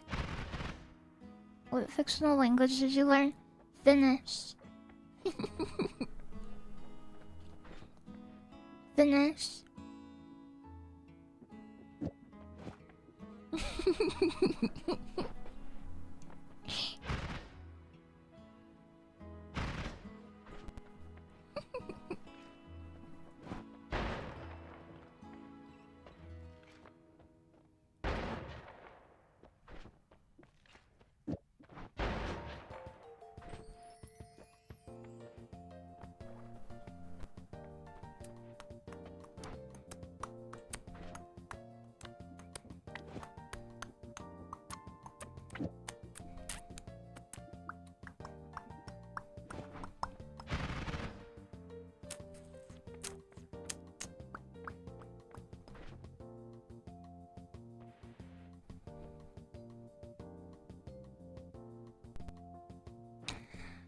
Digging bolt adds a little bit of cast delay.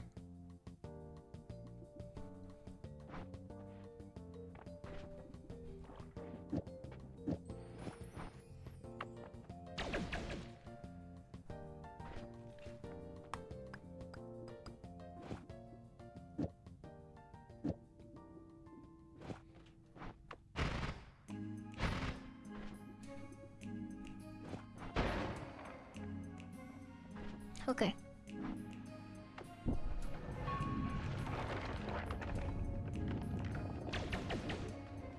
Oh god.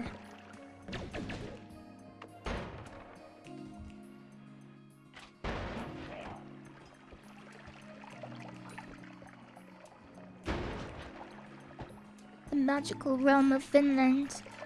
Every house has a sauna. It is magical.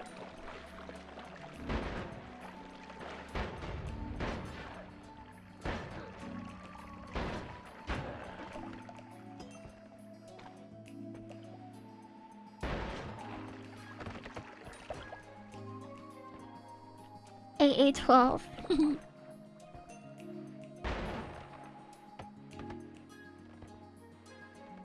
Triplicate bolt does have a very nice sound effect. They should at least make the lies believable. Saunas in every building.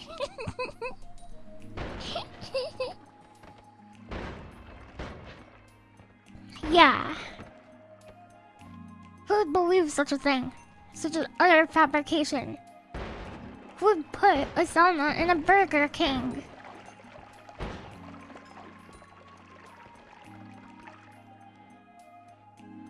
Uko! He's dead. It's okay. Oh my gosh! I'm stuck!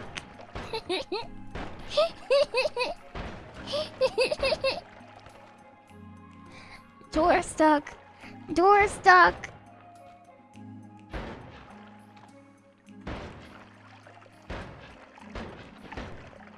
I was getting crushed by diamonds.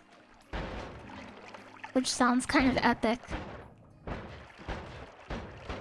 But Ukos bleed diamonds.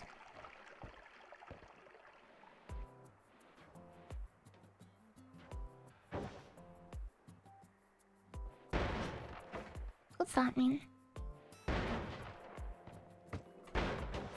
Oh, is that... yeah, okay. I can't cast my spells for a bit.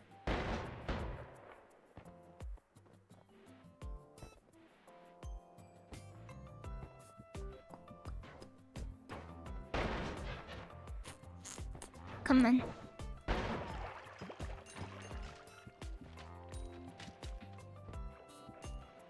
It exploded, yeah. Physics damage is a big deal in Noita. That's why a lot of people take the Emerald Tablet at the beginning of their run. And use it as a weapon. Yeah, diamonds aren't a girl's best friend this time.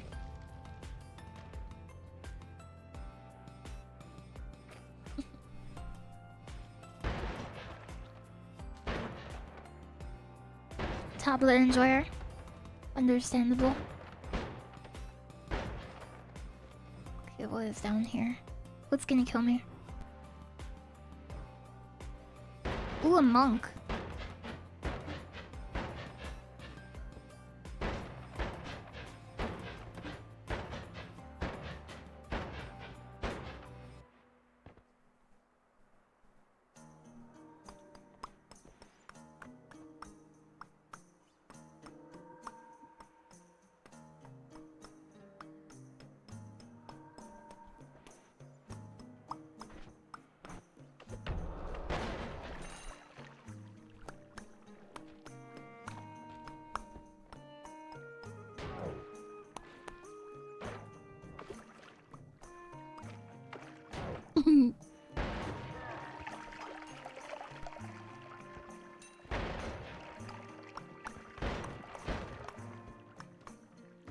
Does an MS Surface Pro come as a tablet? Yes. Yes.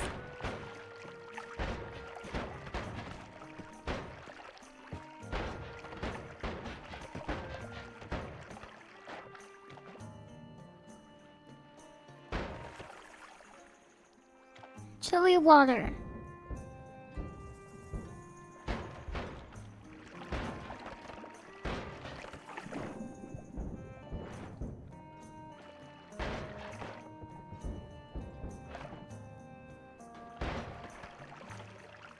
Dinky hissy. Dinky hissy. Oh no! Maybe down from here. Yeah, Monster Hunter. Hunting a monster. Background music. Book a village.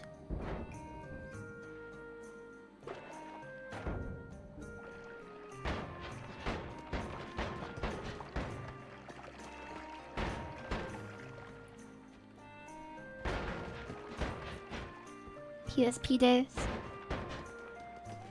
I feel like I've never heard anybody say this before, but I feel like Pokemon Legends Arceus definitely referenced some of the like Monster Hunter music and like locations and vibes.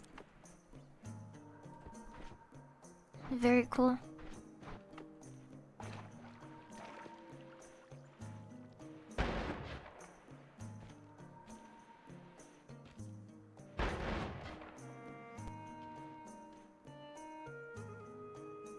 Would like a new Legends game.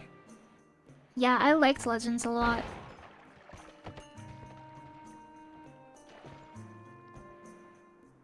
I would also enjoy that.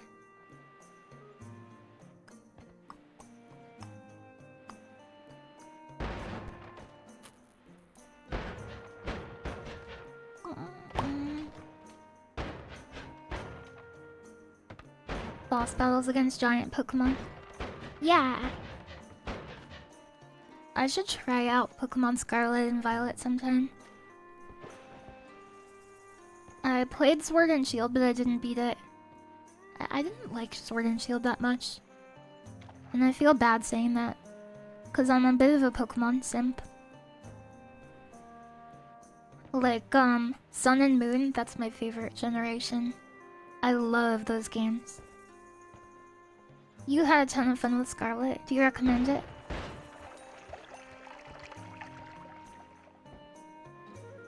Oh, the DLC made them better. Maybe I should come back to them then.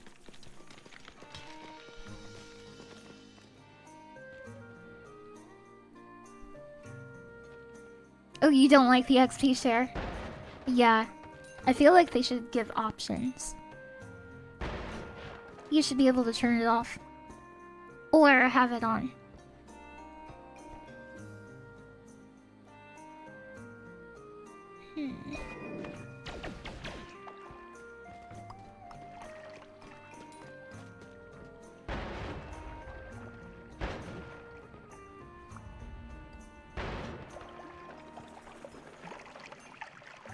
Monk detected. Oh, I should have waited. I should have waited for my mana to come back. That was very dumb of me.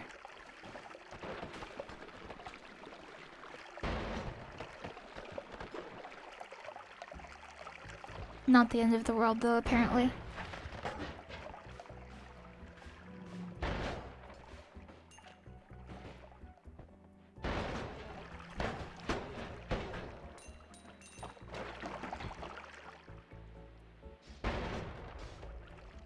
Ukko! Ukko is immune to cold freeze charge? No, he's not.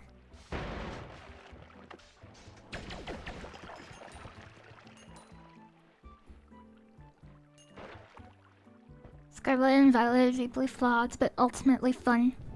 You prefer Sword and... I thought you were gonna say Sword and Moon.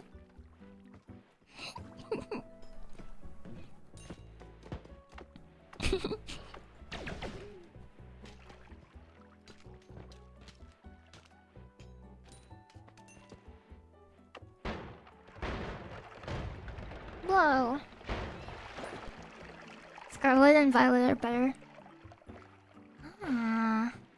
Oh, they don't run smoothly. I would like it if developers started to put priority on performance rather than like graphics.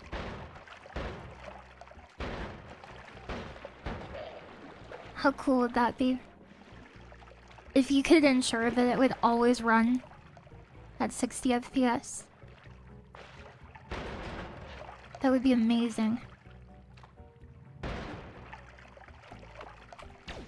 I think that's a big reason why I like a lot of older games, because they run so well. Well, not all of them do.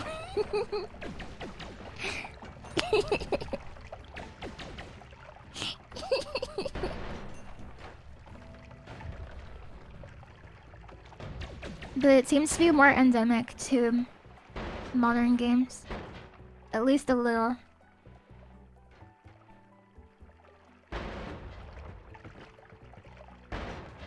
Google Worm! Oh, that was a close one.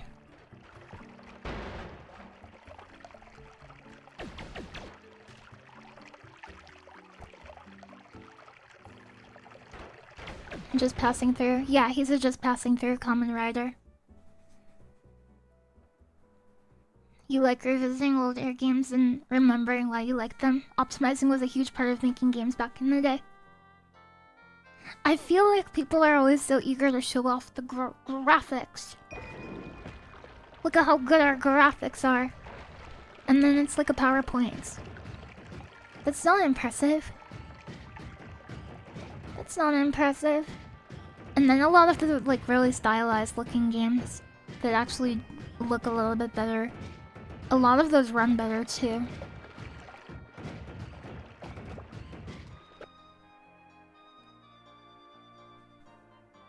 Wow.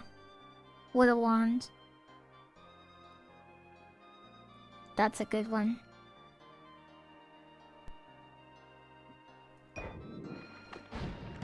What the heck? Did I just earthquake myself?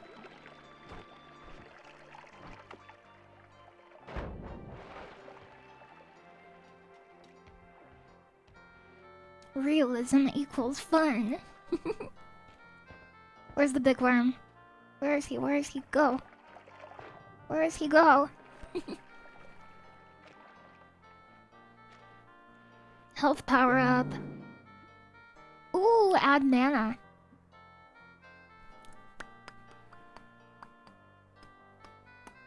What do I get rid of?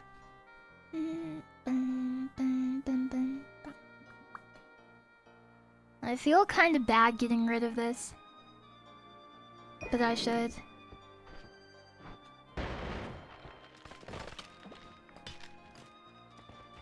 We are definitely safe to leave. Oh hey, the big worm. What's this, bloodlust?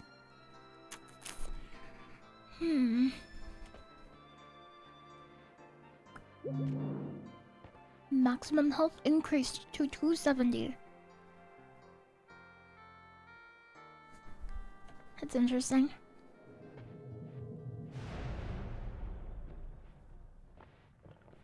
For you, Monster Hunter. For you!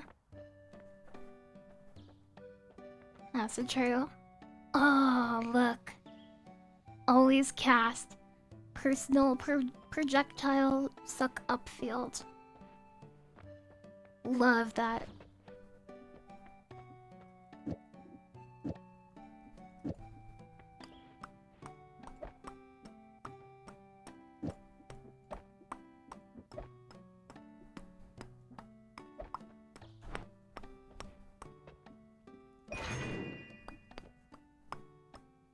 Wow. What a freaking wand.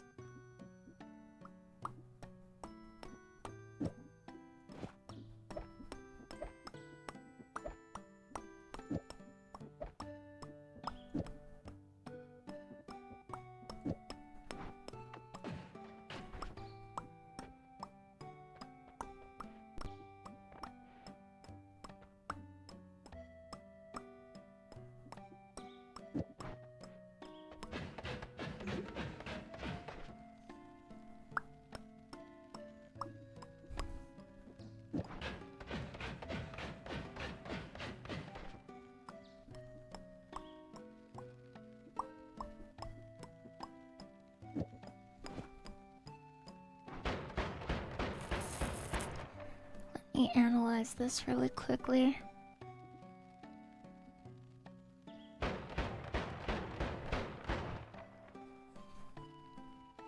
They're coming out with Let's Go Johto. That is so sick. Oh, definitely take this.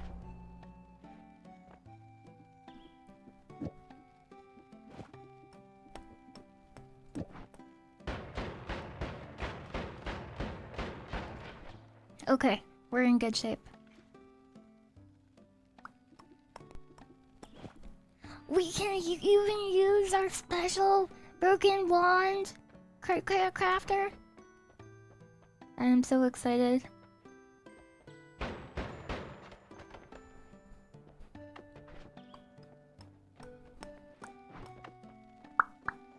Ranch sauce.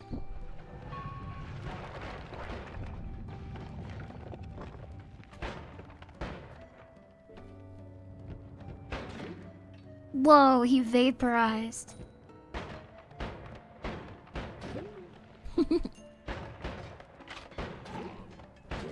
Oh my gosh.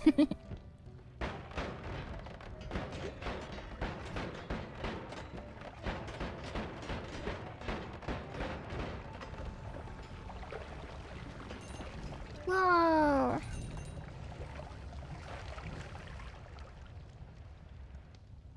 Let's go Togepi and Meryl. Yeah, right. It's still gonna be Pikachu. And Eevee. They're trying so hard to push Eevee as like a new mascot. And it's working. Everybody loves Eevee.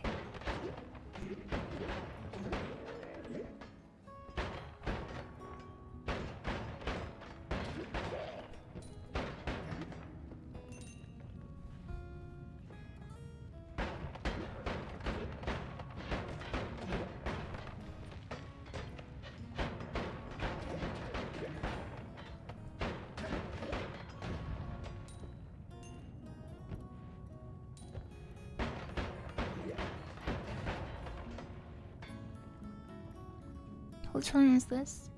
Venomous Curse. When will they push good old Ladybug? No. You'd be disappointed if it was Pikachu and Eevee again. Was Meryl? Meryl was always called Pika Blue. Not officially.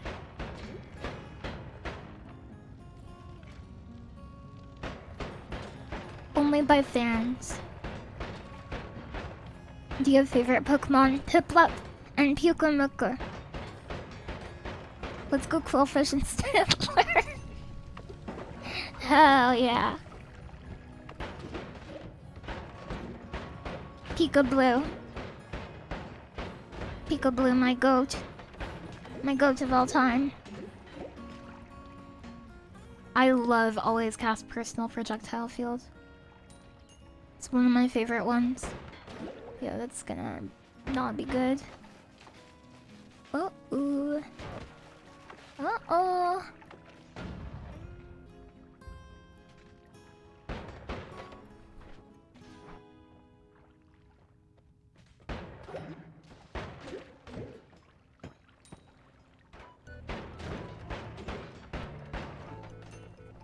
Paralyzed sniper shot to the toes. It's true.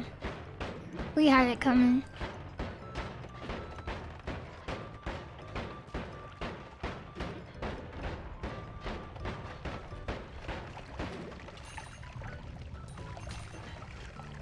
Health bonus.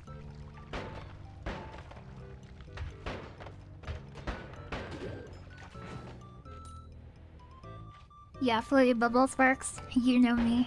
You know me so well. I wonder, do you have a Lily Hopkins in your head, and sometimes you're like, this is what Lily would say, because I always do that with Gookie. I always say, the Gookie inside my brain is telling me not to make this decision. Uh-oh.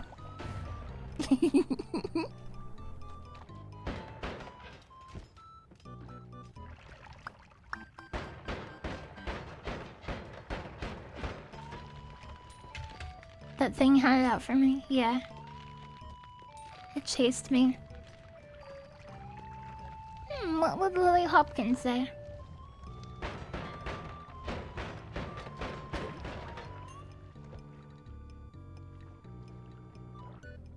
The lily in your head is usually laughing because you associate me with laughter.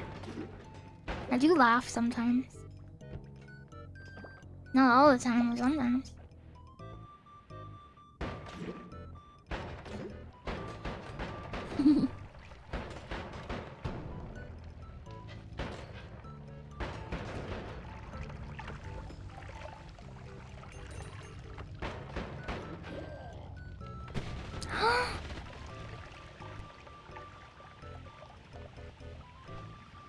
What the hell?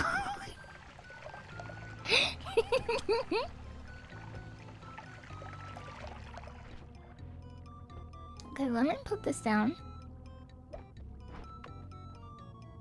Analyzing. Do you ever rotate Lily Hopkins in your mind? Health bonus.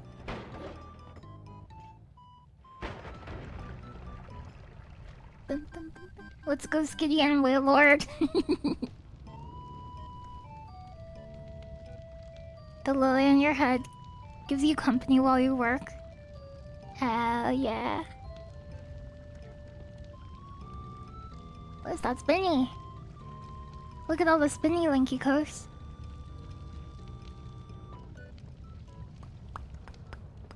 I can get here from the other side.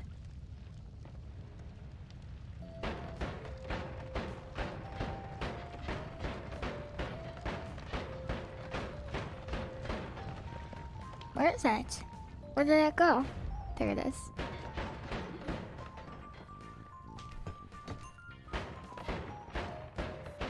The lily in your head likes to show you pictures of frogs. That's actually true.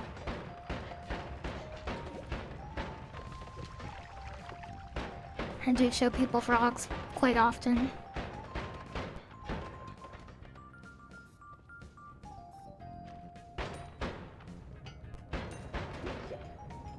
I'm not going over there, you crazy?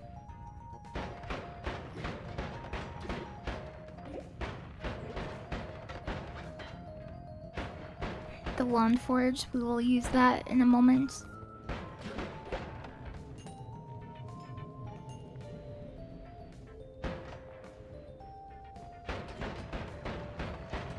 He's like, help! Oh, it switches directions. It's like, where should I shoot? Where should I go? Very adorable. The lily in your head isn't real and your therapist has spoken with you about her extensively. I'm sorry. Okay, it's time.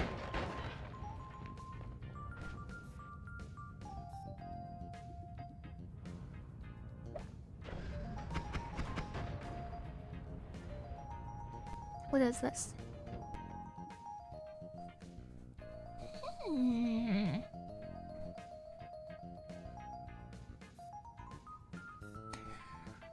We will hold on to it. Not bad, not bad. True.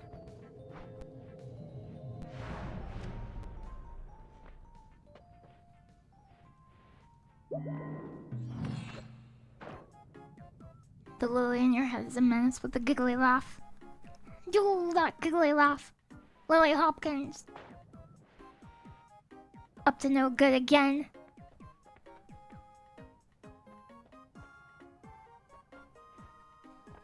Living on the edge. Usually a pretty good pick for me.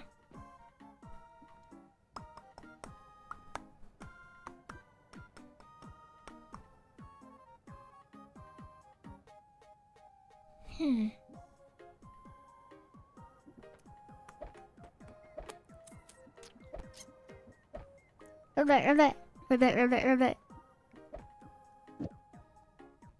The Lily Hopkins in your head plays pranks on your boss and runs off with the chocolate milk. I'm so sorry.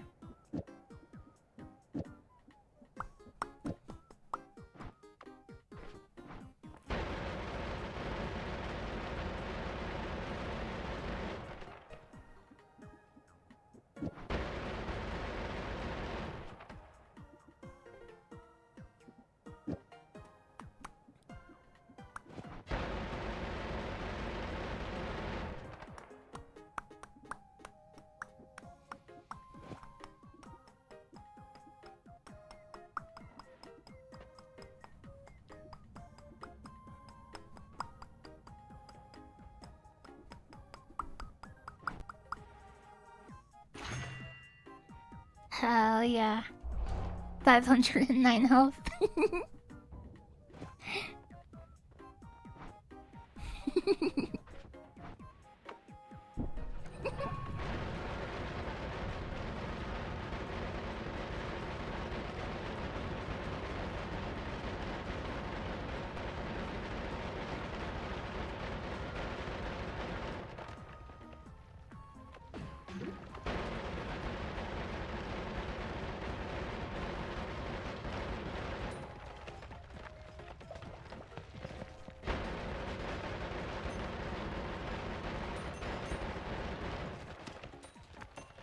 Drum roll, please.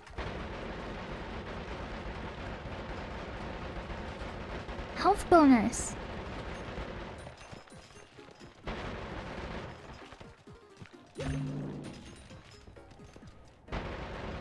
Uh-oh. I want to see what's on this.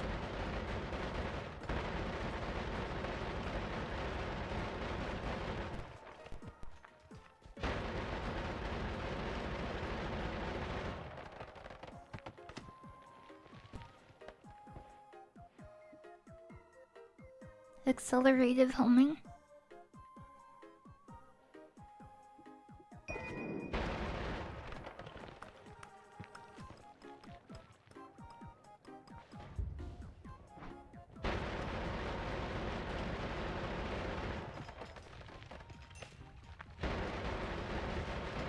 Health bonus. Sounds like popcorn. It does sound like popcorn. What is that? That was weird.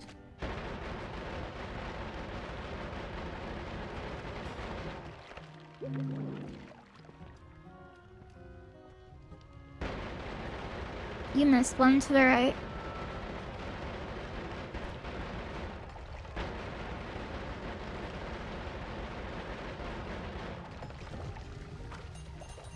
There's one too. Look at all the health.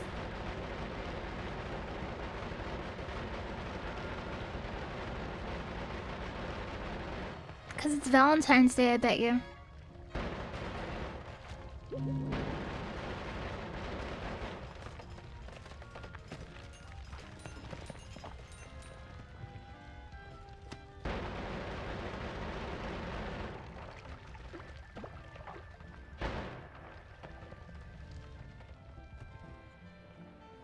That's probably why.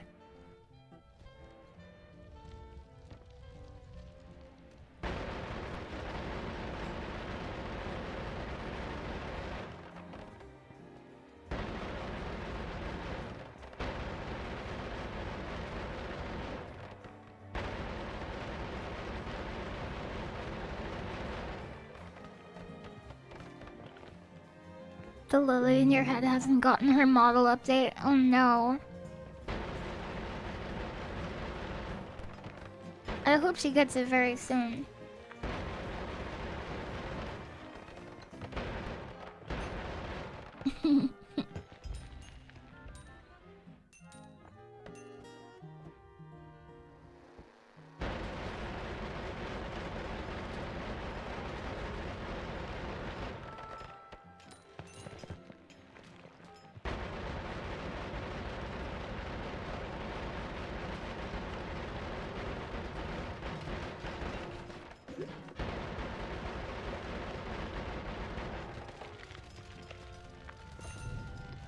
I feel like we can probably end the game with this.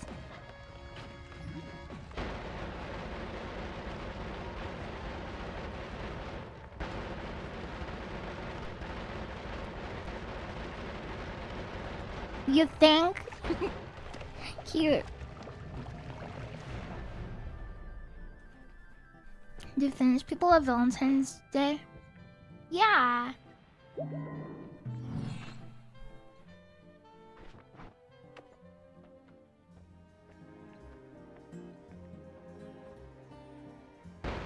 Oh, hell yeah.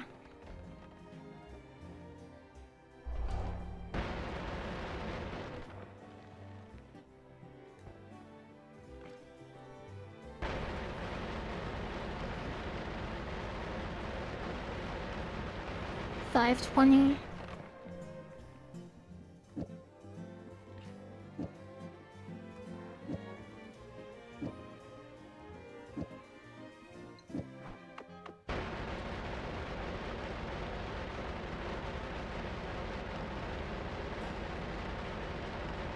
It is comparable.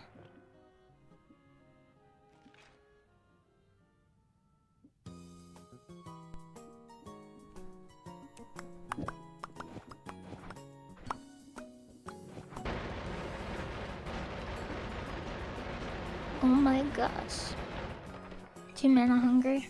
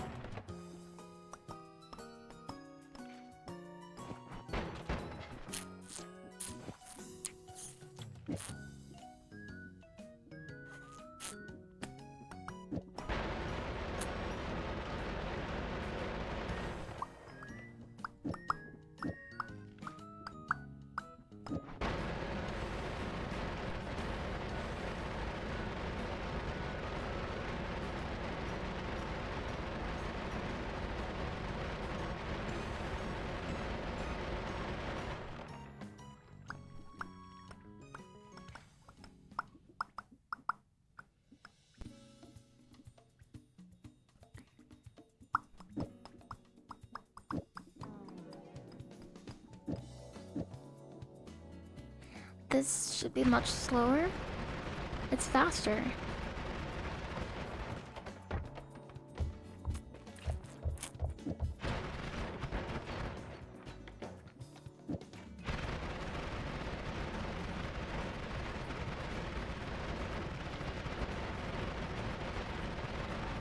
Maybe it's a little harder to aim. Is that possibly the case?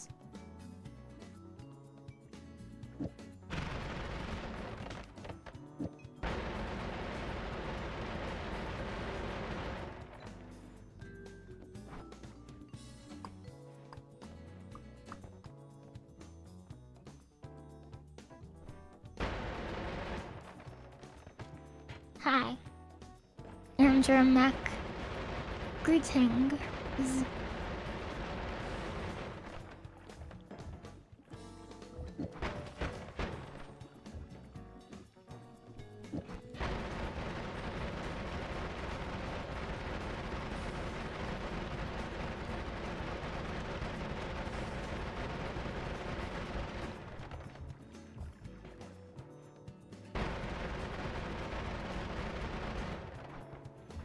Greetings.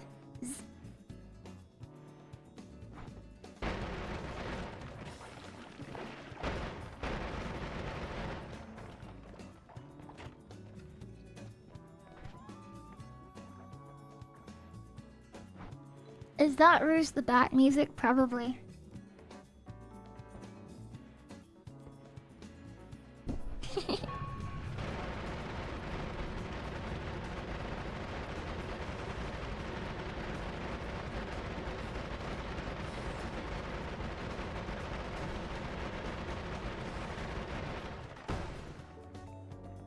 The vault.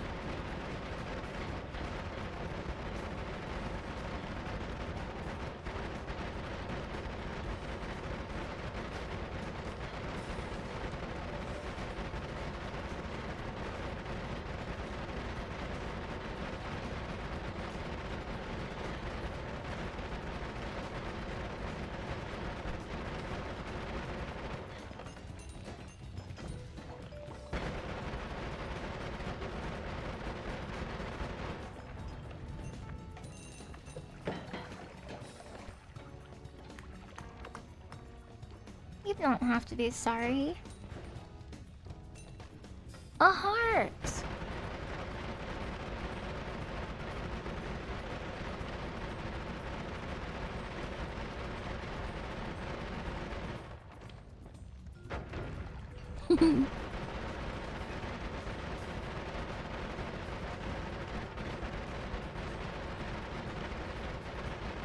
A magic Gatling gun. Yeah, it is.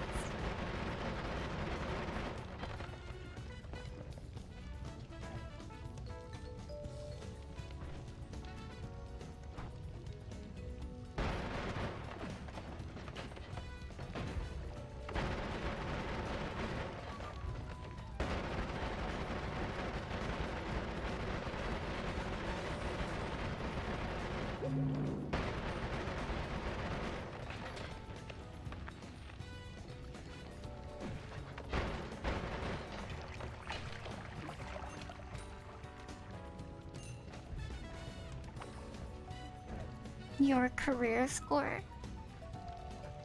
2 million. TF2 heavyweights, LilyHops. Yeah.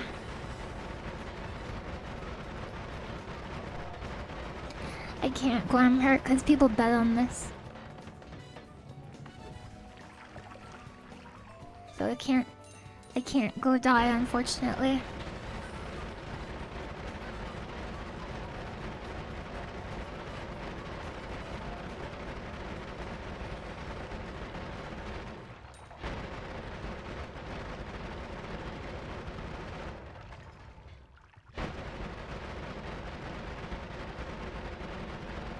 $3 million? I was close, I was close.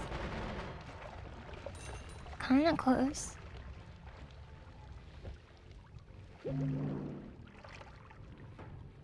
This will be good to jump into.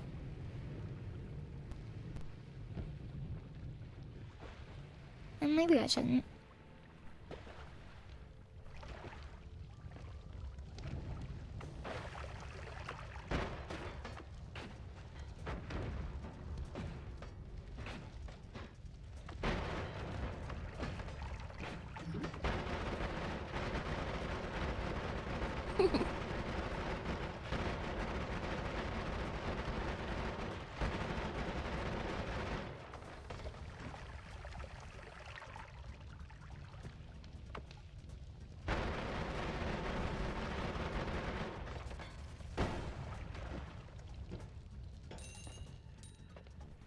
What the heck? Good job. Impressive progress.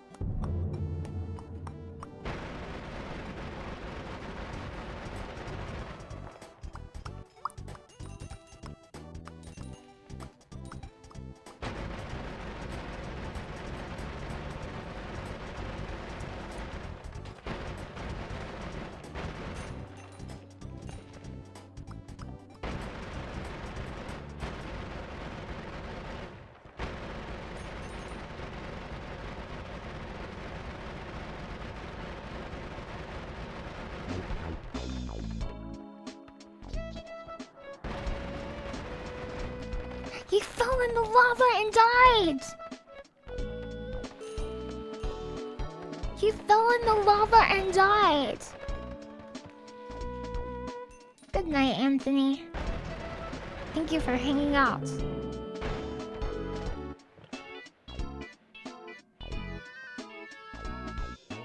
The Mario music. Is it too loud?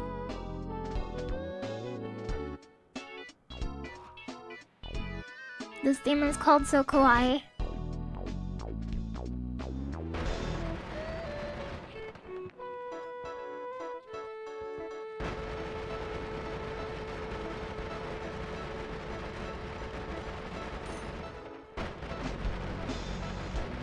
You love it, so no, louder.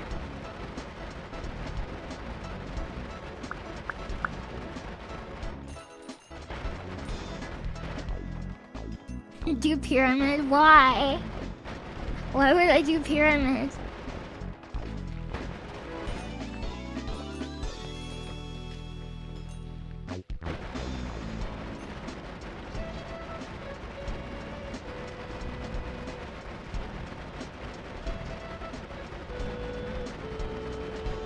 Because it's free.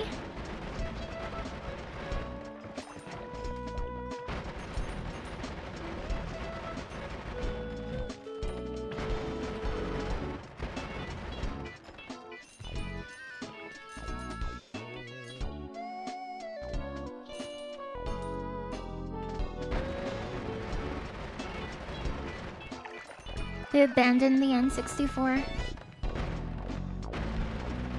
True.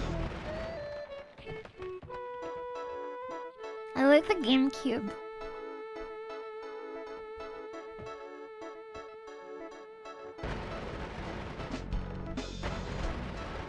Teleportadium.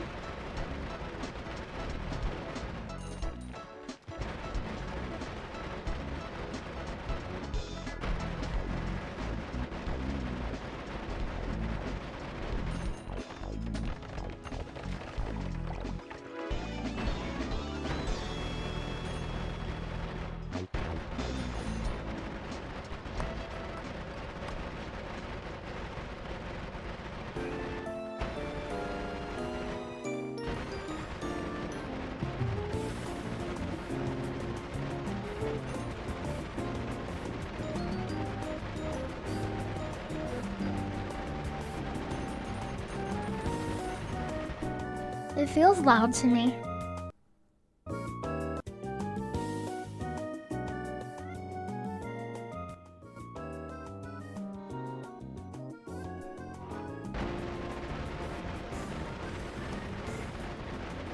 It is pretty loud. Okay. Thank you.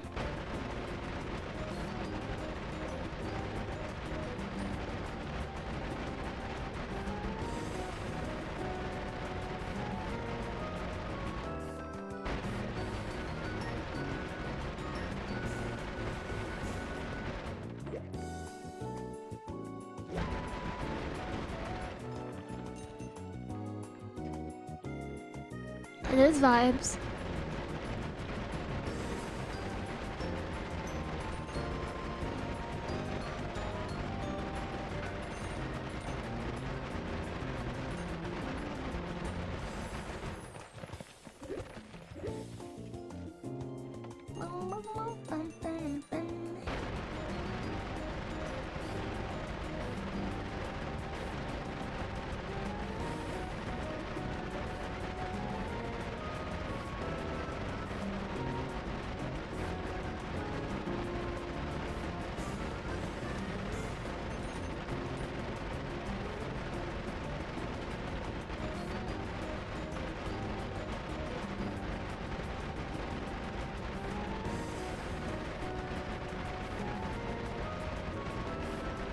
You've been using the same Slim for 20 years. Never had any issues. But your PS3 dies every summer? That sucks. Heart.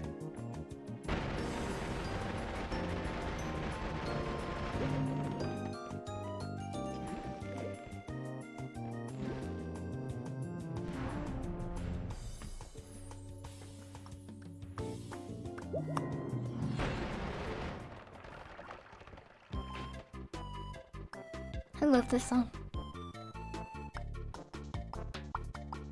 Which one is this? Just that's regular homing? Okay. Hey, watch this. Watch this, watch this.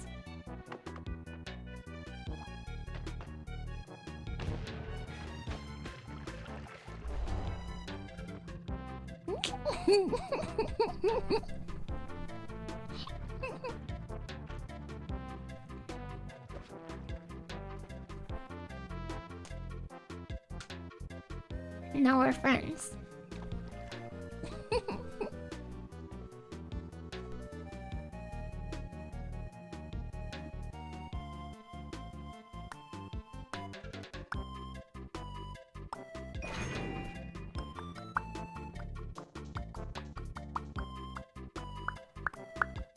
Draken337 just subscribed.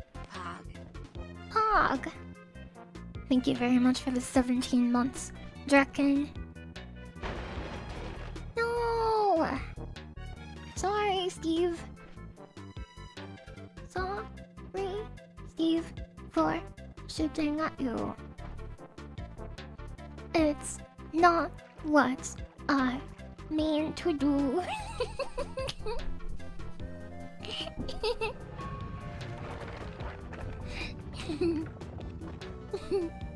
Come then. Come then.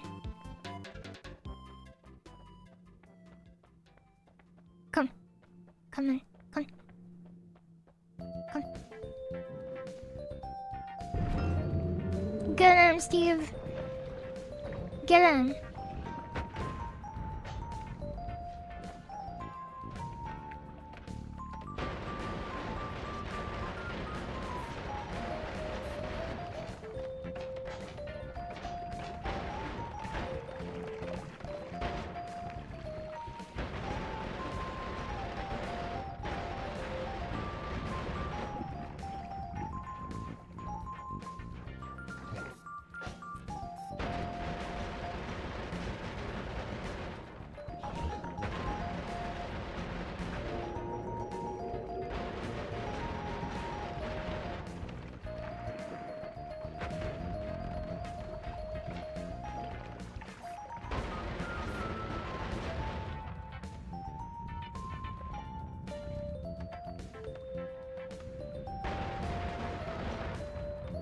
No!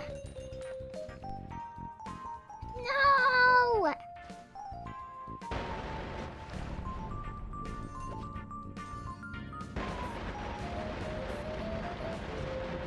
Look, it's snowing.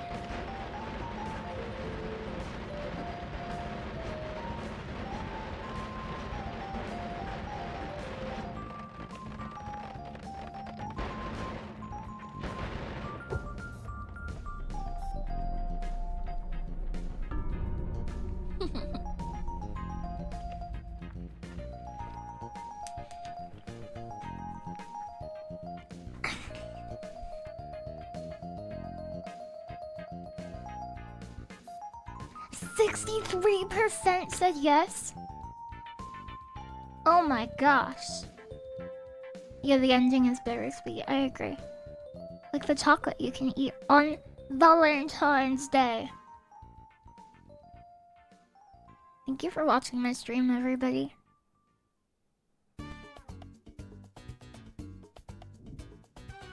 Portal! Portal!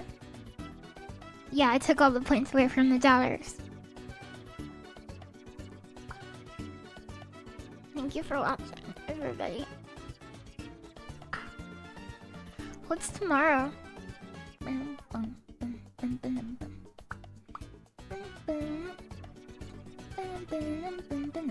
ASMR tomorrow night. Let's go.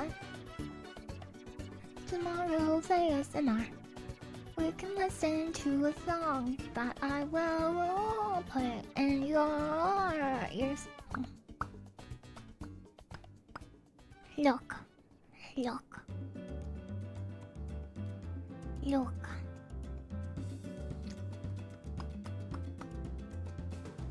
Look. Look. Look. Look. Tomorrow's winter night ASMR. Let's freaking go! Isn't this picture great? This illustration by Gearty Cafe.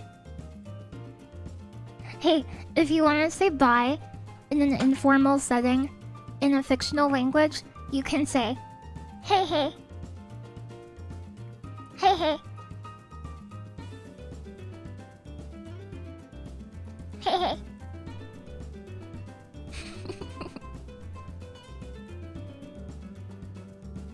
And on Friday, we're gonna play a Sega Genesis game that I really like, and we'll unlock a new emote. On Friday, you will literally get to vote on the next emote that's unlocked. Hell yeah.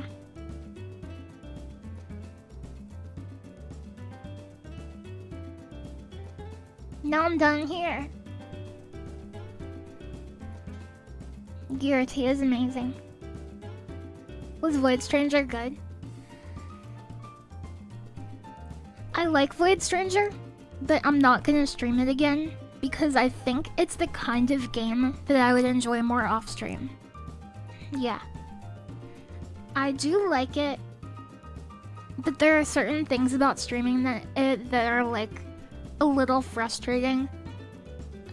Because I can't like control the pacing as well, basically.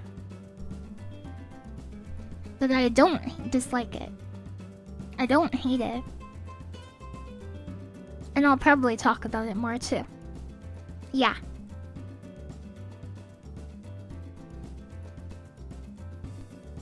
I hope you enjoyed learning languages with me. Good night.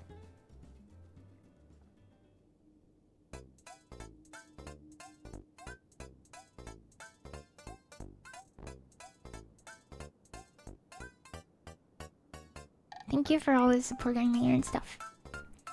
Thank you for always helping me and making my day better. And I hope you got the Valentine's Day you deserved. And if you didn't, there's gonna be other Valentine's Days. And everything is gonna be okay. That's what I know. Yeah. Everything's gonna be okay. You can get all the chocolate you want. And remember, candy is discounted tomorrow.